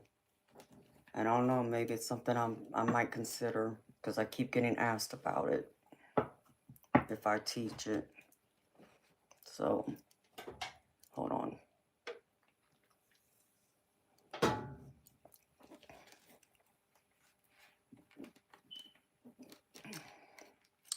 Okay. Here's the traditional, the original version of the Fool. Okay. So you see, you know, there he is at the tip of this cliff. And here's a dog that's trying to get his attention. And it's up to him to decide if he takes another step further and jumps off the cliff or he stays, right? This card is 0 in the deck. It's number 0. It's like a new beginning. So, in the best way I can explain to you the Fool card, because here's this one. You see how it's not like it's different? The images, they're similar, but they're different. Right? I can read from this one, but I can read this one too. And so, the best way I can explain the Fool. Think of yourself when you had just become 18. You're a legal adult now, right? You can make your own decisions. You don't have to live, you know, you don't have to listen to what your parents tell you anymore. You know, you can move out on your own and be responsible for yourself and this and that, right? And we think, you know, when we were 18, like we know everything. Our parents don't know anything. We're still naive, right? That's kind of like what the Fool card is. And so it's like us just starting out on our own, moving out into the world, getting our first place, and having to work to pay for that place because we're not being cared for and living under our parents' roof anymore. We're still very naive. but it's a new beginning for us. And so it's like, us being at the tip of that cliff, and it's like that saying, sink or swim, right? So we sink or swim, which means we survive or we fail, and we fall, and we end up having to move back home with our parents. That's kind of like what the full card is. And the full card to me is kind of like where you're at when you're starting to read tarot. You don't know anything, right? You're naive. You're trying to learn, but it's going to take time. It's going to take, attention. It'll come with experience. Just like the fool, like being a naive teenager, thinking we know it all, moving out into the real world, getting our first place and paying for it. It's kind of the same thing. It will come with time. Okay. When we're, 18, we're so naive, we don't think we're going to fail when we go out there. And some of us make it. We don't end up having to move back home with our parents. But some others, they end up, I don't like to say, they failed, but they made some mistakes. So they got to move back home and begin again. To where when like a teenager moves back home with their parents because they found out they can't take care of themselves, living on their own, paying their own, rent and such, they fall backwards and go back to the full again. It's just now they're kind of like in stagnation, like they're being held back a little bit. Okay. So for like people who are just starting to read tarot, I think of people like you as new beginners. You're beginning, and that's okay. Don't beat yourself up if you don't get the meanings right off the bat. You're not the only one beautiful out there where some just, it takes a little bit longer than others. Take your time. Don't put that pressure on yourself. You'll get it. I'm trying to think of another deck that might help you. Hi, Diana. How you doing, beautiful? It's been a while, girlfriend. I know there's probably another deck or two out there, Mary Jane, I could probably suggest. But I hope that helps you. Just get you a journal. In fact, here, I'll show you something. If it's there. Yeah. You don't have to do this, Mary Jane. It's just a suggestion to make it easier. Because I don't use it. If I can get to it.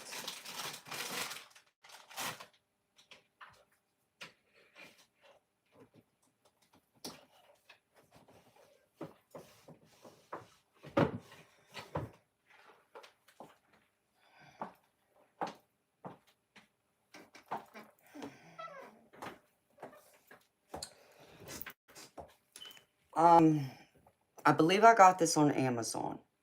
I think, I could be wrong, but I could have sworn I did.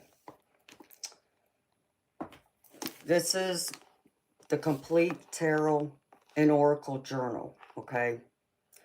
And, I mean, it's a very nice one. It even has, like, these little locks on it where you can keep it closed. And it snaps back in place to keep it secured. But I got this because of the tarot spreads in it, not for the journal. But what I want to show you is, see, it has where you can name, like, put, like, the date, time even, of the day you pull a card. And you can see here, it even says, like, card 1, card number 2, 3, and it goes all the way to 5. So this would be, like, an organized way to keep track of you doing, like, one card pull. But even if you get up to the point, which you will, I believe you will, at some point, pulling, 4 or 5 cards a day for yourself, like doing a full reading, this would be a good way to keep track of it. Oh, thank you, honey. I like to dress nice. I'm a little fancy, you can say. This is how I dress in public. I like my dressy clothes.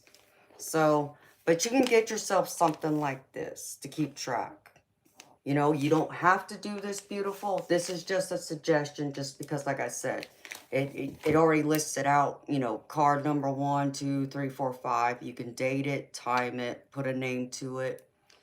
And it's even like a good, you know, thing to kind of like keep. So when you do reach that point where you're very comfortable and you feel like you can read for yourself and read for friends and family, you can, you know, go back to this and review it and see, you know, your progress, like how far you've come and, you know, the changes you went through. So I think it's great for like nostalgia, we'll say, you know, to kind of help to see your, you know, progress and your achievement to the finish line. So, no, I'm not Native American. Hi, Andre. Thank you, baby. That's sweet of you. Um, no, I'm mixed. I'm Japanese, Hawaiian, English, Irish, and Scandinavian. Most people think I'm Native American, but no, I get my dark features from my Hawaiian side. Oh, thank you.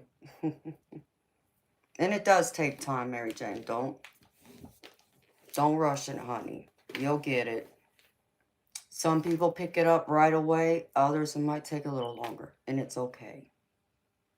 And the other thing I would tell you, some people suggest this, but I don't want to confuse you, okay? Because I really want you to trust yourself first before you go watching other people and seeing if it compares.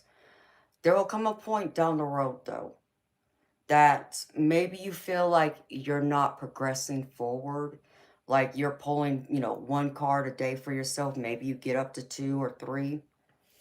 I've heard others make this suggestion. It may work for you down the road later. Maybe it won't, but it's another thing you can consider. Um, I guess probably maybe why I wouldn't do it because, like I said, I have my spirit guides to come and talk to me. But if you wanted to go by like just the guidebook, meaning, right? Watch other tarot readers.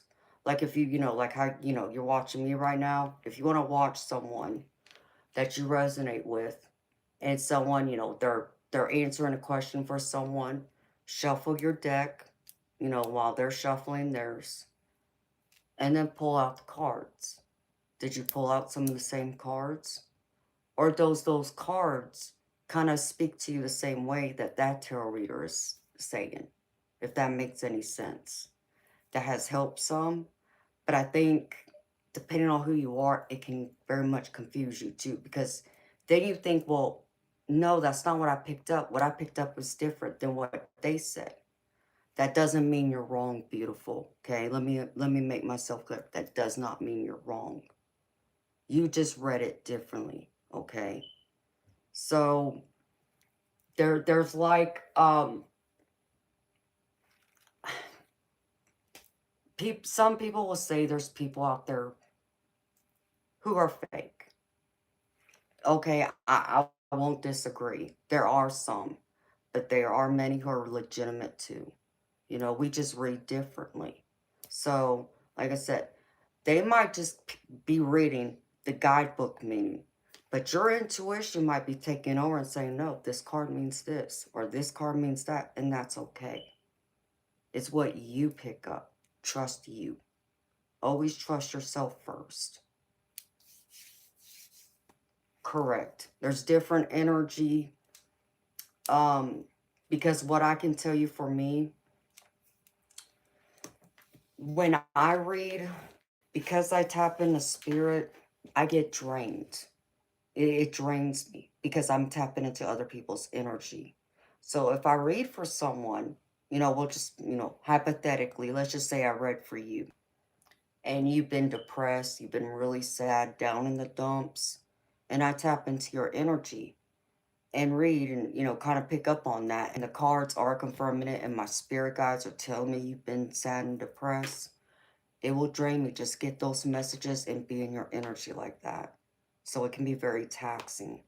To where others, because they don't read the same way, and it's not that they're doing anything wrong. So, please don't misunderstand me. Some people, like I said, they might only do the guidebook meaning, and it might just be, very basic. That's okay. That's the way they do it. That's fine. I'm not judging how other people read. I can only tell you what I do and how it's different from others. Um, but they won't get drained like I will because they're not tapping into like your energy or tapping into the spirit world where I'm getting direct messages from my spirit guides for you, as an example. You have, I'm sorry, honey. We all go through it, beautiful. I've had my moments. Of course, for me, unfortunately, I've lost a few people this year, and one of my best friends just passed away a week ago. So that's contributed some of my sadness. And let me tell you, Mary Jane, getting sad and depressed, getting the blues, it's natural, beautiful. We all go through it, and the people who say that they don't, I feel are full of it. They just don't want to be vulnerable like that to let people know. To me, it just makes you human. You're a human being like the rest of us. You have a heart, you feel, you have compassion. So know that. Then don't allow anyone to gaslight you or make you feel guilty or bad for feeling the way you feel. It's okay. It's okay to not be okay sometimes. It's just, as long as you don't get stuck in that energy, but still find, a way to process it and go through it. And, there might be different ways that you can manage that. I would encourage you to, write a journal, write down your feelings just to get them out. That might help, you know. But I can also, for me, when I get really sad or if, someone angers me, um, I like to go to the bowling alley. I'm a bowler. And let me tell you, I grew up in a athletic family, who plays sports. Both my parents were bowlers. And so I learned to take my anger out on the bowling lanes, which to me is a healthy way of, getting it out, And I pretend that head pin is whoever I'm freaking mad at. And I just keep throwing those balls. And really at that point, I don't even care if I get a strike. I'm just, I'm trying to get my anger out and doing it in a healthy way. And I feel better. So find something that helps you process your sadness. Because eventually that sadness can turn to anger. So just be mindful of that, beautiful. Yes, exactly. No, thank you, Andre. I appreciate you, baby. You're welcome, sweetheart. Anytime. Your dad passed. I'm deeply sorry for your loss, sweetheart. Um, I lost my mama when I was 19. I lost my biological father when I was 25. And then I lost my daddy, who was my second dad, my stepdad, when I was 30. So I understand. And it's not easy, Mary Jane. Um, what I can tell you is it took me 12 years to come to peace with the death of my mama. It took me probably about 5, 6 years to come to peace with the passing of my daddy. It wasn't easy, honey. And what I can tell you is you feel whatever you feel. It doesn't matter. the sadness, the anger, the happiness. You might even be thinking you might be losing your mind at times where 1 minute you're bawling your eyes out and the next minute you're laughing. That's normal. And I want you to know that, okay? I want you to know it's okay to feel whatever you feel. Give yourself the time and the space to feel it. And I know it's not easy.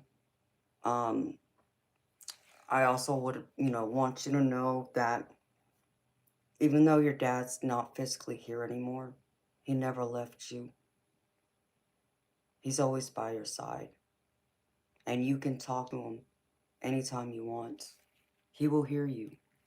He hears everything you say, and he sees everything you see and feel.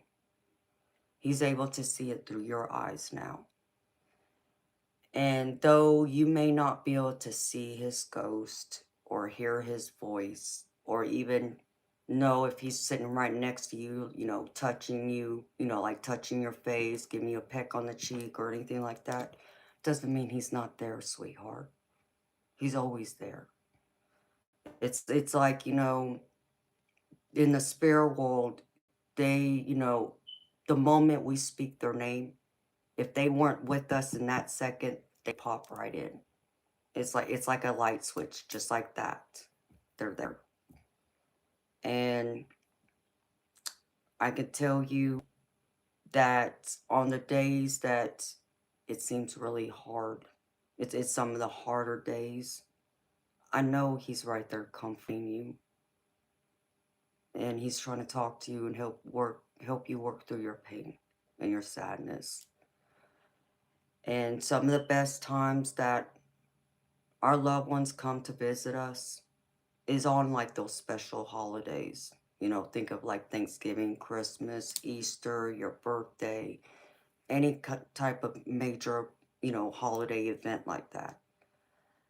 And that'd be the best time to try and connect to them because they know you're going to be that much more sad because they're not there.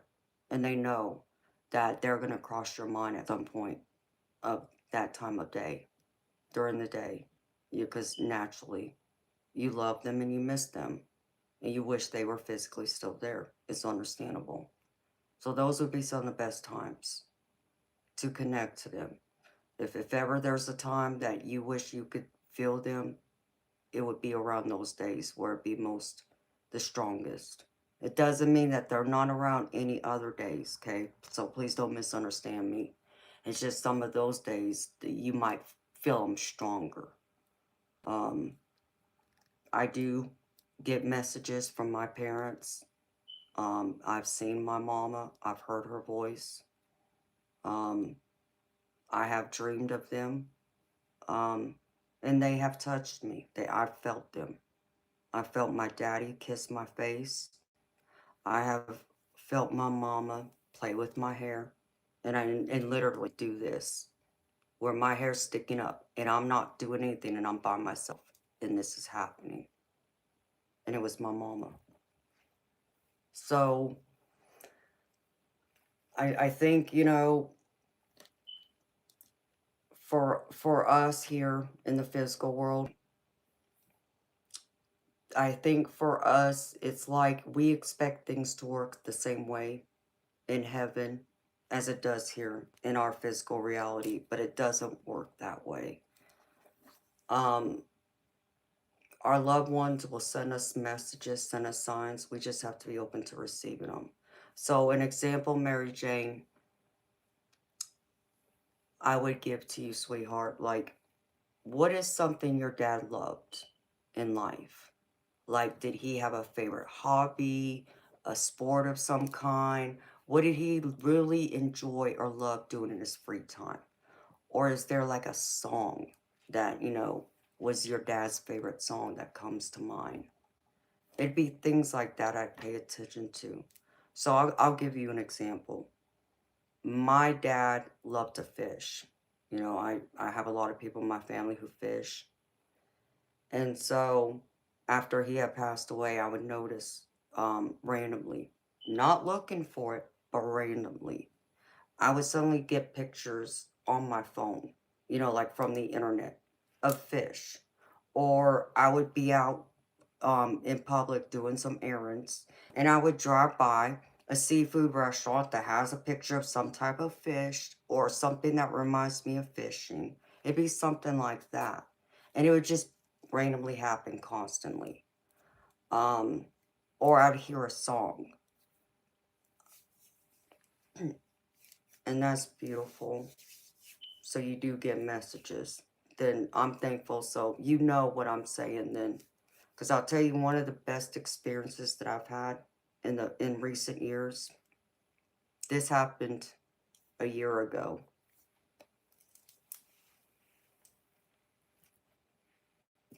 And that's beautiful. The number 10 is the completion of a cycle. Do those numbers mean anything to you?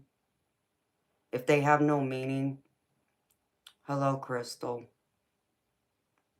Hi, Lady Me. If they have no meaning to you, like if it doesn't represent a date of any kind, or like a number of an address or a license plate, something like that, look it up, Google it, type the number in, see what it's an angel number. Just see what it says. Does it resonate? That'd be another thing I can suggest to you.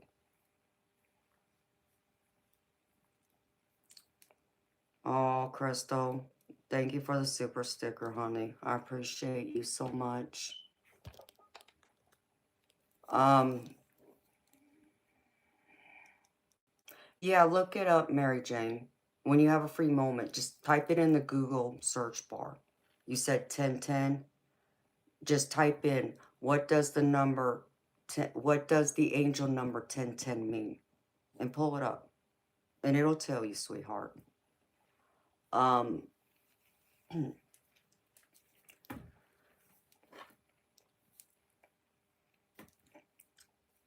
Miss Crystal, I would love to give you a reading, sweetheart. But sweetheart, my prices through the super stickers is $10 US, honey, if you want a message oracle. So if not, your safest bet would be going through my Venmo, PayPal, and sending it that way. But I have a set amount for what my readings cost, honey. So I'll share this story with you, Mary Jane. This happened a year ago. I had this house built a year ago. And it came with, I had to sell my old house and I was forced to sell it. I didn't want to sell it, but some things happened that I was forced to have to sell my old home. And so I was living at my relative's house for a little while until I got back on my feet and such. And I had to start looking for a home. Thankfully, when I sold my house, I had equity in the house to where I would have some money I would walk away with, so I would be able to put a down payment on a new home. And so I started searching, and I came across this posting of a brand new subdivision being built, and it was in the price range what I was looking for.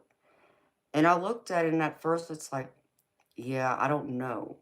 I didn't know if I would want to buy a house in that neighborhood because it was too far away from where my only relative is, which is my other relative, which is my baby brother. I didn't know if I wanted to live that far away from him. We're talking about an hour and a half, 2 hour drive. So, but I didn't want to count the house out either. So I decided to go ahead and call my realtor. And I said, okay, can we look at this house, at this subdivision? The houses, they only had like one house, I think. One house built, and they were putting up a second house at the time. So, they arranged it. Well, the night before, I was supposed to go look at the house, look at the property. I went through and I said to my parents, I said, if this is where I'm supposed to be, give me a sign. Show me. I need a clear sign for me. This is where I'm supposed to be. And then I went to sleep. When I woke up the next morning, automatically a song's playing in my head the moment I opened my eyes. That was a message from my mama. She connected to us through music. And it's because when I was younger, when we would be in the car with her and I would sit in the passenger seat, my mama would sing songs randomly, favorite songs of hers. She would sing them to me. You know, as the song's on, she's singing it, and then she's driving, and she'll look over at me and she grabs my hand and squeezes my hand as she's singing the song. So the songs have meaning to me. And so I knew that was my mama saying yes. So I said, okay, well, that's interesting. So I got up, got dressed, got ready, headed towards where this neighborhood was at. And it was in a different county too. So as soon as I entered the county where this subdivision's in, I see a political sign at the front of the county line. And it just so happened to be my stepfather, aka Daddy's surname. And it's not a name that you commonly see. It's not like a Smith, a Davis, a Johnson, an Adams. It's nothing like that, okay? So I'm like, wow, this is interesting. So that was the second sign, right? And then I pull up to the actual neighborhood, and that same political sign is in the front of the neighborhood. So there's sign three. Then I go and I look at the house that was built. Well, it wasn't complete yet because they didn't have like all the sheetrock up in the house. So I couldn't visually picture myself living in this house, okay? Or living in like that floor plan and such, right? So I looked at my realtor and I'm like, I can't see me in this house. I need to see this house fully built in order for me to visualize, can I see myself in this house? And, you know, him and his wife were like, okay, well, they found out the same builder had built a neighborhood a year earlier with the same floor plan. And so I went through and said, okay, well, let's go look at it. He's like, well, I think there's one house in there, but we can probably look at it, but you can't buy it because it's under contract. So, okay, that's fine. As long as it's completed, we can look at it. I just need to visualize this house. He's like, okay, so we go over there, we go in this house, and yeah, it was more built, but there were still like a couple rooms that was missing like some cabinets, some countertops, or it was still missing part of the sheetrock. I still couldn't see it. And I just looked at him, I was like, I can't see it yet. And we're outside in the cul-de-sac now, and they're looking around, and they see a house next door to this house. And my realtor says to me, Amanda, there's your house. The house next to it is the exact floor plan. He's like, why don't you go over there and knock on the door and ask if they'll allow us to come in and look at the house? And I kind of looked up at him and his wife and I laughed and I said, y'all are crazy. Like, I'm a stranger. You honestly think that a complete stranger is going to welcome me into their home, not knowing me? That just sounds absurd. You know, I laughed. I said, you know what? What I have to lose? The worst they can say to me is no, you know? So when I said, okay, I'll do it, I'm not shy. So I went and knocked on the door. To my surprise, a woman comes and answers the door. It's an older woman. And I told her why I was there. And she welcomed us in, thank goodness.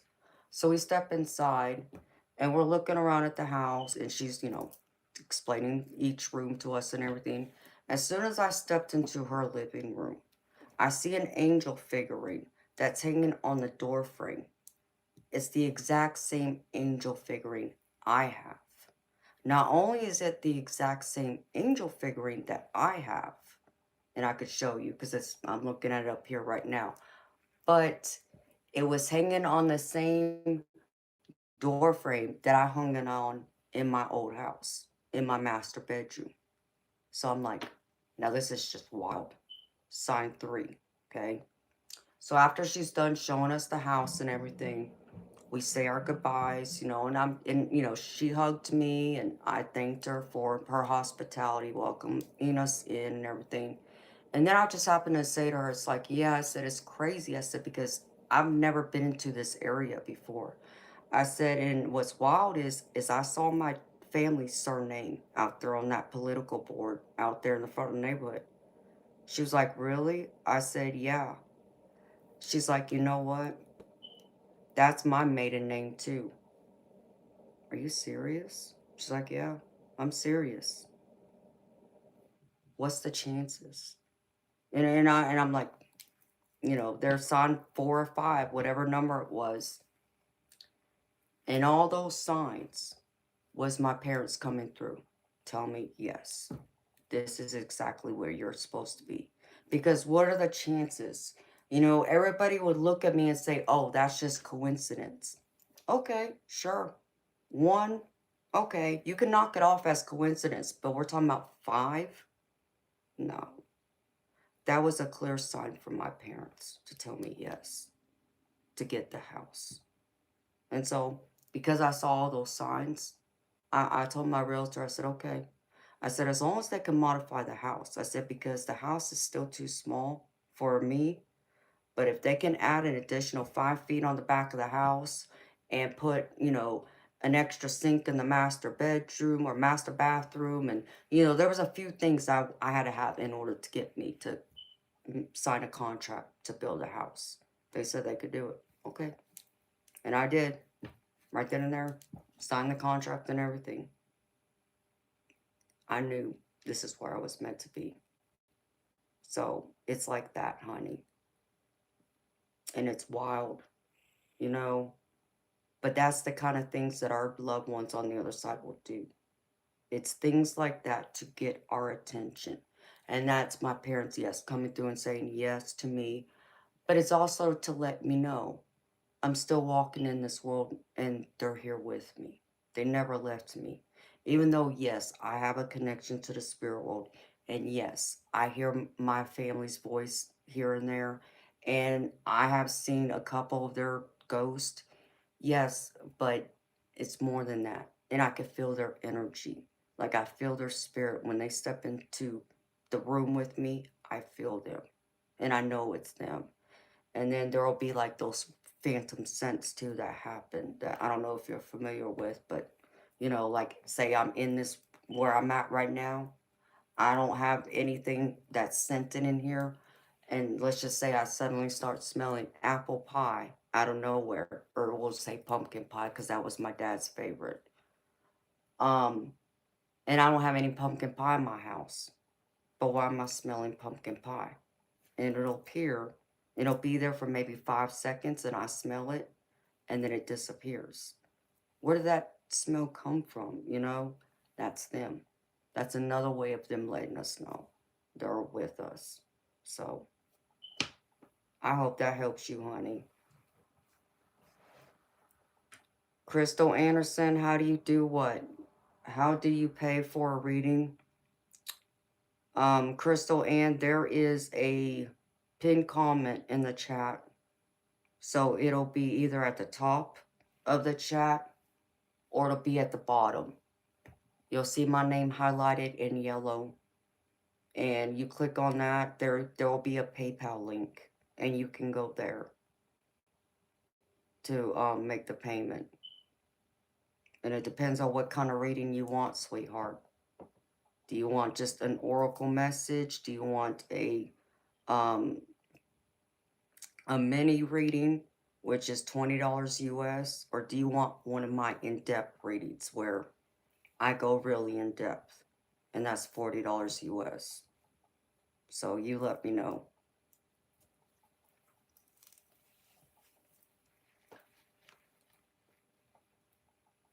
You're welcome, Mary Jane. Anytime, honey. Ouch. Put this card back before I forget. Where did it come from?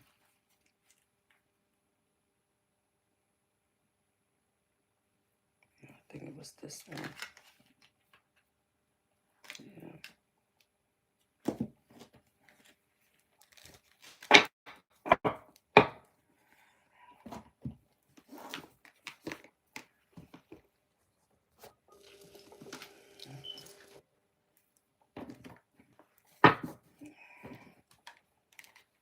All right.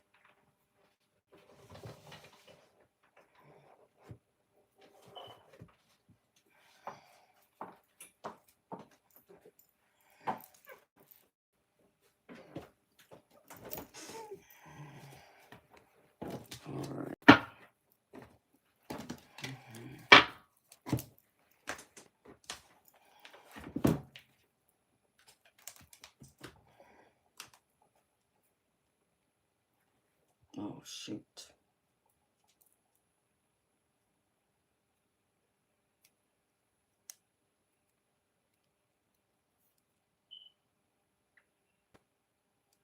I don't know.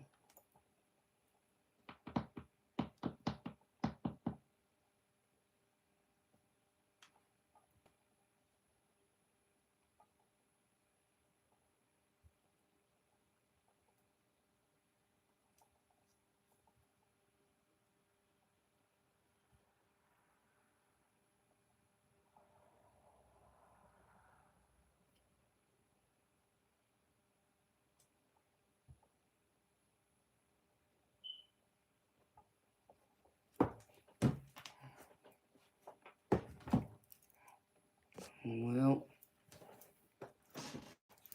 so how y'all doing, beautiful people?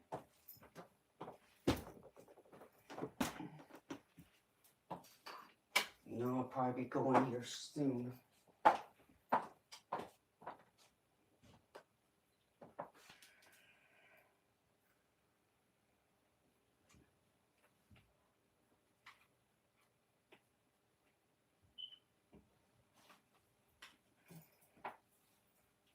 I gotta get some other work done.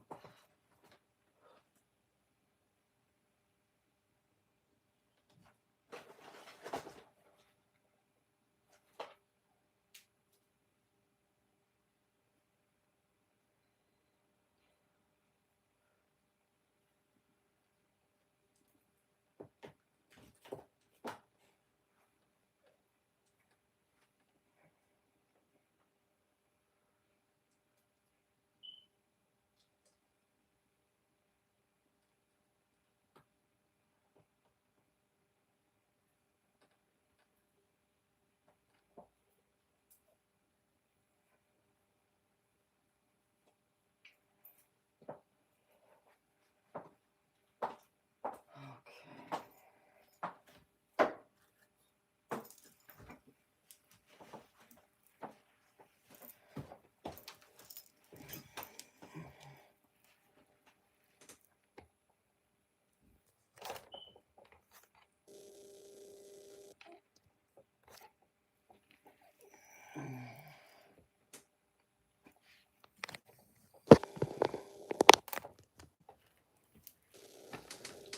So, Crystal Ann, did you see it?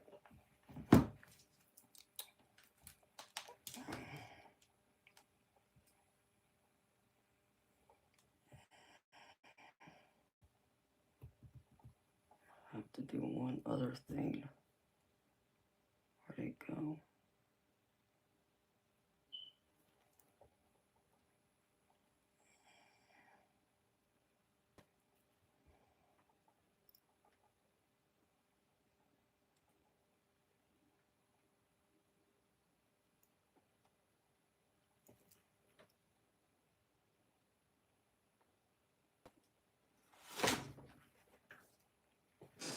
Okay, thank you, Spirit, for moving this stuff around.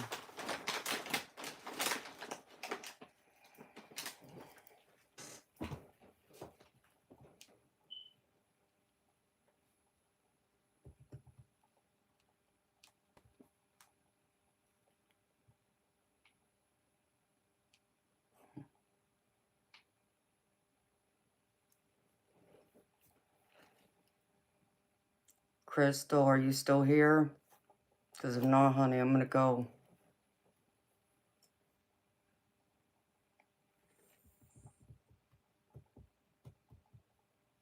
Maybe I'll come back later, but I got some things I got to do.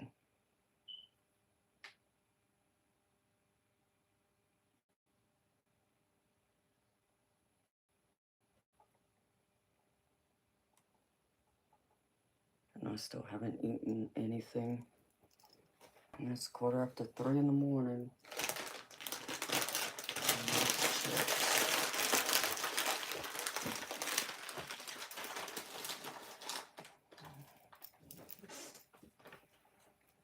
Okay.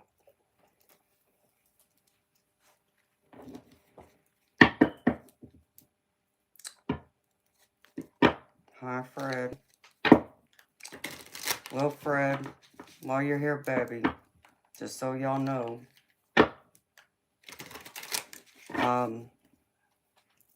I have every intention on starting the memberships Monday. It will be on a different platform though. I plan on posting a video um, explaining the memberships because that's when y'all won't see me nearly as much unless you purchase a membership. Um, so if you're interested, just be on the lookout for it, honey. But I plan on starting it Monday.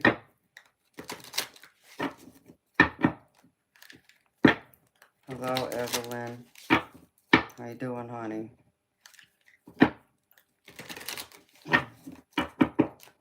It's not that I won't be around. It's that I won't be out here where everybody can view me. A lot of the streams will go to member streams only. And then I'll have a lot of like my typical, I'm not saying typical, my daily collective readings. I'll have those up there on the memberships too. Some of them will be members only readings to where you won't be able to view it unless you buy a membership and other perks and things like that. So just in case, Fred, so I know you're in here from time to time. So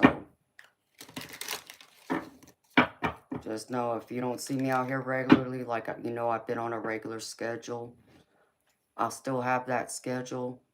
Like I said, it'll just be mostly for members. So when I'll be out here in the open like this for anyone to see me, it'll be random, it'll be sporadic, it won't be on a regular schedule. So in case you don't, follow me to the memberships, I just want you to know that, baby. And for anyone else who's watching me, I like I said, I won't have a set schedule anymore for out here in the open. It'll be very sporadic and random when I'm out here.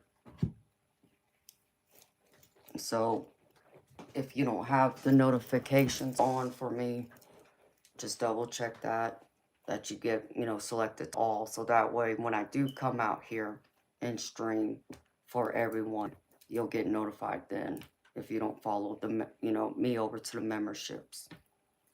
I hope you will, Fred, and everyone else, but I understand some won't. And, for whatever reasons, I just want y'all to know that, okay? So, one of my beautiful people, maybe I'll be back later. I don't know. I got some things I gotta do, though. So, I enjoyed hanging out with y'all tonight. Thank you for spending some time with me, sharing your energy and time on this Friday night. And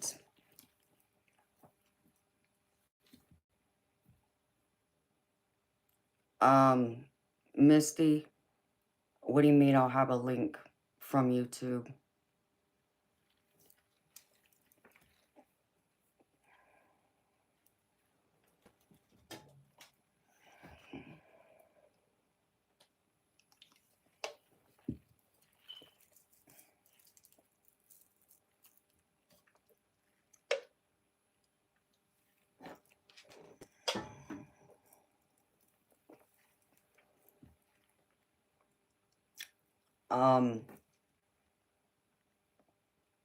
It will be like when I stream live for the members, it will be through YouTube, but unless you're a member, you won't see the link, you won't get it because the link is going to be on another platform. I'm not doing the memberships through YouTube. I'm doing it through a different platform.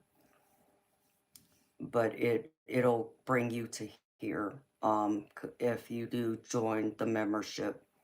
So I hope that makes sense, Misty.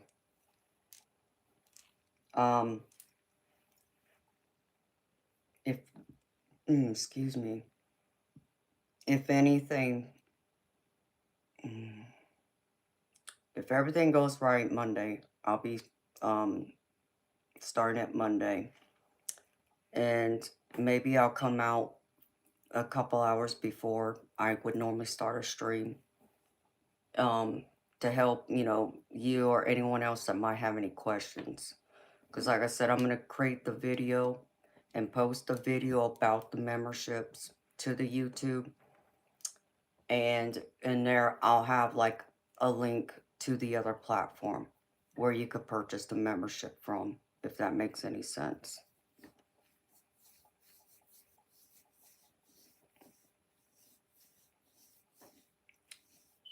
Alonzo, you know, that's really rude to say to anyone to smile. Does that make sense for you, Misty? I hope that answers your question, sweetheart. Okay, perfect. In case it doesn't, beautiful, like I said, if anything, maybe I'll come out an hour or two before I start it Monday and maybe Tuesday to say hi and, answer any questions in case, y'all don't know. But hopefully I'll have the video up posted by Sunday that will have the info there for you. Okay. So I'll be excited for you to join, girlfriend. I'm getting excited. I've been working hard to get it to this point, so I'm really excited. And at least there it'll be more intimate to where only the members will have access to me. Y'all will get more one-on-one time in essence there with me. So there won't be disruptions, we'll say, like trolls and such. And I think that's the part of it I'm excited about. Plus, like I said, it'll be more in an intimate setting. So I look forward to it, girlfriend. But yeah, I'll probably come out like Monday and, talk to y'all about it some more. And then try and have that video up by Sunday. Sunday night, Monday morning by the latest, I hope. So, unless something goes wrong, just be on the lookout for it, beautiful. Okay?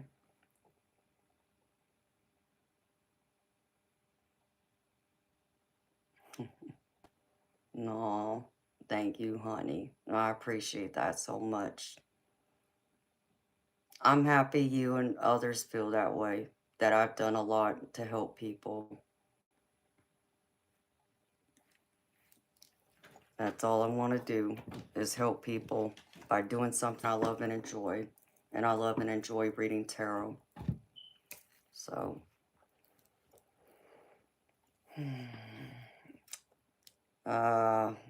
Rizzy, hello to you. What are you? I don't know what kind of question that is. What do you mean, what am I? I'm a human being. But anyhow, I'm gonna do some things. Maybe I'll come back later today. Now that it's Saturday morning, we'll wait and see. But if not, I hope I'll see y'all during one of my membership streams. I hope y'all follow me there. So there will just be on the lookout for the details for that. So y'all have a beautiful night, beautiful morning, a beautiful day, wherever y'all are at in the world. Take care. Bye.